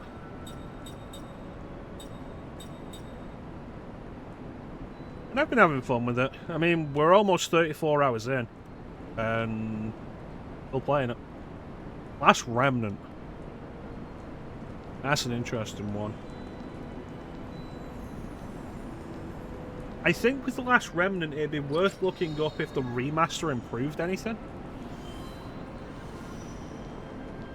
Because that did get remastered and put on all the other systems. Because I did buy it on Xbox 360 originally, but I think I have it on PS4 now. And I know I have it on PC. Excellent, good work, Clem. EID is also here. Oh yeah, I've got Infinite on Discovery. Infinite on Discovery is backwards compatible on Xbox One. But I think it requires the disc.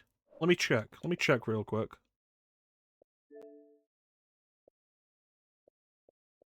Have it in my games.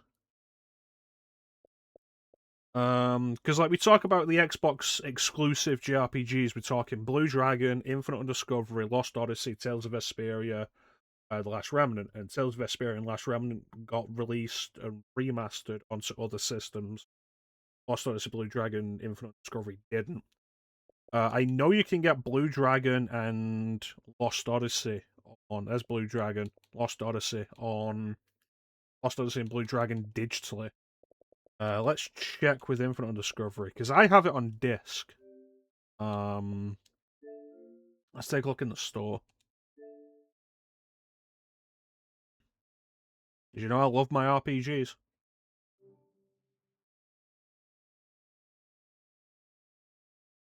Oh no, you can buy it digitally. Excellent. So even if you didn't own it, it would be easy to pick up. Which is always good. I'm a big advocate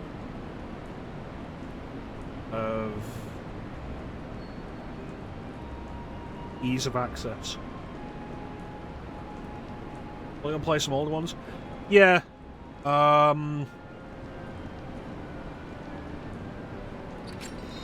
I'm almost only playing old stuff these days. Yeah. I've got them all on disc.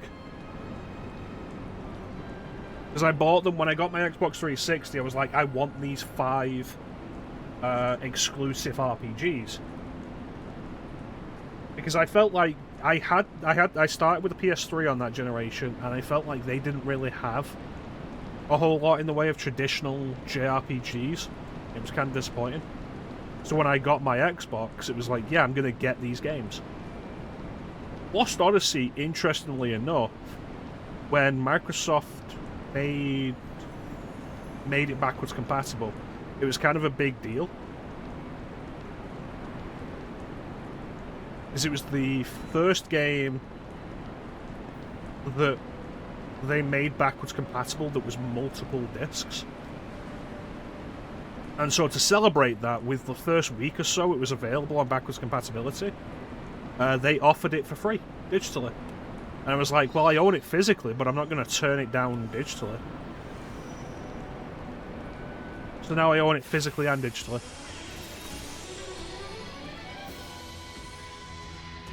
Looks like we have to fight. As for the others, Tales of Vesperia, I finally got around to playing last year, and I hated it. I played all the way through it, I beat it, and I hated it. And I've only played like an hour of Blue Dragon, and I've not played Infinite Undiscovery or The Last Remnant. These are all hardened. I might need to adjust my rings.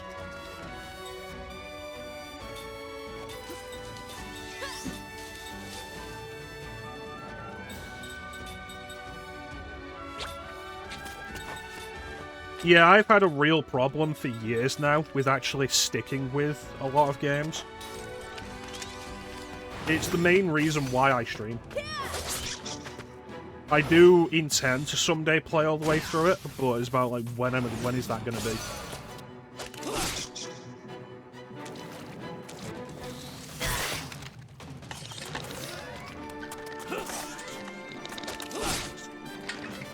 Well, the big thing this year, all the streaming this year, with the exception of the Sunday streams, every stream this year is going to be an RPG. And I'm looking forward to doing that because RPGs are my favourite genre. And we're doing a bunch of them, like we're doing some JRPGs, we're doing some Western RPGs, we're doing some action RPGs. Like after we finish this, we're going to be playing Ys 1 and 2, which I'm really looking forward to.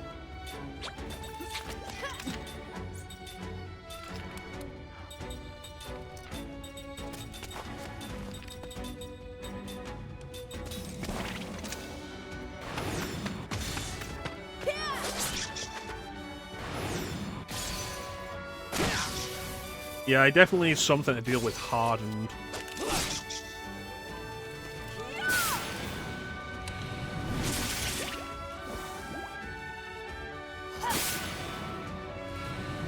If you're specifically after it for the cutscenes, you can play the PS1, the DS, or the PC version.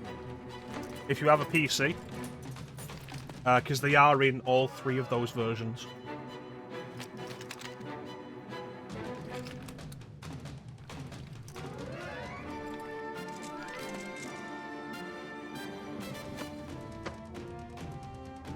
I finally got around to streaming Chrono Trigger last year, and I did the PC version, and I don't remember if I had the cutscenes on.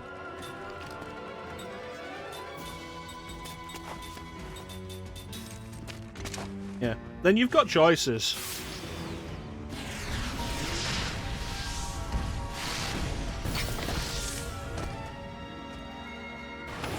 That's nasty.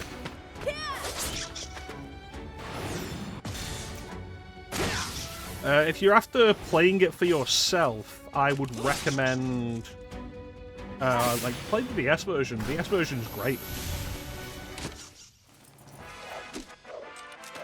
Let us pray for those who've passed. I haven't played the remaster, I did finally get around to playing the original, well, not the original, the PS1 version. Because, last year we were only playing games I hadn't streamed before. The year before, in 2024, we only streamed PS1 games for the entire year. One of them was Luna Silver Star Story Complete. I know where the original is. Luna the Silver Star and Luna Eternal Blue on Sega CD. Then they got remade for the Sega Saturn. Then they got ported to the PlayStation. And then there's a GBA version of the first Luna called Luna Legend. And then it got remade again for the PSP as Luna Silver Star Harmony. I know these. It's my obsession to know these things. But yeah, I finally played through Luna Silver Star Story Complete on PS1 a couple of years ago, and I really enjoyed it. I thought it was a lot of fun.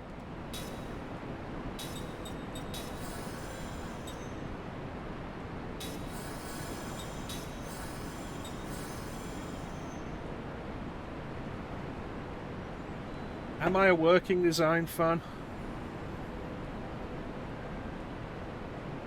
I'm a fan of their localizations. I'm not so much a fan of the liberties they take with difficulty.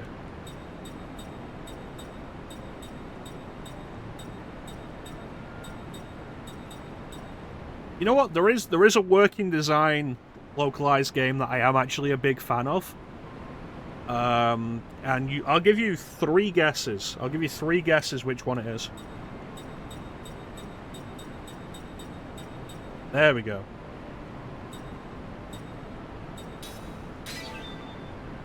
It's not Popful Mail.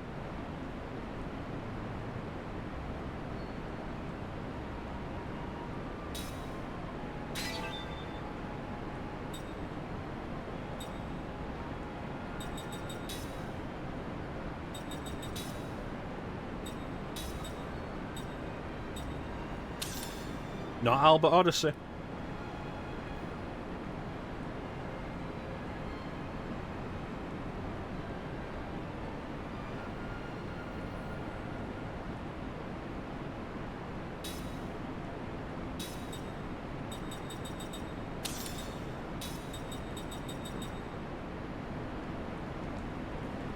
You get 2 more guesses because you said Popful Mail before I said you can have 3 guesses.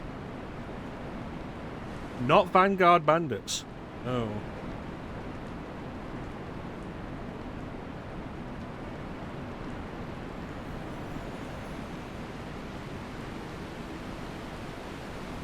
But 1 more guess.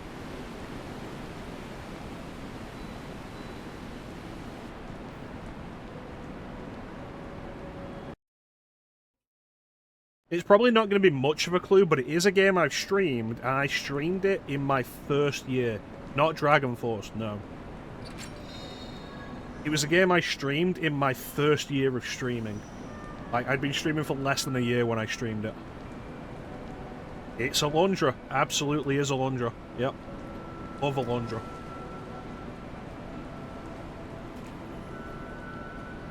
And, like, you can get the ROM hacks now, the unworking design versions for a lot of games that work in design localized, that reverts their difficulty back to the original Japanese difficulty. And that's what I did when I played Luna Silver Star Story Complete. I played it with the original Japanese difficulty, which is good, because if I had to do the grinding that the American version demands, I wouldn't have enjoyed it as much. But Alundra, I played Alundra vanilla, like with all of its original difficulty, and it's not an easy game. I did see that got fan translated not that long ago. I think last year.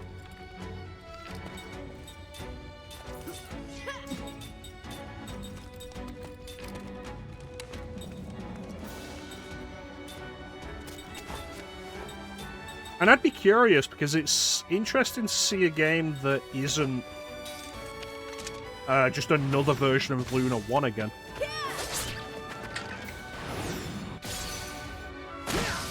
Man, even with the extra damage, that's still nothing.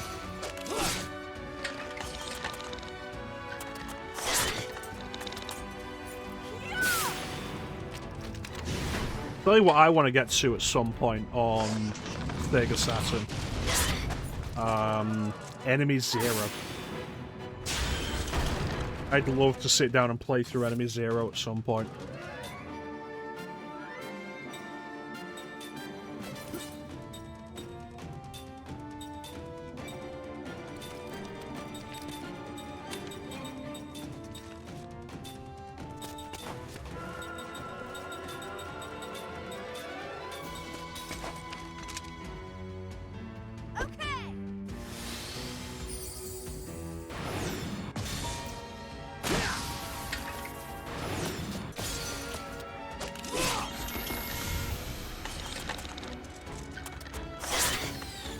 Suikoden fan? Yes. I haven't played as much Suikoden as I would like, but I am a Suikoden fan, yes.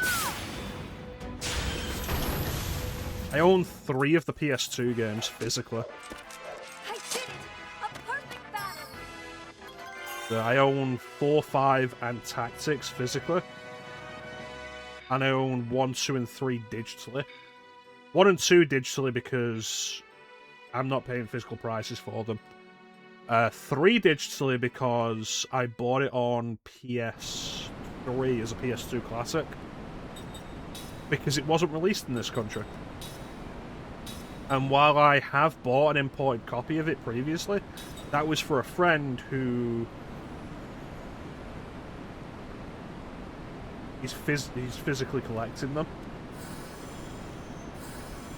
But I have no use for a physical copy of Suikoden 3 because I can't play it on my PS2.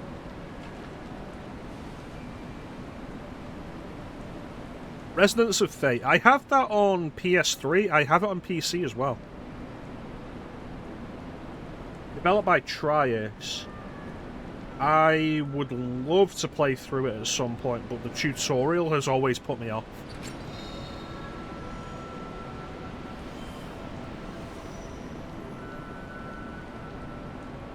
I've heard it's really good. I've heard the combat's great.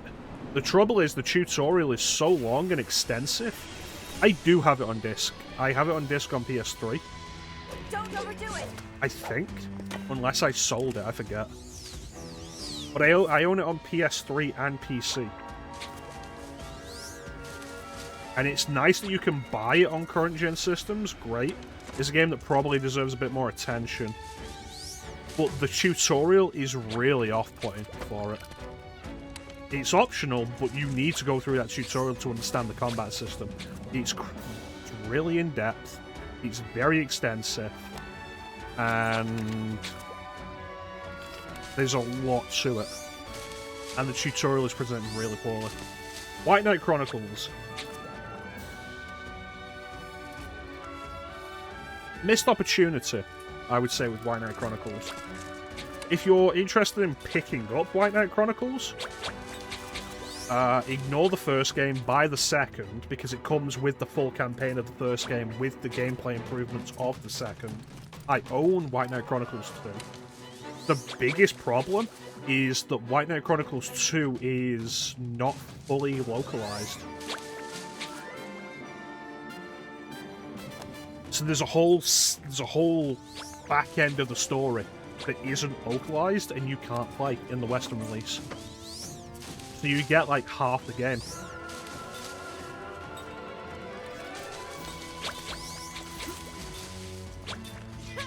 It's a game I wanted to like, but never really did.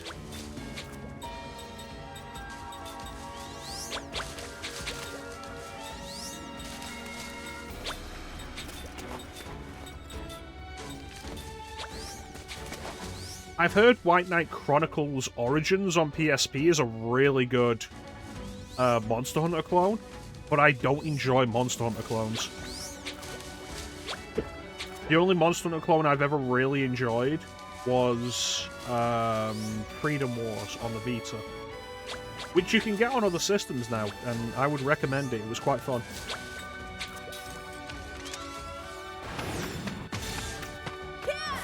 I mean, if you see it cheap enough, I wouldn't say don't get it.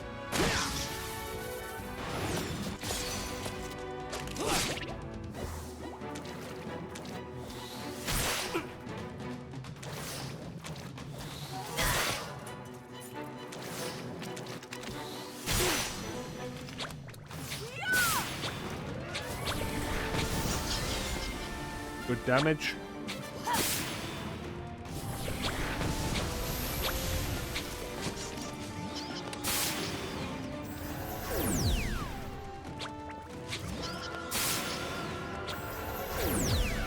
Oh, good.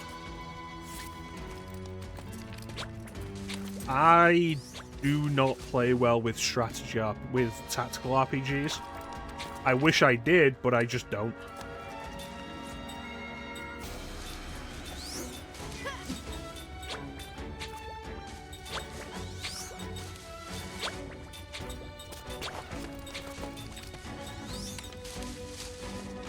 I don't like this place. So we had it, like, when I was doing the year of PlayStation, I was like, we're going to do Final Fantasy Tactics. I'm going to sit down, we're going to work on this, and we're going to get through it, and it didn't work. And I would love to go through the story, because everything I hear about any of the games that were directed by Yasumi Matsuno, always sound like really interesting plots. Like Final Fantasy Tactics, Tactics Ogre, like all the Tactics Ogre games. And I just don't really enjoy tactical RPGs.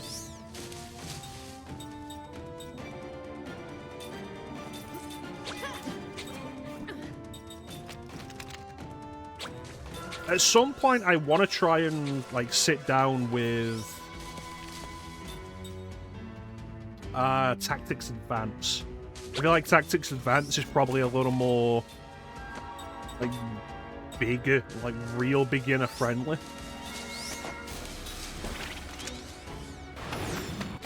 And I might do a little better with that. But even beyond that, it's a focus problem. I have trouble focusing on it.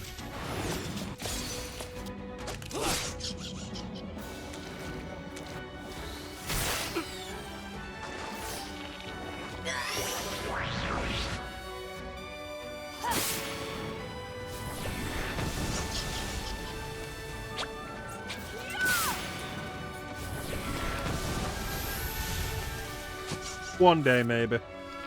One day. I keep buying them, though. Keep buying them thinking, like, maybe I'll play them at some point. Like, I bought Tactics Ogre Reborn. I bought Triangle Strategy, and like, my thought is maybe Triangle Strategy will have some quality of life features that'll help me get into the genre. Because there was a point where I wasn't into dungeon crawlers. And that changed. It just took the right game for that to change. Maybe I just need the right game to get into tactical RPGs. Namco Cross Capcom PS2. No, I've never played it. There was a reason. The reason, and I don't remember what it was. It just didn't interest me.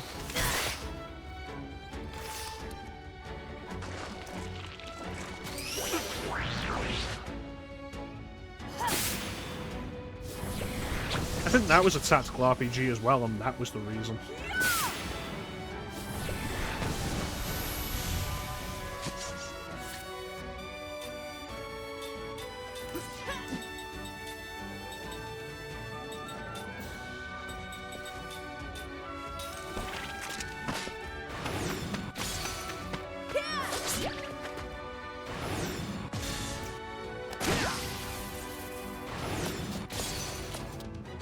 Yeah, that's probably the reason then.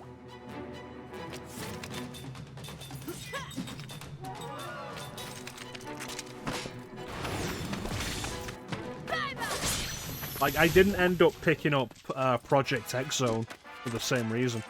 Or Project Cross Zone.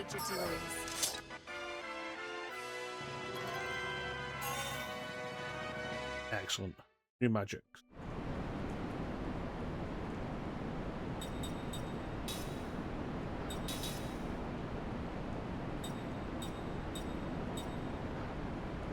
It is equipment.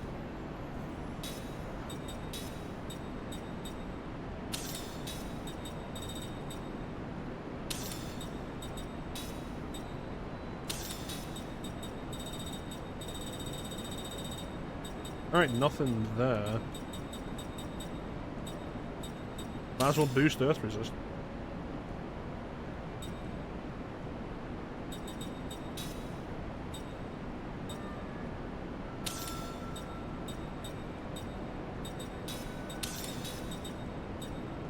There we go. Dragon Quest 1-3. I've still not really sat down with one of the Square Enix HD 2D games.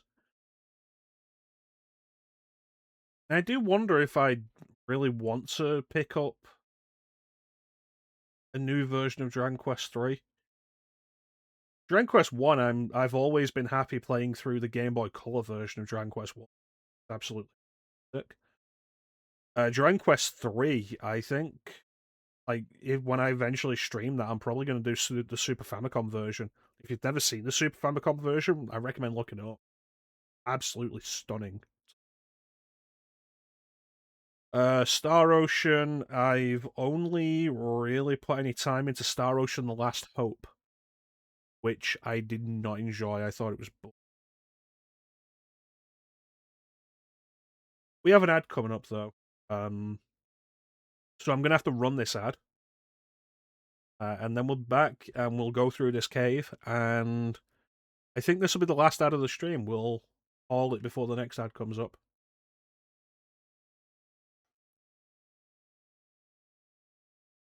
Play a sound. Who the fuck starts a conversation like that? I just sat down.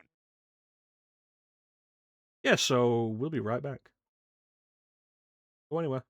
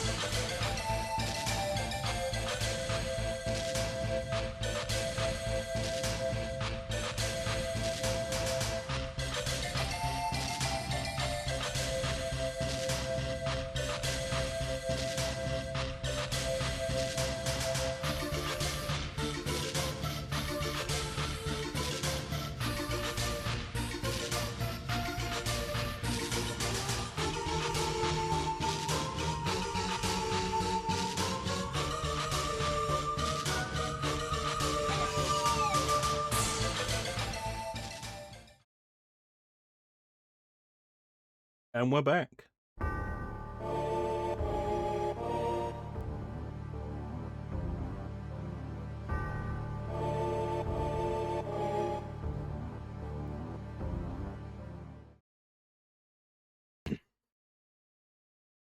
That's a really good one, and I feel like it doesn't come up often enough when I say we're back. It's like, we're back. Ominous. But yeah, Final Fantasy Mystic Quest. The first Final Fantasy game released in Europe. Not released under the Final Fantasy title. Released in Europe as Mystic Quest Legend.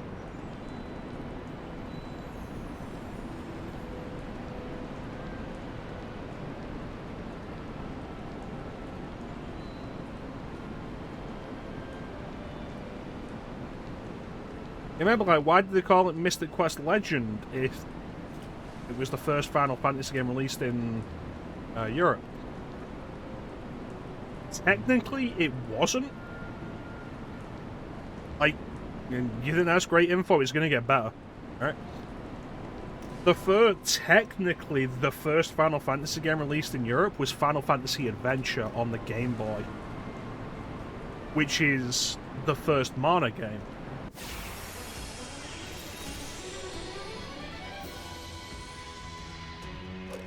Looks like we have to fight. And in Europe, that was called Mystic Quest. So when they released Mystic Quest in Europe, they renamed it Mystic Quest Legend. They didn't call it Final Fantasy because the name had no meaning over here. And then when the first Final Fantasy came out over here that was actually called Final Fantasy, it was Final Fantasy VII. And that was because it was published by Sony. Sony handled publishing for Final Fantasy VII in the West. And I think it's the entire reason why we ever actually started getting Square games.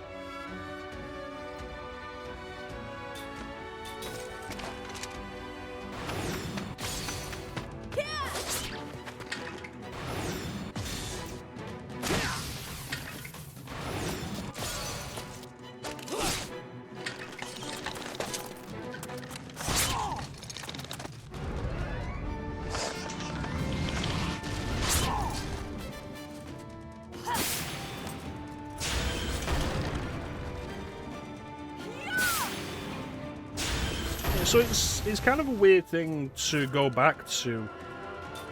Something I've heard a lot over the years since is Europe started getting a bunch of like Nintendo stuff before the US.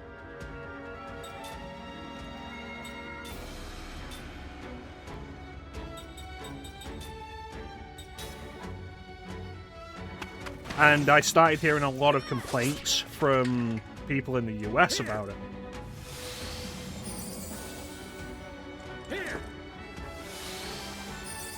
And to me, it was always kind of stupid because we spent a very long time just not getting games.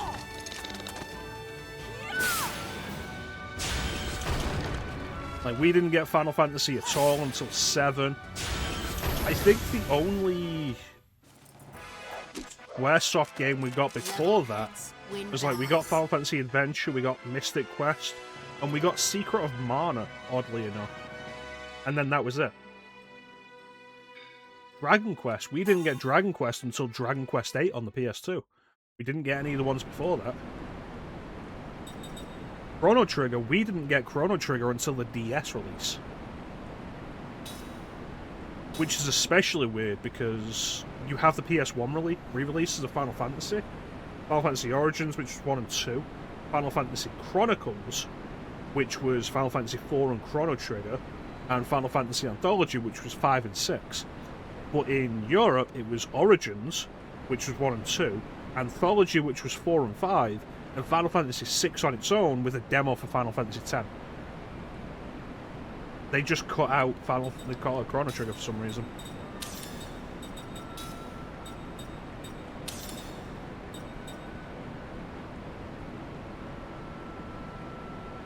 Michigan Report from Hell. A game notable only because it is a Suda 5-1 game. It's a game from Grasshopper Manufacture before Killer 7. I've streamed it. It's terrible. You shouldn't worry too much about not getting it. And you'll get all your enjoyment that you would get out of playing it from watching it.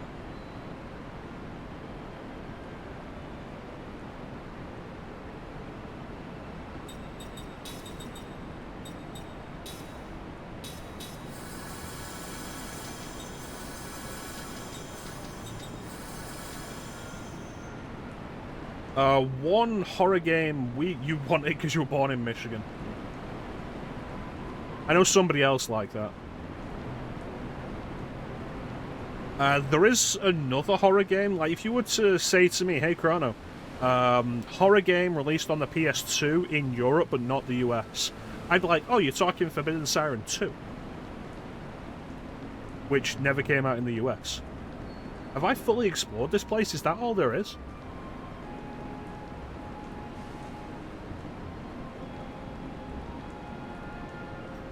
And again, I can tell you, it's not good. It's not going to make you want to play it any less. I understand that, because I'm exactly the same. But, like, Forbidden Siren, none of the Siren games are good.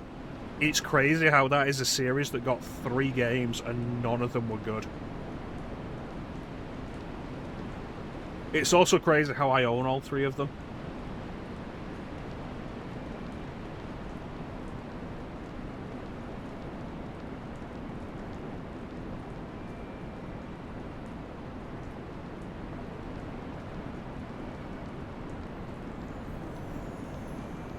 Yeah, I think we are done here. Yeah.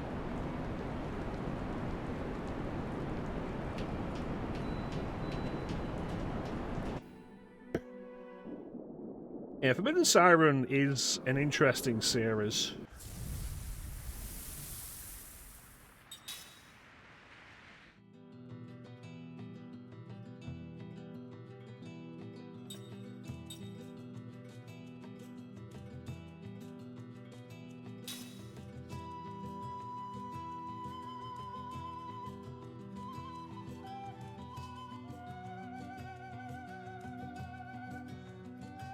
Like I say, I don't think it's good.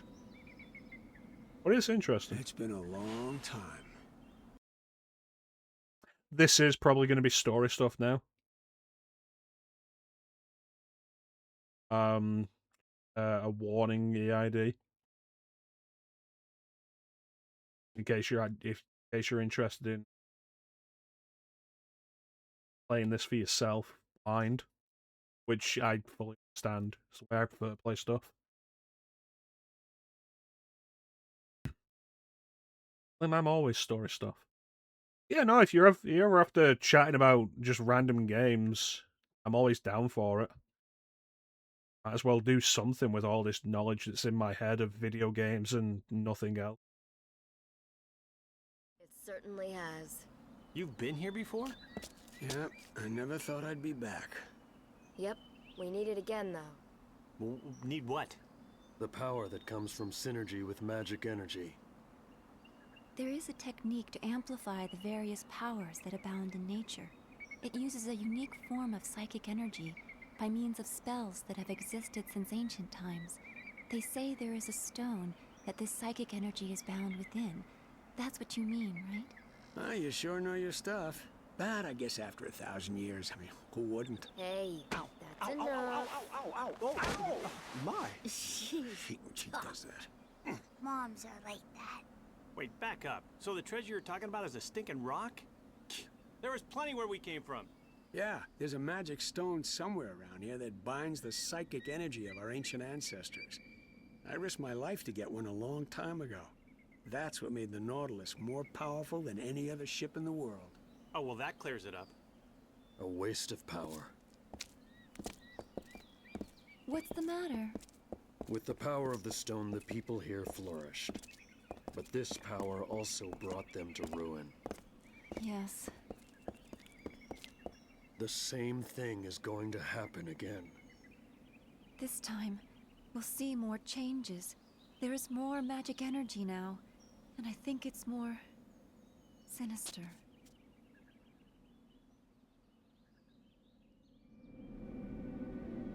Alright.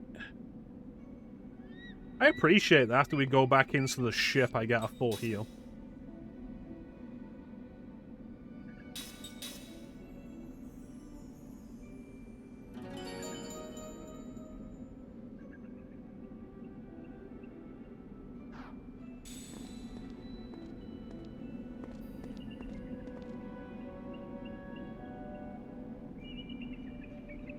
Hold a chest.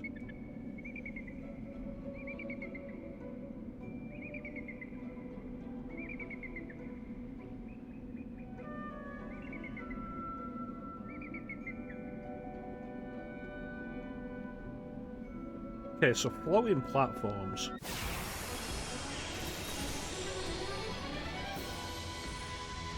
Just calm down, okay?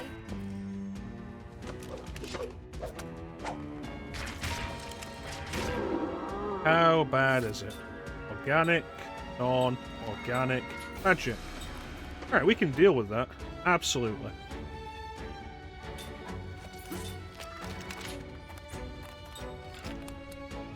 Yeah, I want this thing dead.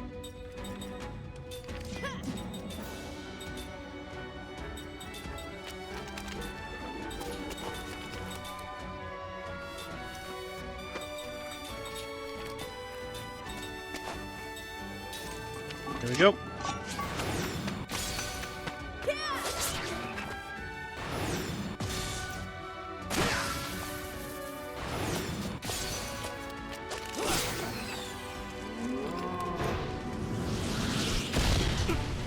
Jesus Christ.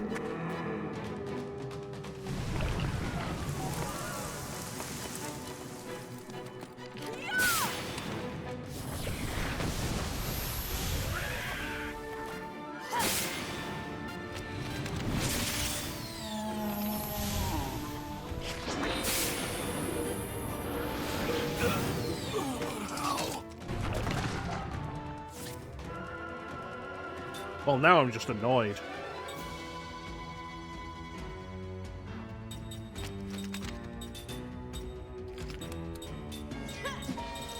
Alright, I want this done before the end of this turn.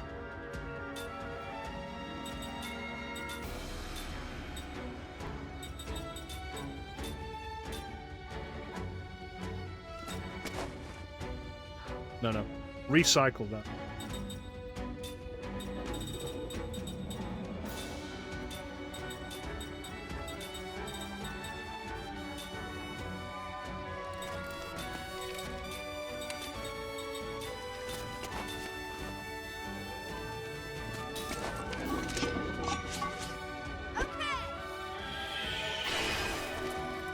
Thanks.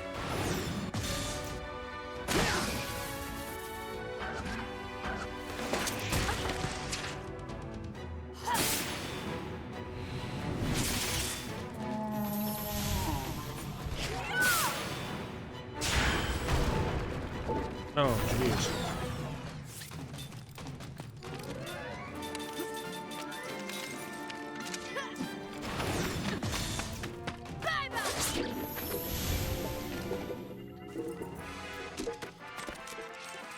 Well, what did you expect? Well, the first battle of the place has done that much damage to it.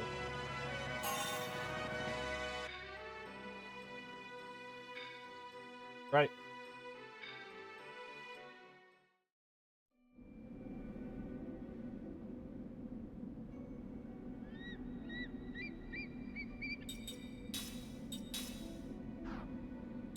It's also a game where grinding doesn't really get you very far.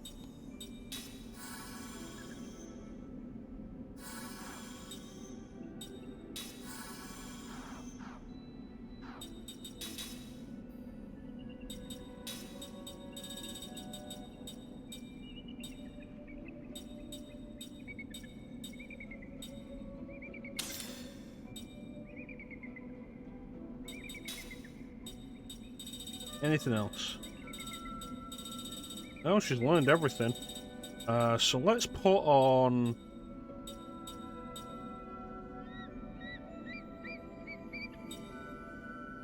anti-poison and...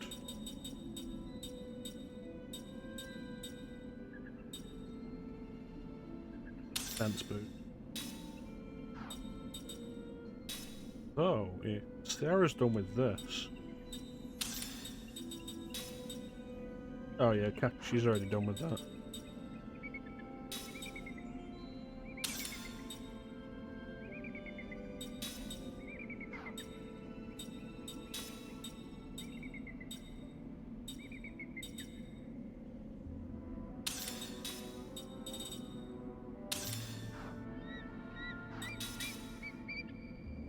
How far are we from learning double SP? Halfway. That should make the remaining leveling of the game a lot easier. Got it in half.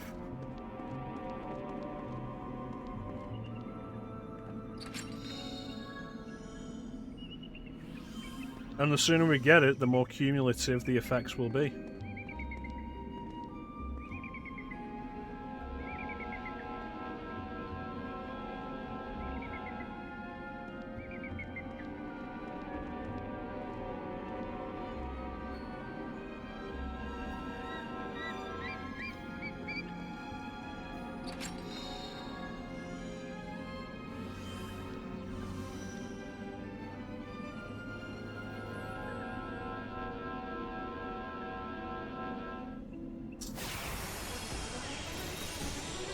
I was going to check out that tablet fragment. No, look out! Okay, well, we all know what we're doing first, don't we?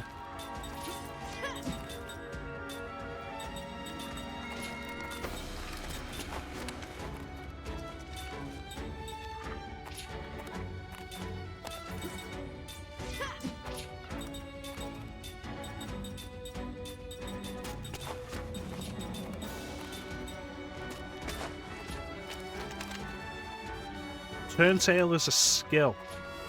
Right. Well, that explains the problem I had earlier.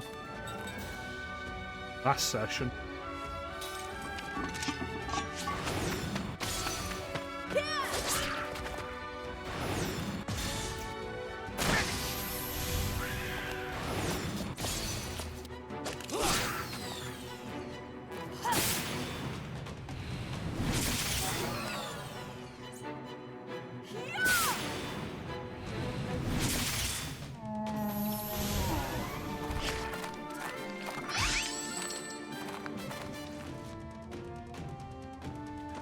Little bastard.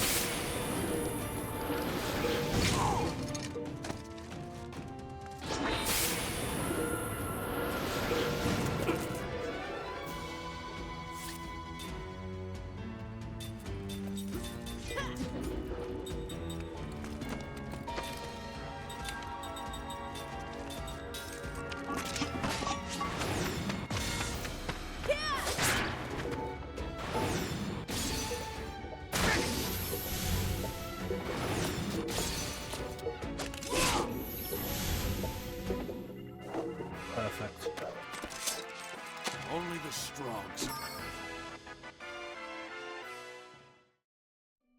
Alright, tablet fragment.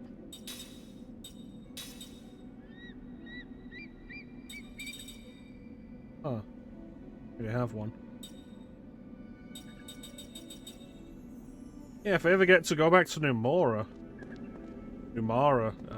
we can do some more of those cubic scores.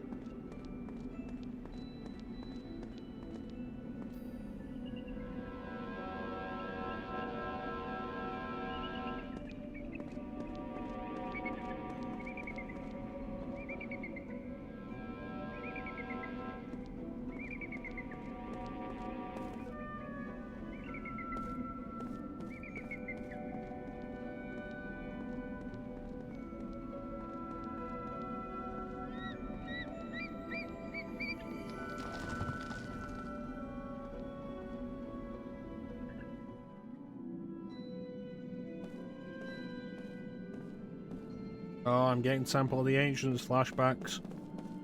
Not the good version.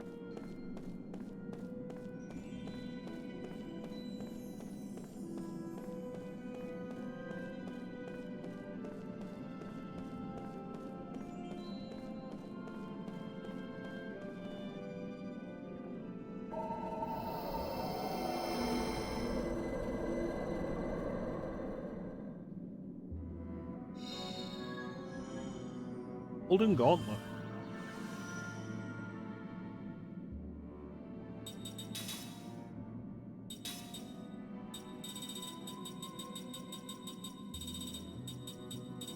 That's something only Tolton can equip? It is, wow.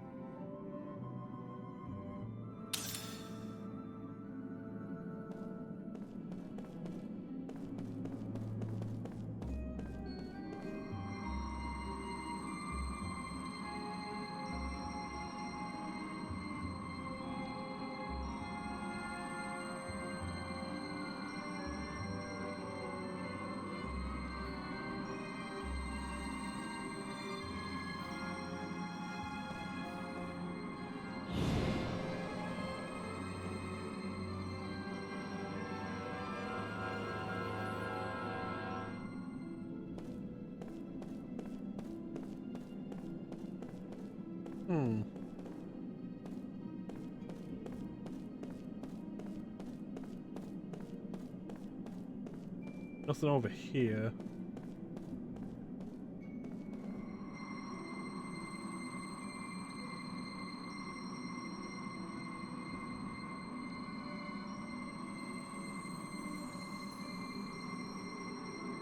Why'd they have to build this place like a damn dungeon puzzle, he says.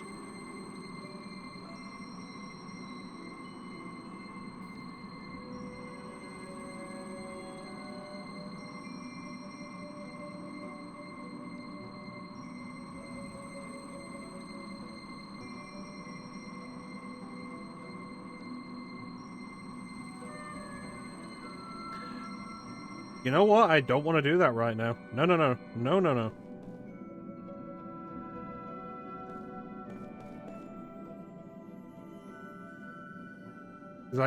Before I do any splitting up, I want my immortals knowing double SP.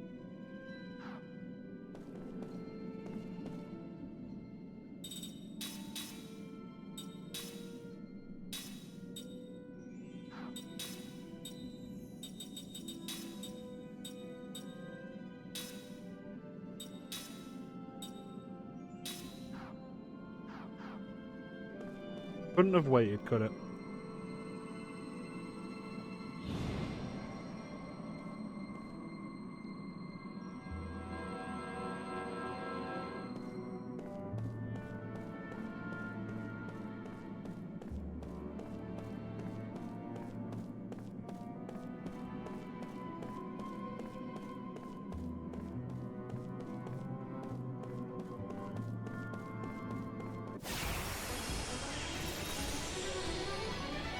Out of my way!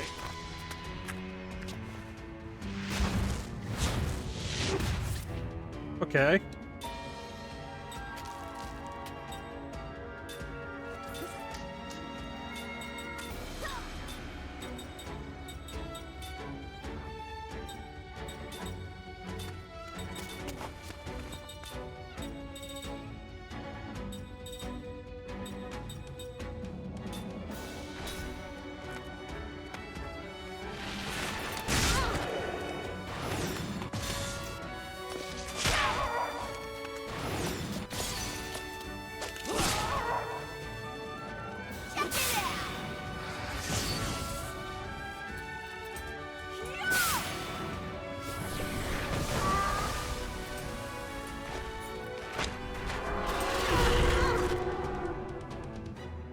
Yeah, this is going to be a magic focus. Even then, like,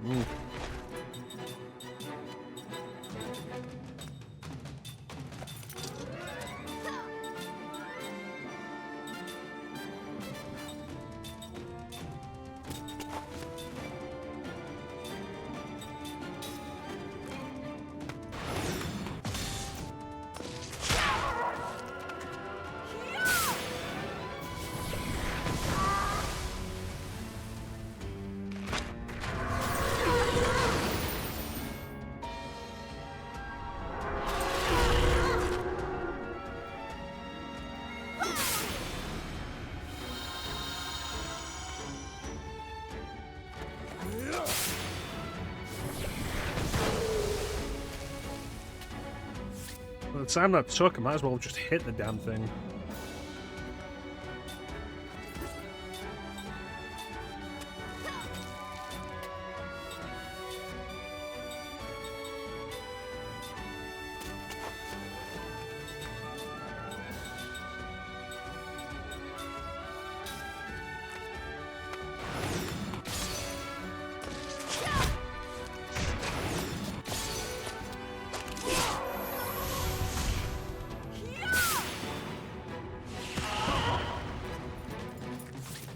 Like that.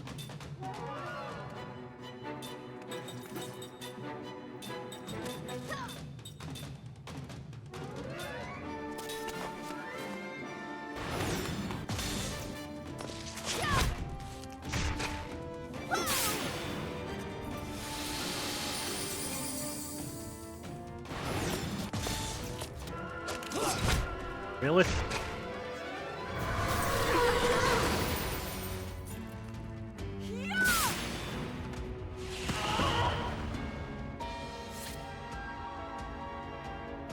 This has been odd for a while, like... Earth is weak to ground. Earth is weak to wind. Wind is weak to ground. Earth is weak to wind. Wind is weak to earth. Fire is weak to water, but water isn't weak to fire.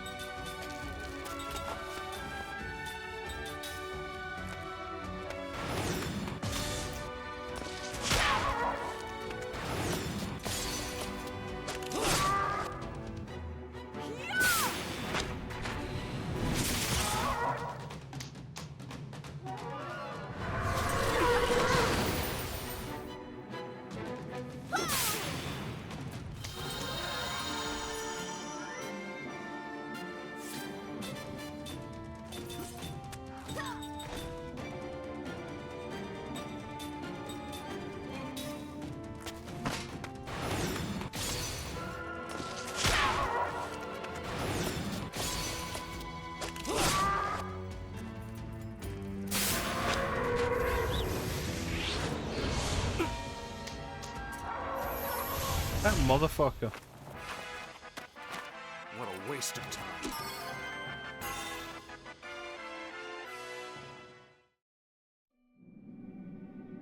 Alright.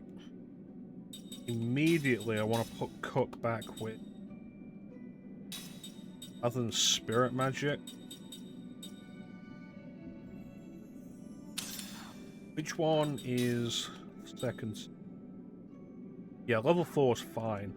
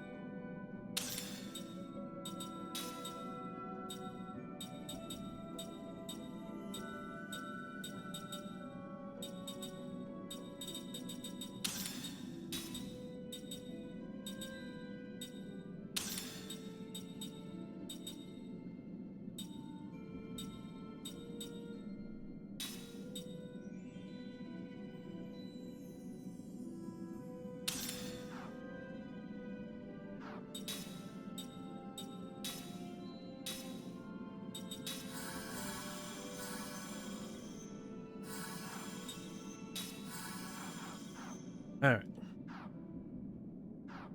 Oh, wait, no.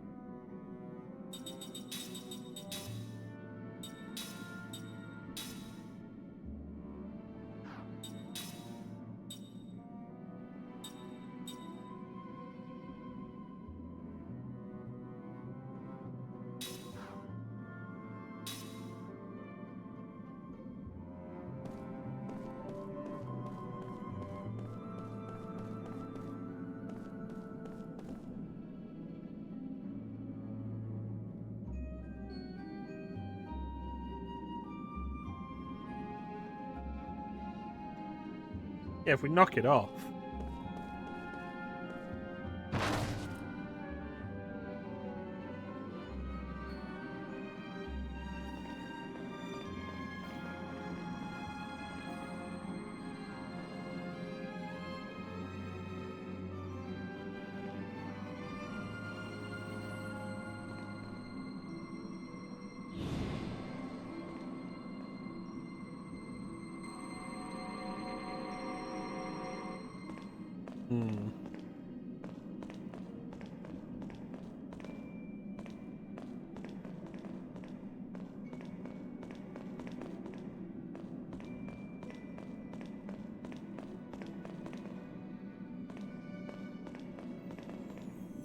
Going up there.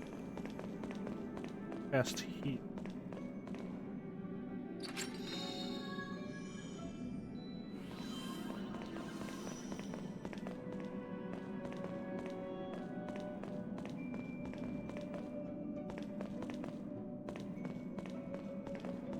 It's pretty straightforward so far.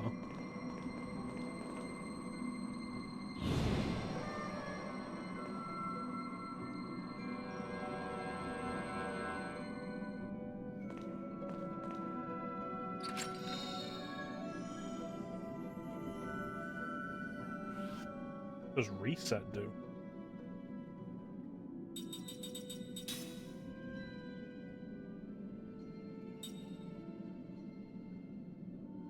That matter, what does jamming do? Slows down magic casting time.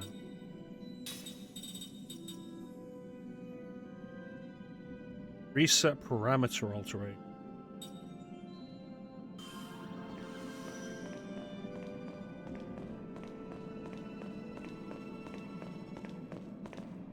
Oh, that looks evil.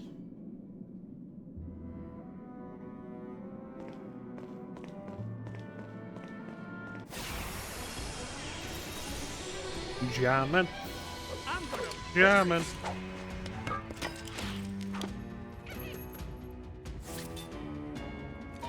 They're called money, Clem.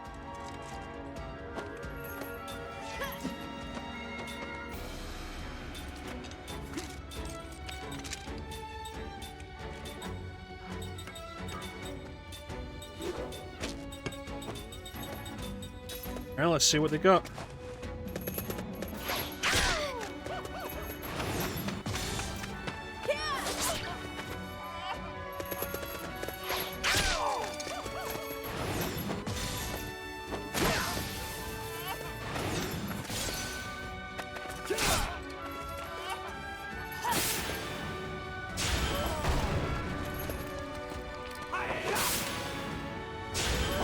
I don't get this. Like, it's saying enemies are a specific element, and then I'm hitting them with what should be their weakness, and it's not doing anything.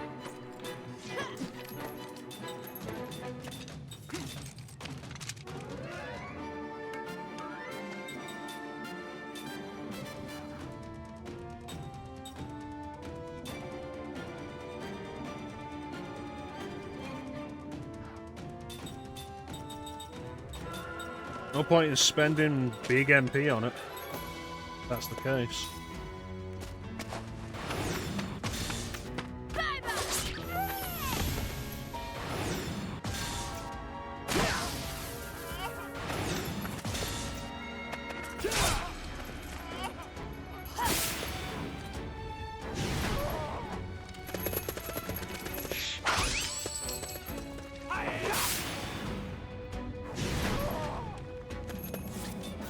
So he stole from me, and now I want him dead. Or his family dead.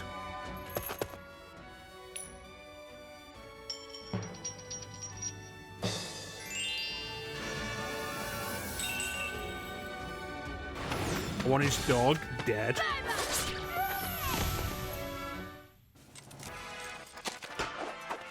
Phew, that was a close one.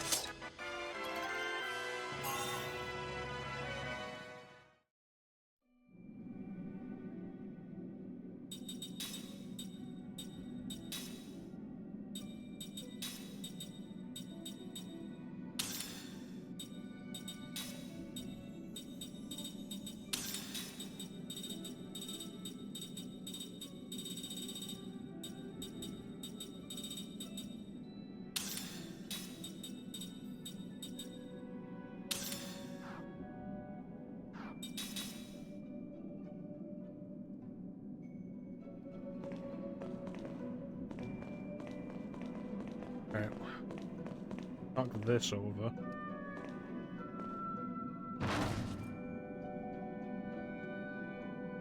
And that should allow the other party to get up here from, like, whatever was their problem.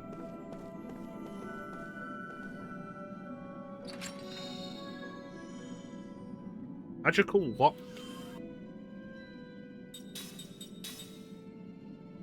The key needed is just battle stronger backyard enemies.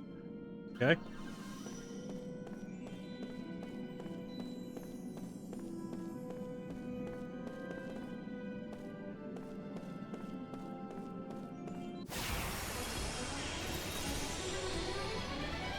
Out of my way.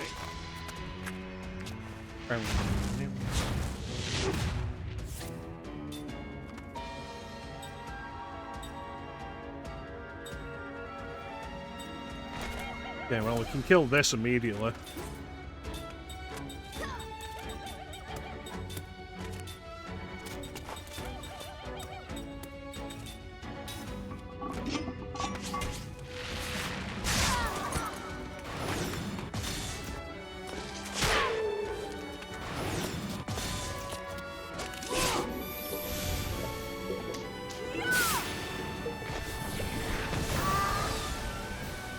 See, that's what I'm talking about.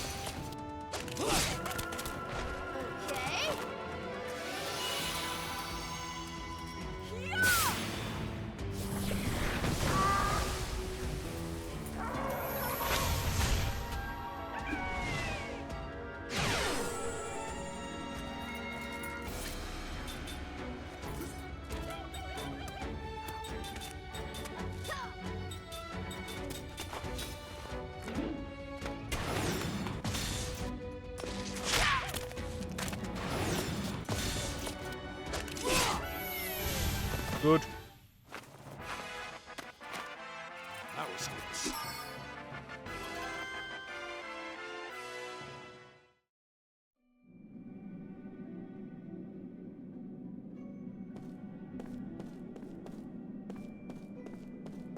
In this direction. Nothing? No. So we just go on this. I can do Never this. mind.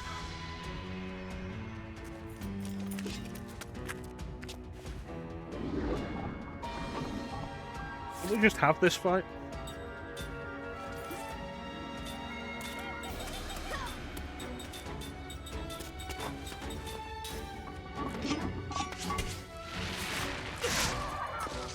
Yes, my boy.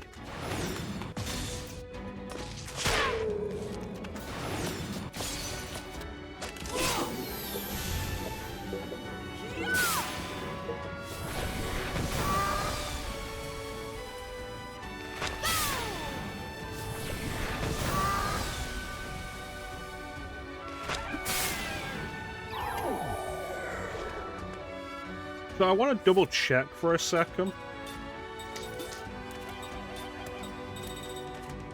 I think slower is spirit magic. Yeah. Increases speed, right. And delay slows down activation. Huh. Makes no difference.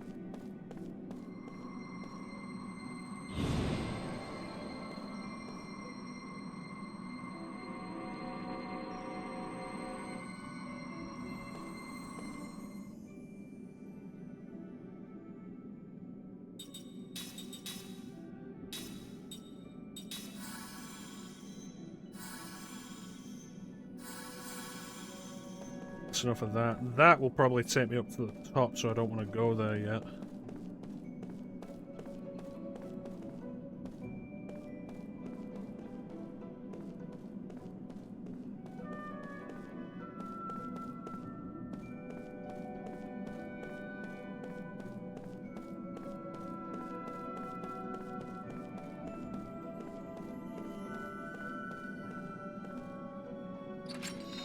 Anything good? Magical and magic analysis book.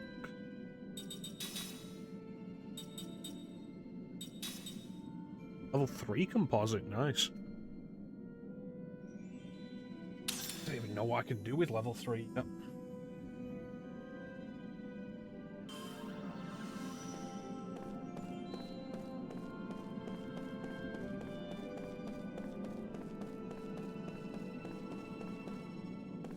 So this should take us to the top. And meet up with the others.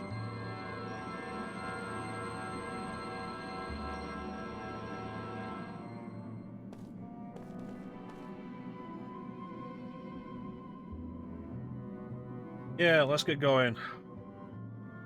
The party that I had, I appreciate that they remembered that. Back to said. Really? That's great, because that removes the need for 2 separate skills.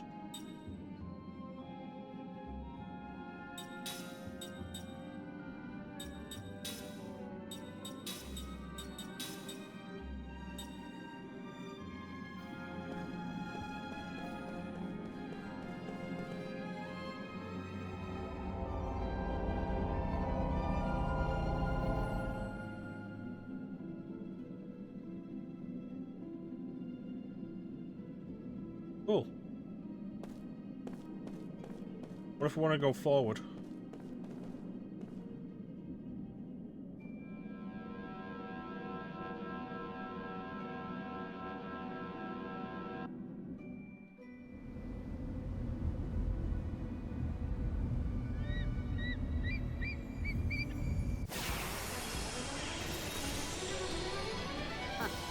Let your guard down, eh? Go. Well, no. Yeah, they're in the back row.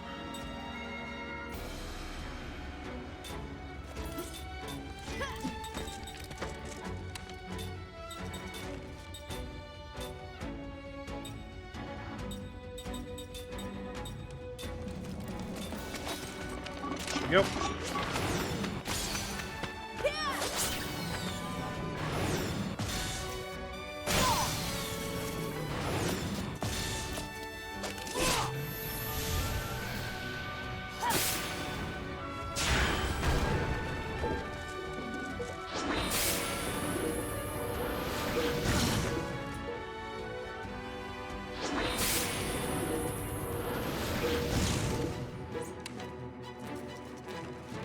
I can't believe it's taken till like disc 4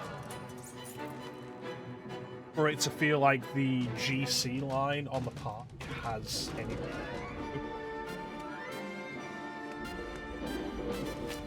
Because now that we've got the whole party together, it's like, okay, I can mix and match wherever I want, so I can have 3 physical fighters in front, if I so choose, and then that makes the party GC line damn near unbreakable. Look how it is with 2 people right now, and people in the back are taking tier 3 magic damage, less than 200.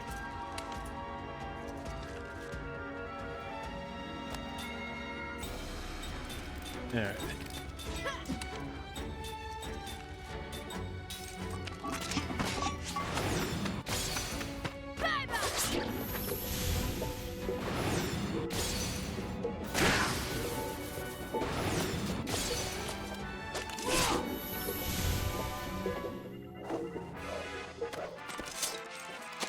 Waste of time.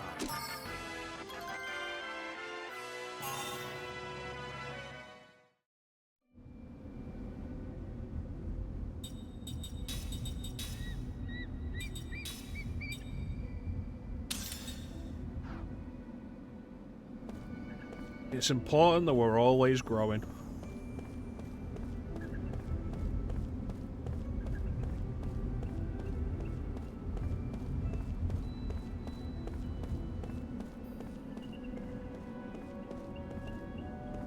Down, I guess. Oh, a save point, just in time. Can't we rest here? Rest? No, that's Ryan, and find this magic stone. But look at the Boy King. I don't think he's walked ever.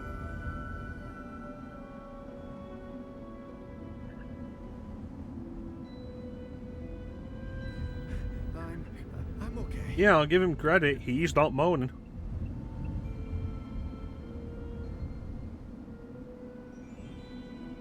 You don't have to push it. Thank you.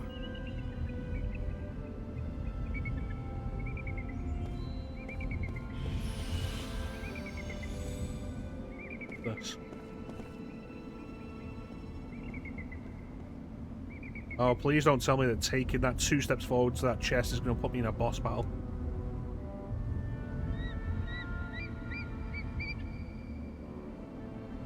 Oh, you had me worried there.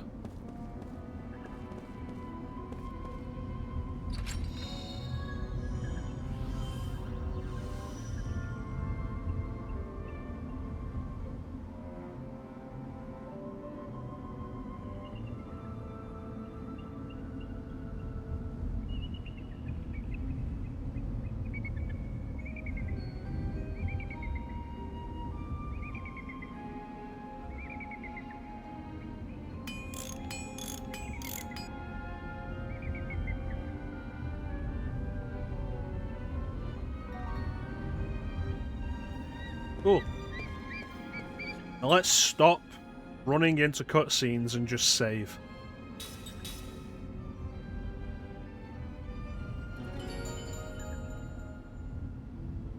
We've made good progress once again today.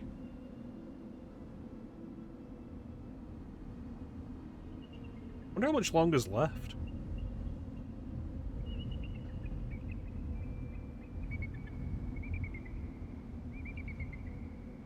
But I am enjoying this generally overall. What are we gonna do? We get all the immortals to have double SP. That's the most important thing. Then we can take Ced out of the party. We get Jansen and Cook back in the party, get them learning new levels of magic, and get the immortals learning magic off them, if need be. I think a bunch of the next level magics don't get learned until Jansen and Cook level up to them. So we need them leveling up. Tolton could do with leveling up as well. Get them going. And the result of double SP means that the immortals can afford to be out of the party for longer. And they'll have an easier time catching up. But yeah, it's good stuff. Good stuff. I've done good stuff. Thank you, Clint. Have a sound alert.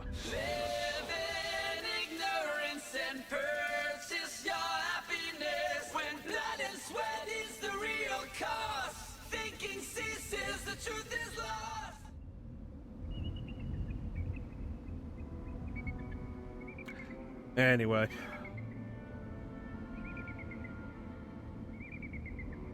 I want to thank everybody for joining the stream.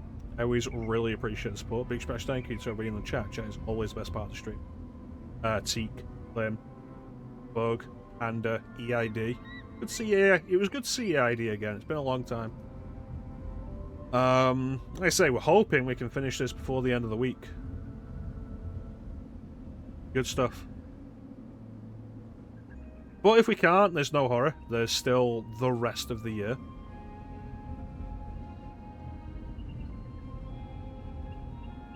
So Ali isn't streaming tonight. She said she is ill. And has chosen not to. Lino is streaming right now. Not Lino, but Magic.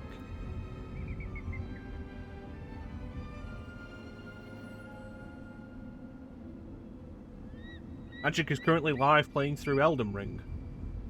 I think Teak is going to be going live soon enough. He hasn't said anything in Discord. Let's check out Teak. Want to keep watching stuff.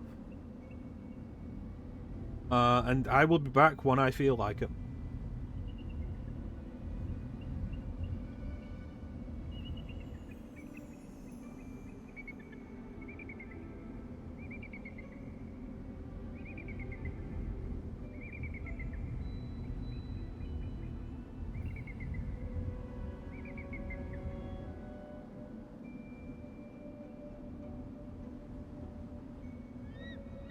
I feel like we started today's stream with characters at level 32, and now we're at like level 42, and I feel like we've been kind of flying through the levels over the last the last couple of sessions.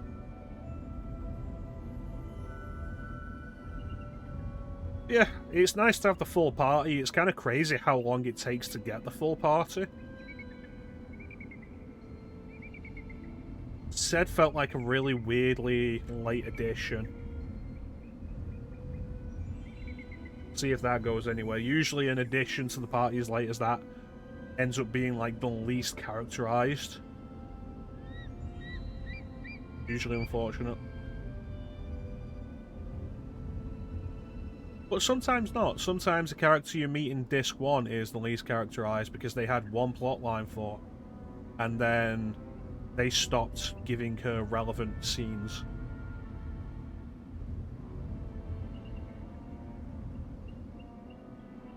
And so, like, by partway through Disc 2, she just stopped being a relevant character.